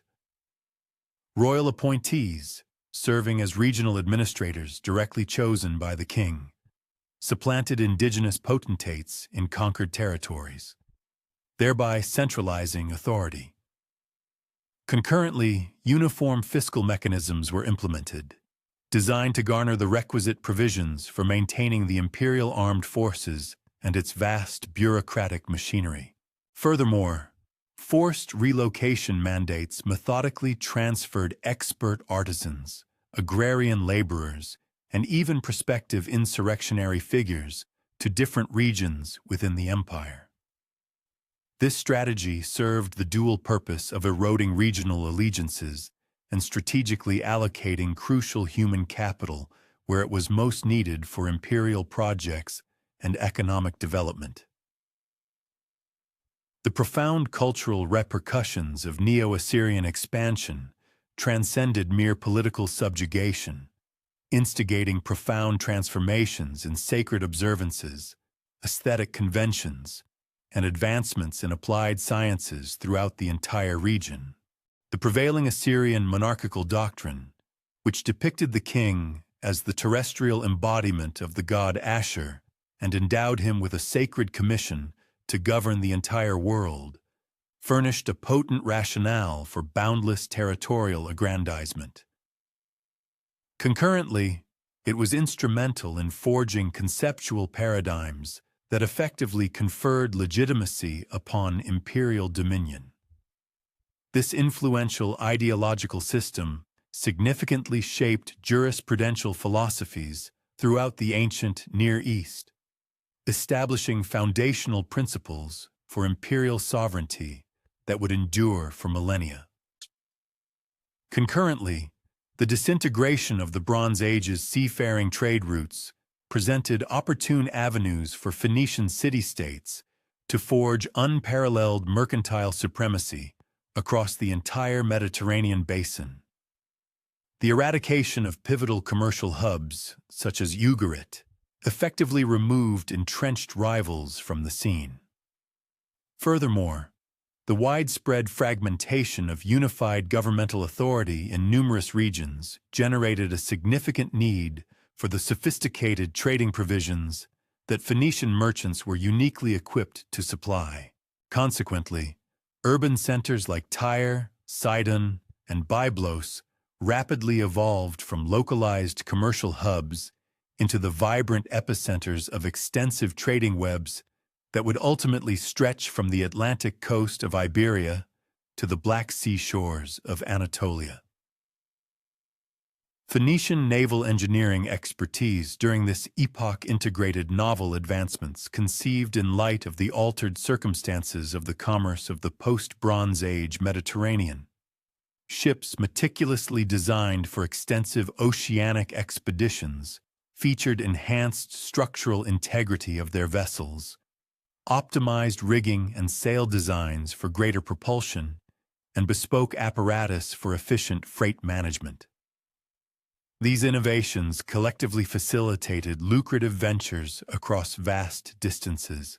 Archaeological investigations, drawing upon submerged relics and port infrastructure, consistently uncover ships engineered to transport considerable freight while simultaneously preserving the requisite velocity and agility crucial for effective mercantile endeavors in maritime zones, frequently devoid of robust governmental oversight and thus prone to piracy.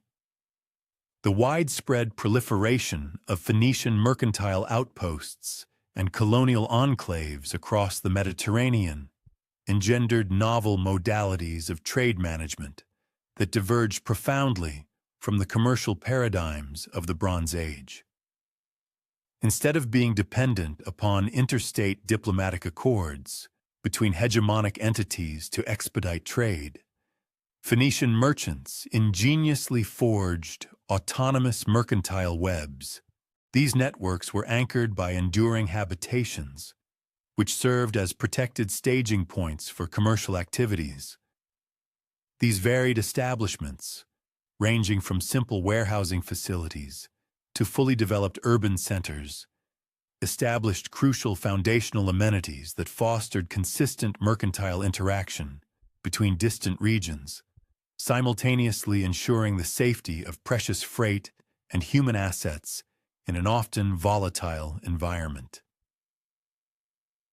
Carthage, founded by settlers from Tyre during the 9th century BC, stands as a prime illustration of the triumph of this innovative Phoenician commercial strategy.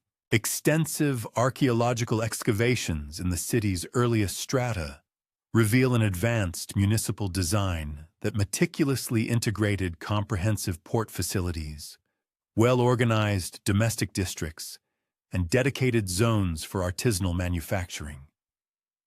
This planning was carefully calibrated to sustain both indigenous inhabitants and transient traders, fostering a bustling economic environment.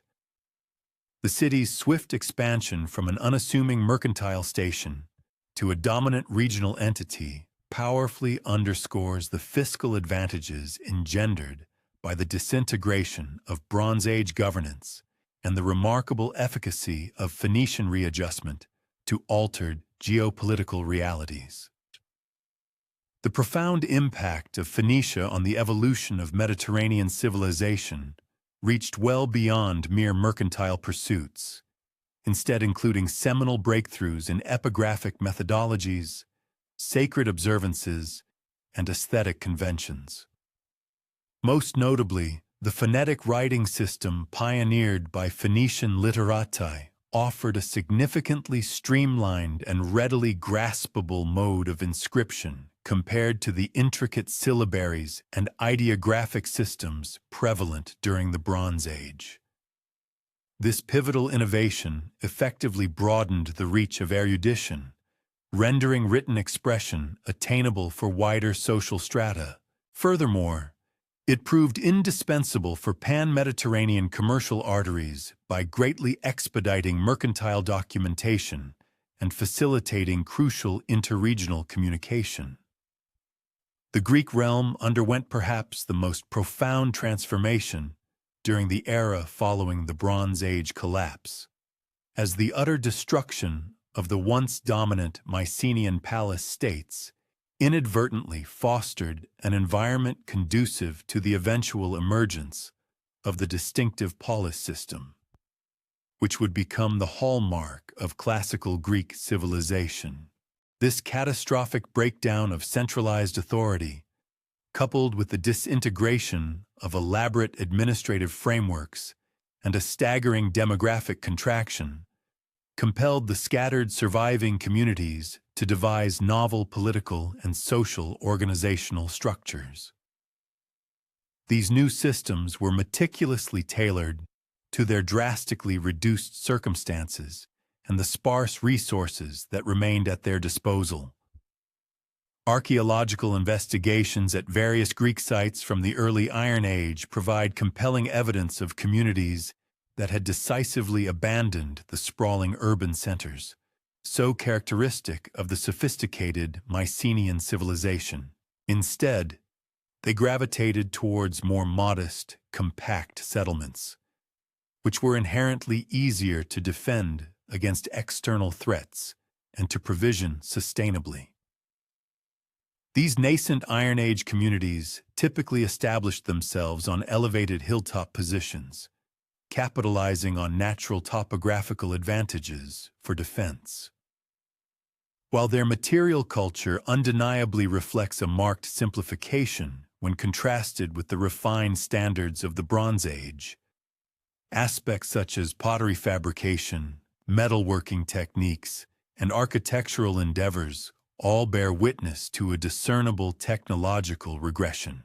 This decline was largely attributable to the loss of specialized expertise and a pragmatic shift in communal priorities towards fundamental survival, rather than the pursuit of cultural sophistication or artistic embellishment.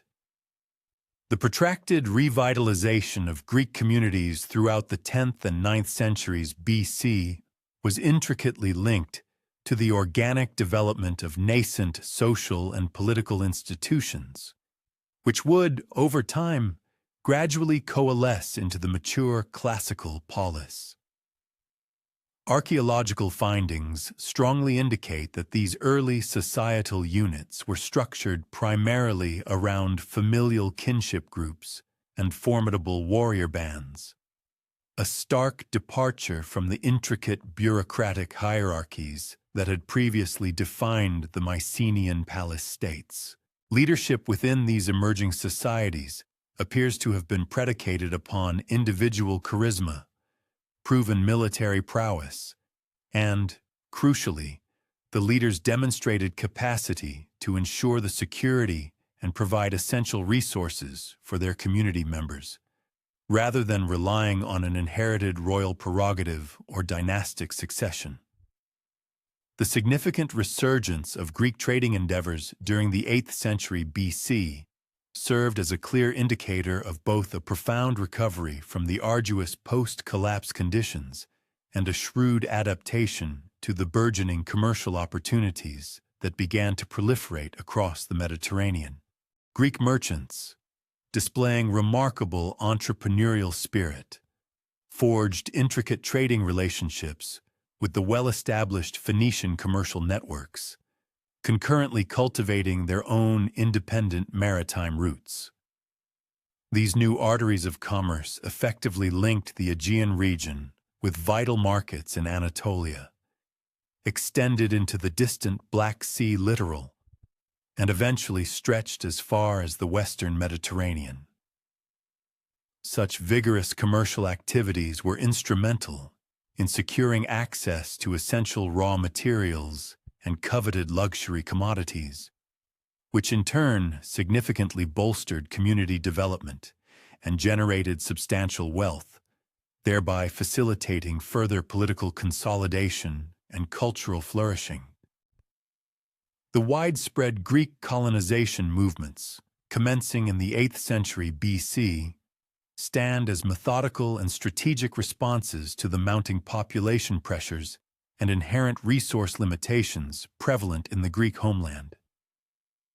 Simultaneously, these ventures adeptly capitalized on the fresh commercial prospects that had emerged from the post-collapse conditions across the entire Mediterranean basin, in distinct contrast to the purely commercial Phoenician colonies.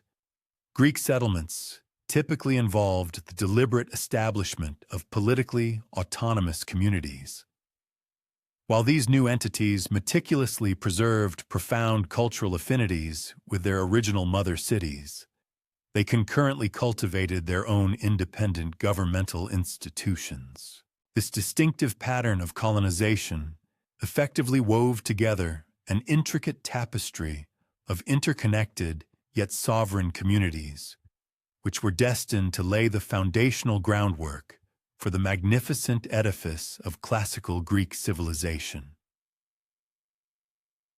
The array of cultural innovations that blossomed within Greek communities during the early Iron Age recovery period encompassed fundamental advancements in artistic expression, evolving religious practices, and the nascent intellectual traditions that would, for countless centuries, profoundly shape the trajectory of Mediterranean civilization.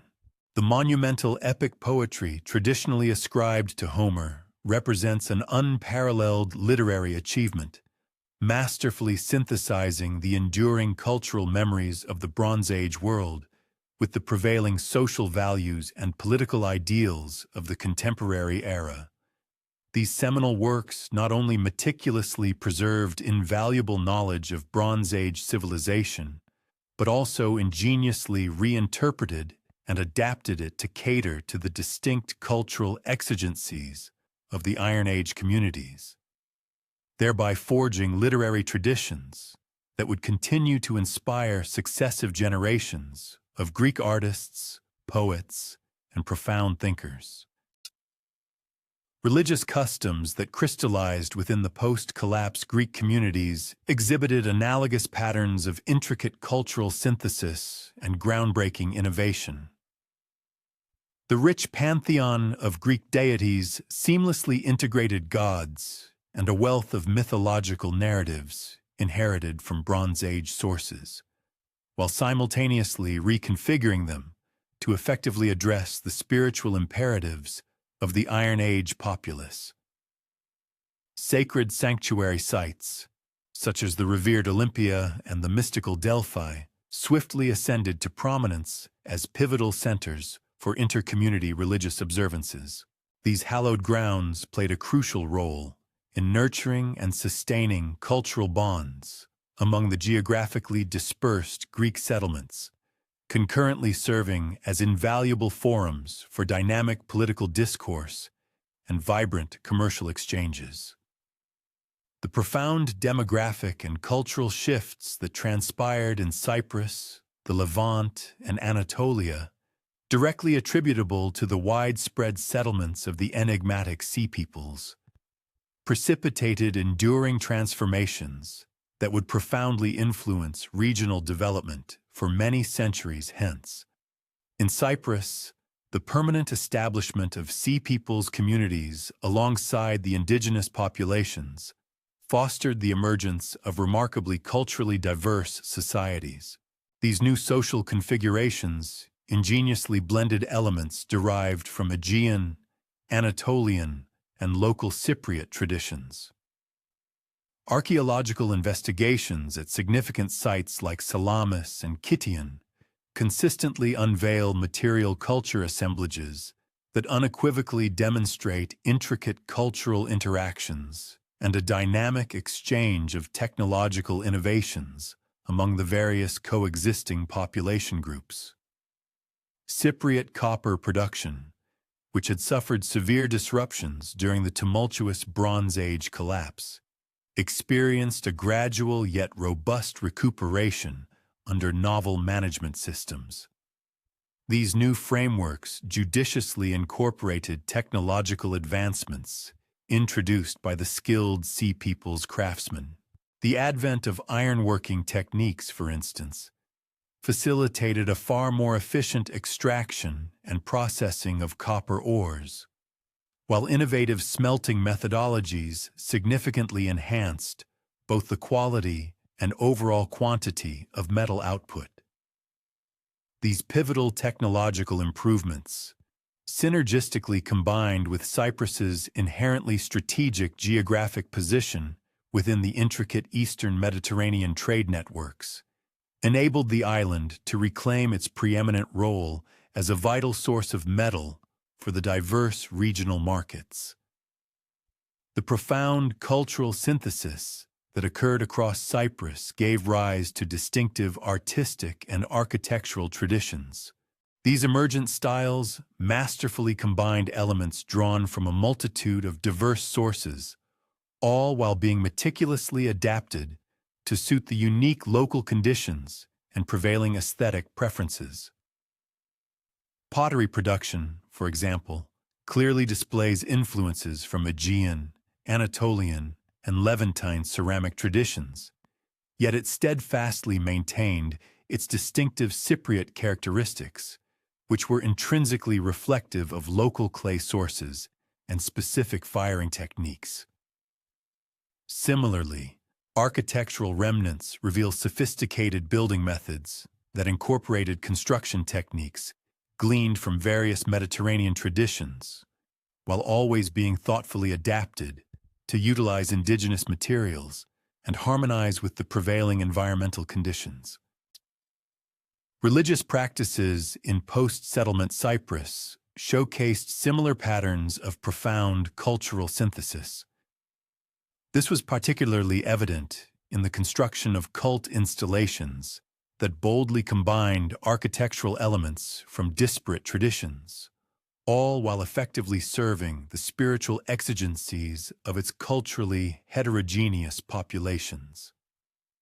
The renowned sanctuary at Kition provides compelling archaeological evidence of religious activities that seamlessly integrated elements from Phoenician, Greek, and local Cypriot traditions. This innovative blending fostered truly syncretic practices, which crucially enabled communities with vastly different cultural backgrounds to collaboratively participate in shared, overarching religious observances. The fundamental transformation of intricate trade networks following the widespread Sea People settlements and the devastating Bronze Age collapse necessitated profound alterations in commercial organization and transportation systems throughout the entire Eastern Mediterranean. The wholesale destruction of major trading centers and the catastrophic breakdown of the diplomatic relationships that had previously facilitated Bronze Age commerce compelled merchants and communities alike to devise entirely new approaches to long-distance trade. These novel strategies had to be robust enough to function effectively in the stark absence of centralized political control. Consequently, the regional trade networks that emerged during the early Iron Age typically operated on significantly smaller scales than their expansive Bronze Age predecessors, primarily connecting neighboring communities rather than spanning vast, interconnected regions. Archaeological investigations conclusively demonstrate the burgeoning importance of localized and regional markets during this period.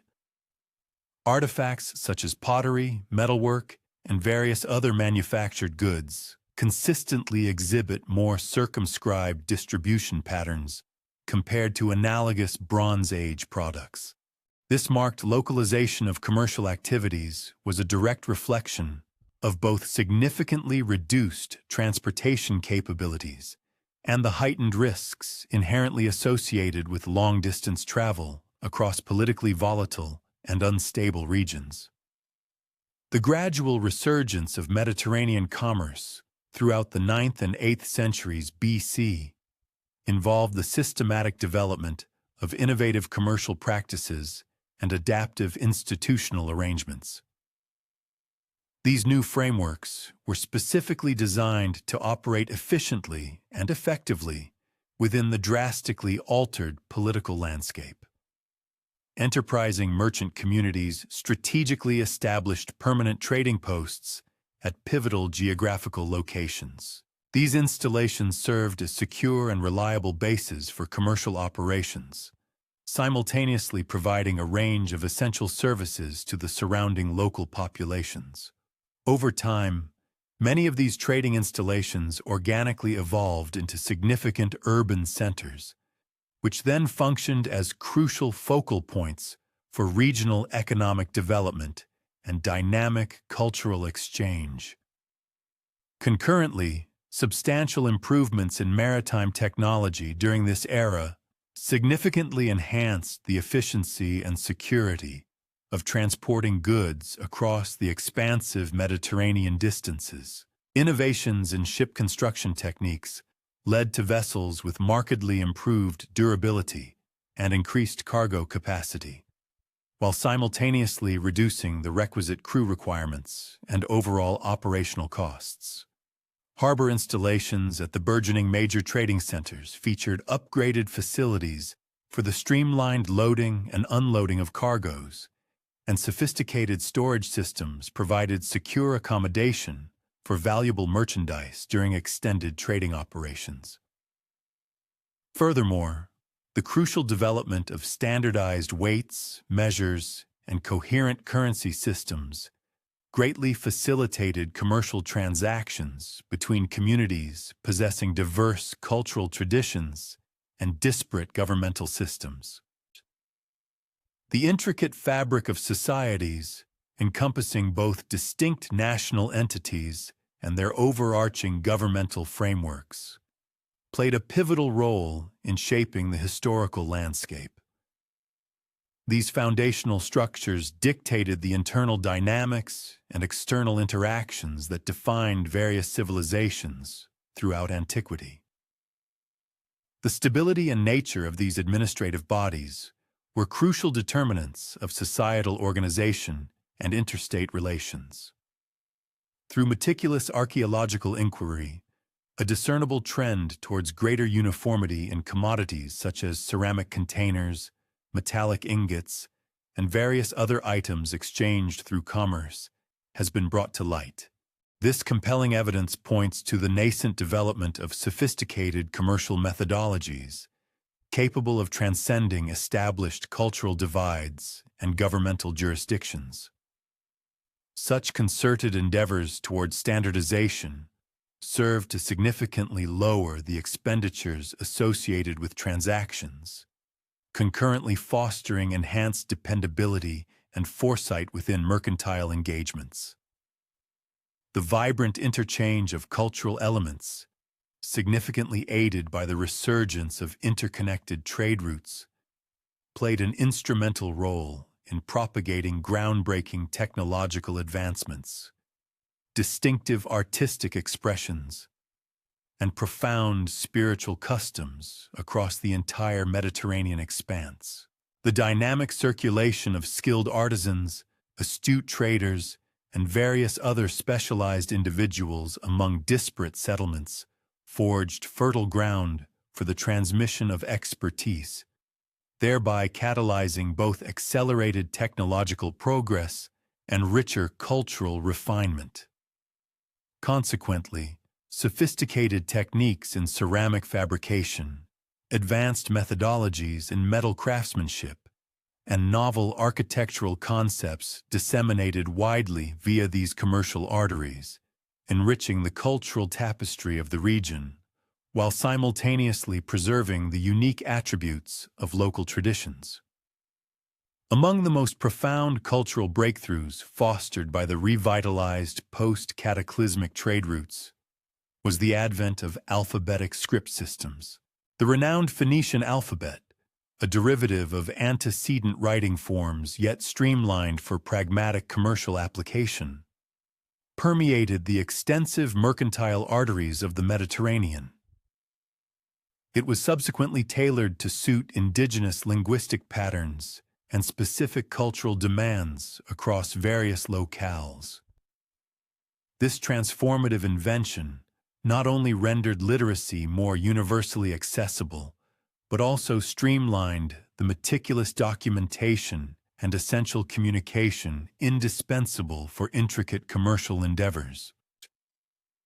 Furthermore, spiritual doctrines and devotional customs disseminated widely through these bustling commercial conduits, thereby generating fertile opportunities for profound cultural amalgamation and novel adaptations that would profoundly shape Mediterranean civilization for countless generations.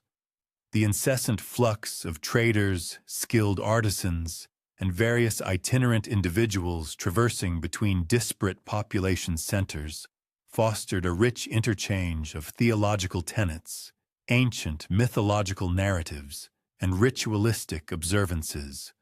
This dynamic interaction ultimately contributed significantly to the genesis of fresh modes of religious articulation, thoughtfully modulated to resonate with the variegated cultural landscapes of these societies. A rigorous and methodical investigation into the intriguing phenomenon of the Sea Peoples commenced in the 19th century, catalyzed by two pivotal developments: the successful decoding of ancient Egyptian hieroglyphic scripts and the initial archaeological digs conducted across the eastern Mediterranean. The monumental achievement of French savant Jean-François Champollion, who successfully unlocked the secrets of hieroglyphs in the 1820s, was particularly instrumental, as it rendered legible for the first time the intricate Egyptian chronicles detailing their confrontations with these enigmatic seafaring marauders. The monumental inscriptions discovered at Karnak, attributed to Pharaoh Merneptah, alongside the expansive and vivid battle depictions adorning the walls of Medinet Habu, dramatically unveiled contemporaneous records of occurrences that had hitherto been preserved solely through fragmented biblical allusions and the attenuated recollections of classical literati. Pioneering Egyptologists, including esteemed figures such as Gaston Maspero and Heinrich Brugsch, engaged with the accounts pertaining to the Sea Peoples by employing the rigorous analytical instruments of 19th century historical inquiry. Their primary focus centered on the philological dissection of the Egyptian documents and concerted efforts to correlate these antique appellations with discernible historical communities. The diligent efforts of these foundational scholars effectively laid down the rudimentary conceptual structure for subsequent investigations into the Sea Peoples. This involved systematically compiling and categorizing the diverse nomenclature of groups referenced within Egyptian primary sources, meticulously dissecting the temporal progression of their various encounters, and articulating preliminary hypotheses concerning their geographical provenance. Primarily informed by perceived linguistic affinities with subsequent Mediterranean populations. The archaeological facet of scholarship concerning the Sea Peoples progressively gained prominence as extensive excavations across the eastern Mediterranean region commenced unearthing tangible material artifacts demonstrably linked to the demographic shifts chronicled in Egyptian narratives. Notably, William Matthew Flinders Petrie's pioneering digs in Palestine throughout the 1890s were instrumental in initially identifying distinct ceramic collections that exhibited undeniable affiliations with Aegean pottery heritage. This provided crucial physical corroboration, affirming that substantial population displacements originating from the Aegean area had, in fact, transpired during the tumultuous epoch of the Late Bronze Age collapse. These initial archaeological revelations unequivocally cemented the methodology of pottery analysis as an indispensable instrument for meticulously charting the migratory patterns and settlement formations of the Sea Peoples. Subsequently, the refinement and widespread adoption of stratigraphic excavation techniques in the nascent years of the 20th century profoundly transformed Sea Peoples scholarship. This methodological leap offered remarkably precise chronological structures, enabling an accurate correlation between archaeological findings and extant historical accounts. Subsequent excavations at pivotal locations such as Tel El Hessi and Giza brought to light distinct layers of devastation, demonstrably datable to the era characterized by the incursions of the Sea Peoples. Concurrently, the associated ceramic assemblages furnished tangible material proof of the profound cultural metamorphoses that invariably accompanied these extensive demographic shifts. This synergistic amalgamation of archaeological discoveries and textual records gave rise to more intricate analytical paradigms, transcending mere nomenclature identification to delve into comprehensive patterns of cultural evolution and societal adaptation. The interval between the two world wars witnessed considerable strides in the scholarly pursuit of the Sea Peoples, largely owing to extensive excavation campaigns at strategically important sites and the sophisticated evolution of ceramic typologies, which facilitated the tracing of cultural linkages across immense geographical expanses. Notably, the American archaeological undertakings at Megiddo, initially guided by Clarence S. Fisher and subsequently by Gordon Loud, unearthed voluminous remnants of Late Bronze Age devastation juxtaposed with Iron Age reconstruction. These discoveries furnished exhaustive evidence detailing the transitional epoch during which the settlements of the Sea Peoples were progressively instituted. In a parallel vein, the British archaeological endeavors at Tel ed-Duwayr brought to light compelling evidence of destruction, which could be directly correlated with Egyptian chronicles detailing military expeditions within the Levant region. During this specific historical period, the analytical methods applied to ceramics underwent a substantial refinement, with eminent academics such as William Foxwell Albright pioneering the creation of meticulously detailed typological sequences. These sequences were instrumental in tracing the intricate stylistic progression of pottery, from its Late Bronze Age Mycenaean antecedents through its subsequent metamorphosis within Philistine and other Sea Peoples' cultural milieus.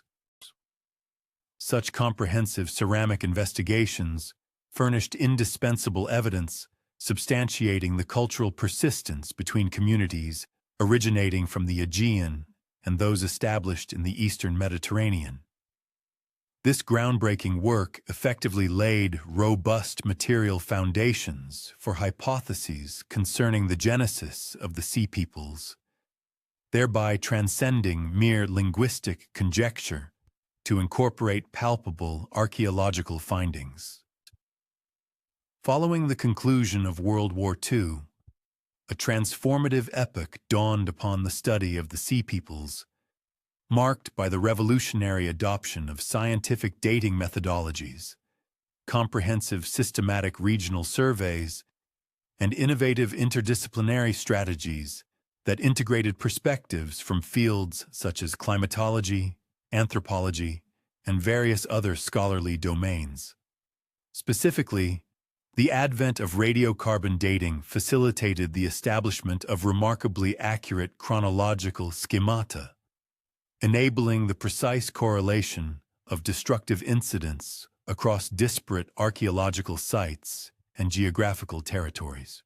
This technology unveiled the synchronized character of the Late Bronze Age collapse, offering a degree of temporal exactitude previously unattainable. The archaeological investigations led by Kathleen Kenyon at Jericho during the 1950s served as a quintessential illustration of the heightened methodological exactitude that defined post-war archaeological practice. Her approach involved painstaking stratigraphic documentation and exhaustive artifact scrutiny, which together yielded intricate evidence concerning the cultural transformations unfolding throughout the era of the Sea Peoples. Kenyon's seminal work conclusively demonstrated the capacity of scrupulous excavation to uncover intricate successions of devastation, desertion, and subsequent reoccupation. These sequences vividly mirrored the tumultuous circumstances pervading the Late Bronze Age collapse, simultaneously offering tangible proof of the shifts in material culture that invariably accompanied the establishment of new demographic enclaves. The momentous discovery and subsequent excavation of the Uluburan shipwreck in the 1980s heralded an unparalleled revelation concerning Late Bronze Age maritime commercial networks and the intricate international linkages that typified the Mediterranean realm prior to the upheavals instigated by the Sea Peoples. The ship's precious cargo, securely dated to approximately 1300 BC, comprised a diverse array of commodities originating from virtually every corner of the then-known world. This remarkable assemblage vividly underscored the profound intricacy and vast geographical reach of mercantile relationships that were destined for severe disruption by the impending collapse events. Consequently, this invaluable archaeological testimony furnished essential contextual understanding, illuminating both the immense scope of the dislocation precipitated by the Sea Peoples' endeavors and the underlying economic bedrock that underpinned their formidable seafaring prowess. Modern scholarly inquiry into the enigma of the Sea Peoples now embraces a plurality of divergent theoretical constructs. These frameworks vigorously contend with one another in their efforts to elucidate the genesis, underlying impetuses, and profound historical ramifications of these significant population shifts.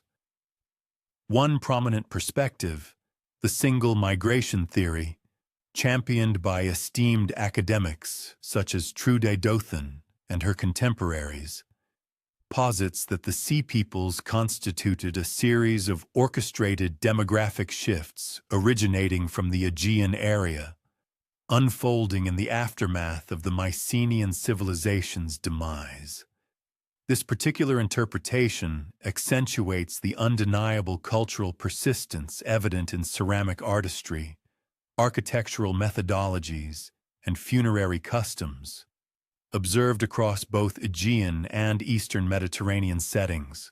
It thereby intimates the occurrence of organized translocations undertaken by cohesive cultural entities, driven by a quest for novel territories, subsequent to the forfeiture of their ancestral lands. Substantial archaeological corroboration bolstering the single migration theories encompasses the characteristically unique ceramic collections unearthed at Philistine archaeological sites.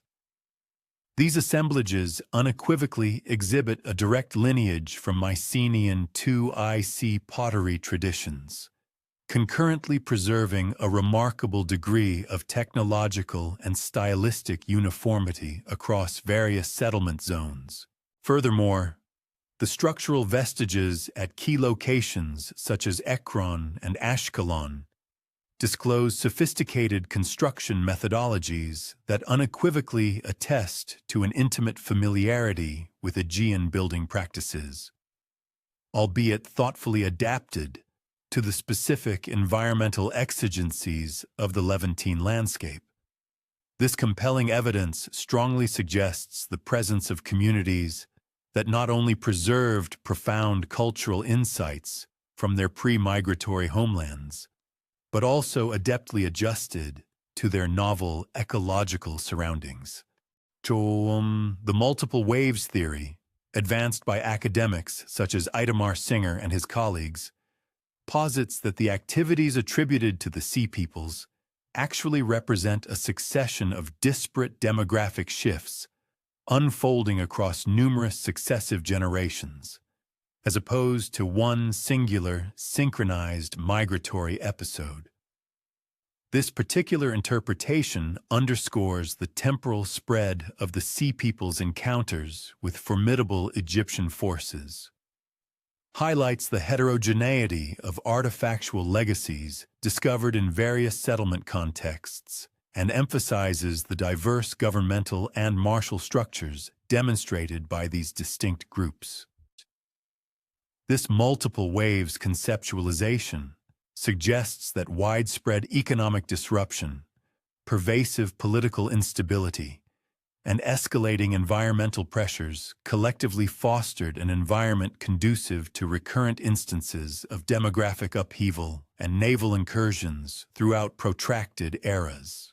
Evidence substantiating these multiple waves theories encompasses the temporal spread of sea peoples' encounters meticulously documented in Egyptian historical records, which encompass a period of numerous decades and involve varying configurations of tribal entities in successive conflicts. Further archaeological evidence gleaned from ancient settlement sites reveals material culture repertoires that exhibit imprints from diverse geographic origins and distinct stages of societal evolution, thereby suggesting intricate migratory trajectories rather than single, coordinated movements. The observed variety of colonization methodologies and societal acculturation behaviors visible at different sites lends further support to interpretations that emphasize the multifaceted nature of the sea people's movements, rather than depicting them as unified migration events. Climate change theories have achieved greater recognition and risen in scholarly importance within sea people's research as paleoclimatological evidence has evolved in its refinement and breadth. Academics, such as Brian Fagan and others, contend that environmental degradation during the latter half of the 13th century BC instigated circumstances compelling population movements and played a significant part in the disintegration of entrenched governmental structures across the entire eastern Mediterranean basin. This particular analytical approach underscores the critical significance of prolonged drought, pronounced temperature fluctuations, and widespread agrarian upheaval in generating the fiscal and societal imperatives that propelled the activities of the sea peoples.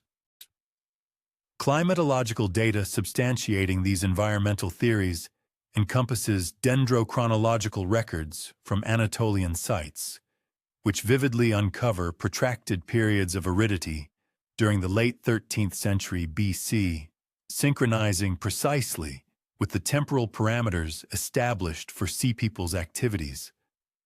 Palynological examination of lacustrine deposits from the eastern Mediterranean further shows alterations in flora congruent with diminished rainfall and heightened desiccation. Isotopic examination of oceanic and telluric strata furnishes additional corroboration of climatic deterioration during this critical period. Collectively, these ecological markers imply that agrarian upheaval and a paucity of essential provisions engendered circumstances that compelled population movements and fomented governmental turbulence throughout the region. Systems collapse models, formulated by academics such as Robert Drews and Eric Klein, postulate that the activities of the sea peoples serve as manifestations, rather than root origins of a more expansive societal unraveling impacting late Bronze Age civilization. This conceptual paradigm underscores the interdependent character of Bronze Age political, economic, and social systems, arguing that a disturbance within any constituent element possessed the potential to initiate a sequence of cumulative collapses across the whole intricate network. Systems collapse theory proposes that the migratory episodes of the Sea Peoples were both a consequence of and a catalyst for the disintegration of long-standing global affiliations, commercial arteries, and governance structures. Material culture findings corroborating systems collapse models include the concurrent devastation of prominent metropolitan hubs across disparate geographical areas, the disintegration of uniform ceramic manufacturing and dissemination mechanisms, and the demise of artisanal expertise that defined the economic landscape of the Late Bronze Age. The severance of the commercial arteries for copper and tin that sustained the creation of bronze artifacts throughout the Mediterranean unequivocally illustrates the symbiotic character of Late Bronze Age systems. Furthermore, the swift proliferation of ferrous metallurgy suggests responsive adjustments to the failure of entrenched material provisioning systems. Genetic sequencing has surfaced as a potent instrument for probing the provenance and colonization modalities of the Sea Peoples, albeit the findings are still nascent and occasionally incongruous. Paleogenetic examinations of ancestral human vestiges unearthed from Philistine necropolises at Ashkelon have discerned genomic elements indicative of European heritage, which lend credence to hypotheses concerning Aegean provenance, concurrently unveiling intricate configurations of demographic amalgamation that transpired throughout the colonization trajectory. While these molecular biological probes furnish novel categories of substantiation for appraising divergent theoretical constructs regarding Sea Peoples' movements, methodological impediments and specimen acquisition restrictions persist in circumscribing their exegetical utility.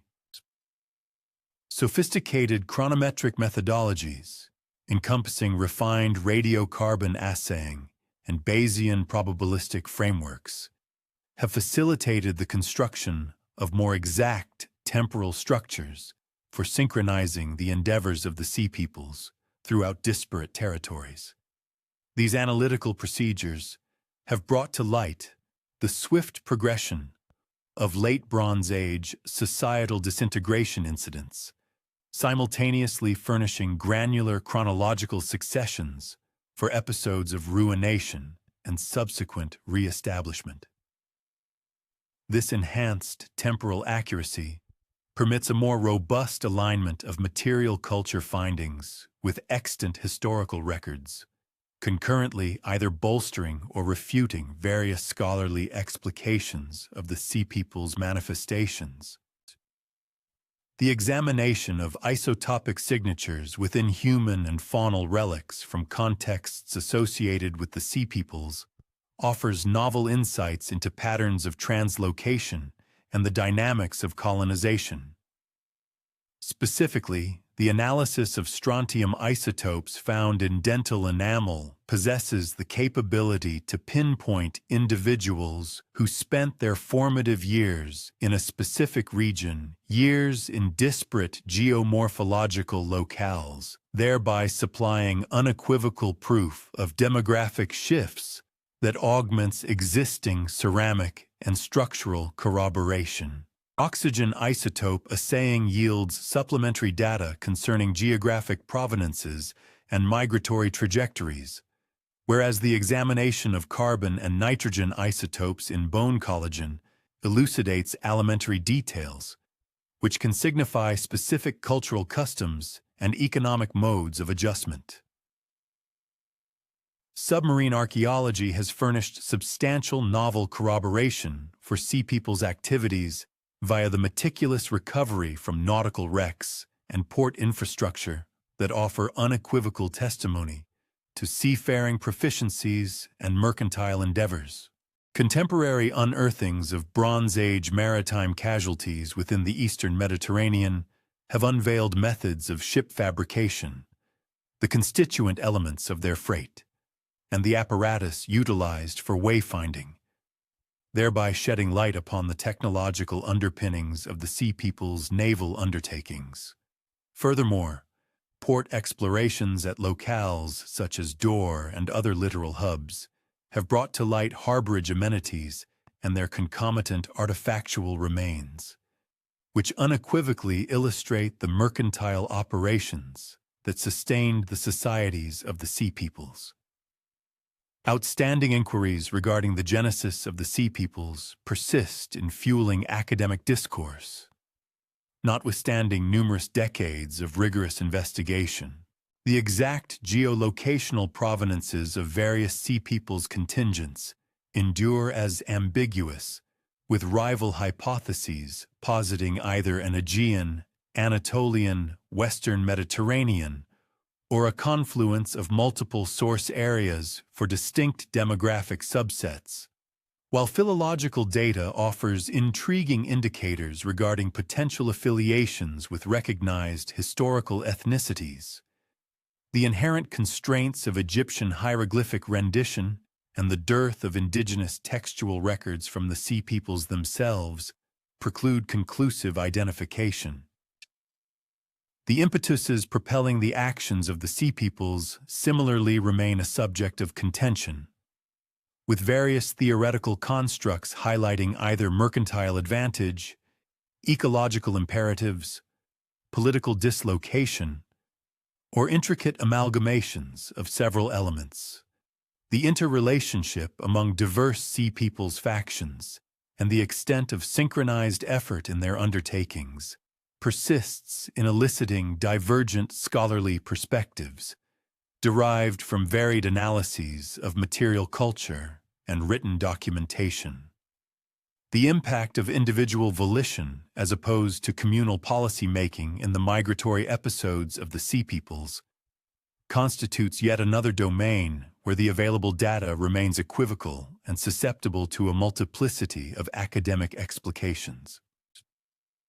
The conclusive destiny of the Sea Peoples communities, subsequent to their initial phases of colonization, provokes inquiries concerning mechanisms of acculturation, the endurance of distinct cultural traits, and enduring populational repercussions.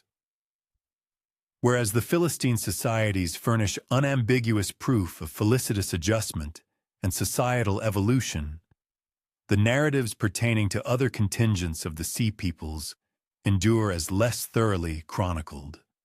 Material culture findings indicate a spectrum of conclusions, extending from effective amalgamation into indigenous populations to a progressive cultural absorption that expunged the singular attributes of the Sea Peoples across subsequent generations.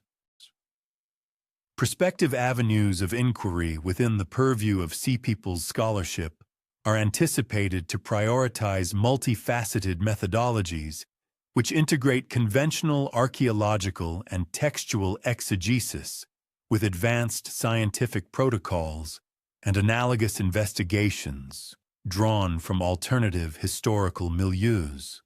More extensive genetic sequencing of paleo remains sourced from numerous locales and temporal strata could yield more lucid substantiation regarding demographic shifts and consanguineous connections among disparate collectivities.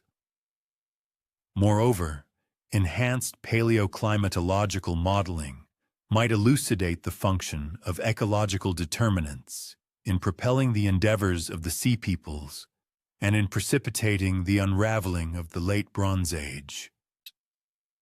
To the Late Bronze Age collapse. Contemporary regional survey projects and meticulous systematic excavation programs, strategically conducted at pivotal archaeological sites, are consistently generating a wealth of novel archaeological evidence. This ongoing influx of data significantly refines our understanding of the Sea People's intricate settlement patterns and their complex trajectories of cultural development. Furthermore, the sophisticated application of advanced remote sensing technologies, such as aerial lidar and ground-penetrating radar, integrated with comprehensive geographic information systems, GIS, now permits a far more exhaustive and nuanced analysis of ancient settlement distributions. These powerful tools also facilitate a deeper exploration of the intricate environmental relationships that characterized these communities, potentially bringing to light previously unrecognized or obscure patterns within the multifaceted activities attributed to the Sea Peoples throughout their historical presence. Beyond the realm of direct archaeological discovery, a thoughtful comparative analysis, drawing parallels with various population movements and profound cultural transitions observed across other distinct historical periods, promises to furnish invaluable theoretical frameworks. These frameworks are crucial for comprehending the Sea People's enigmatic phenomena, situating them within the grander, universal patterns of human migration and sweeping cultural change. For instance, detailed studies of large-scale medieval migrations, the significant demographic shifts that occurred during the colonial period, and even contemporary refugee situations, can offer profound insights. Such comparisons may illuminate the common social processes and ingenious adaptive strategies that distinguished the Sea People's communities as they navigated their challenging journey from a state of forced displacement to the eventual establishment of settled habitations. The enduring and profound fascination with the Sea Peoples is a testament to their singular historical placement at a crucial and transformative juncture in ancient Mediterranean history. Their often tumultuous activities precisely coincided with the catastrophic disintegration of the once dominant Bronze Age civilization and, concurrently, the genesis of novel Iron Age political structures and cultural paradigms that were destined to mold the ancient world's trajectory for countless centuries thereafter. Consequently, a thorough grasp of the Sea People's multifaceted phenomena yields profound insights into the intricate mechanisms of cultural metamorphosis, large-scale population migrations, and sweeping political transformations, processes that retain their fundamental relevance for deciphering the overarching currents of historical progression.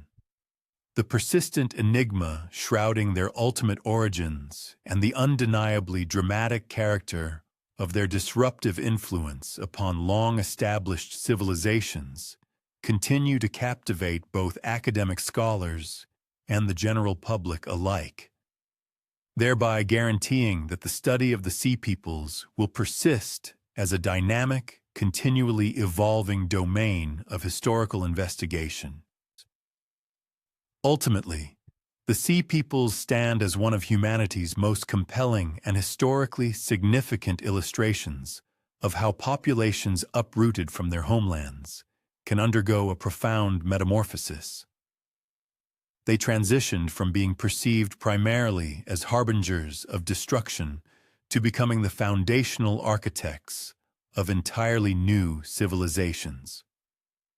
Their extraordinary odyssey, commencing as enigmatic maritime marauders and culminating in the establishment of enduring, settled urban communities, vividly attests to an exceptional degree of human adaptability and an inherent, formidable cultural resilience in the face of immense upheaval.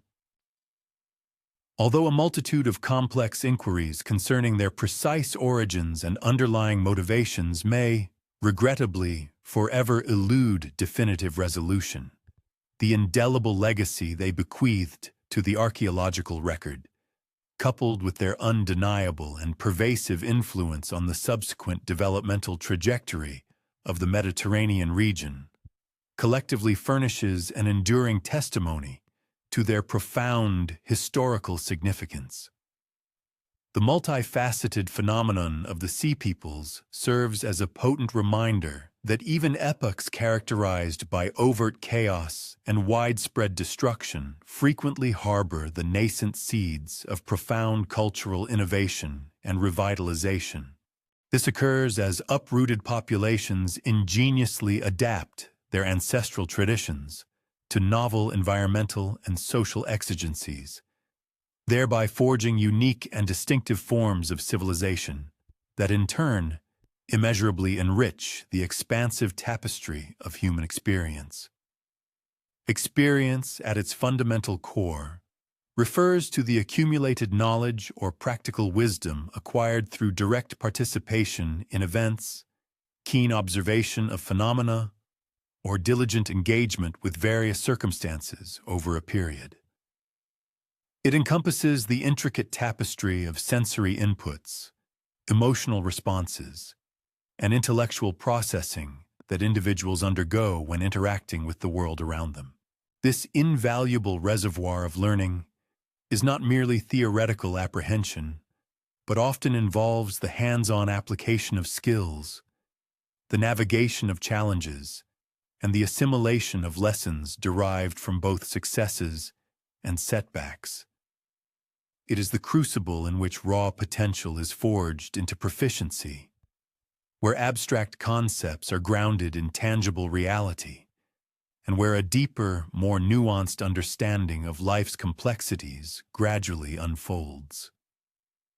Through repeated exposure and reflective contemplation, one's perspective is continually refined, enabling more informed decision-making and a more profound appreciation for the multifaceted nature of existence.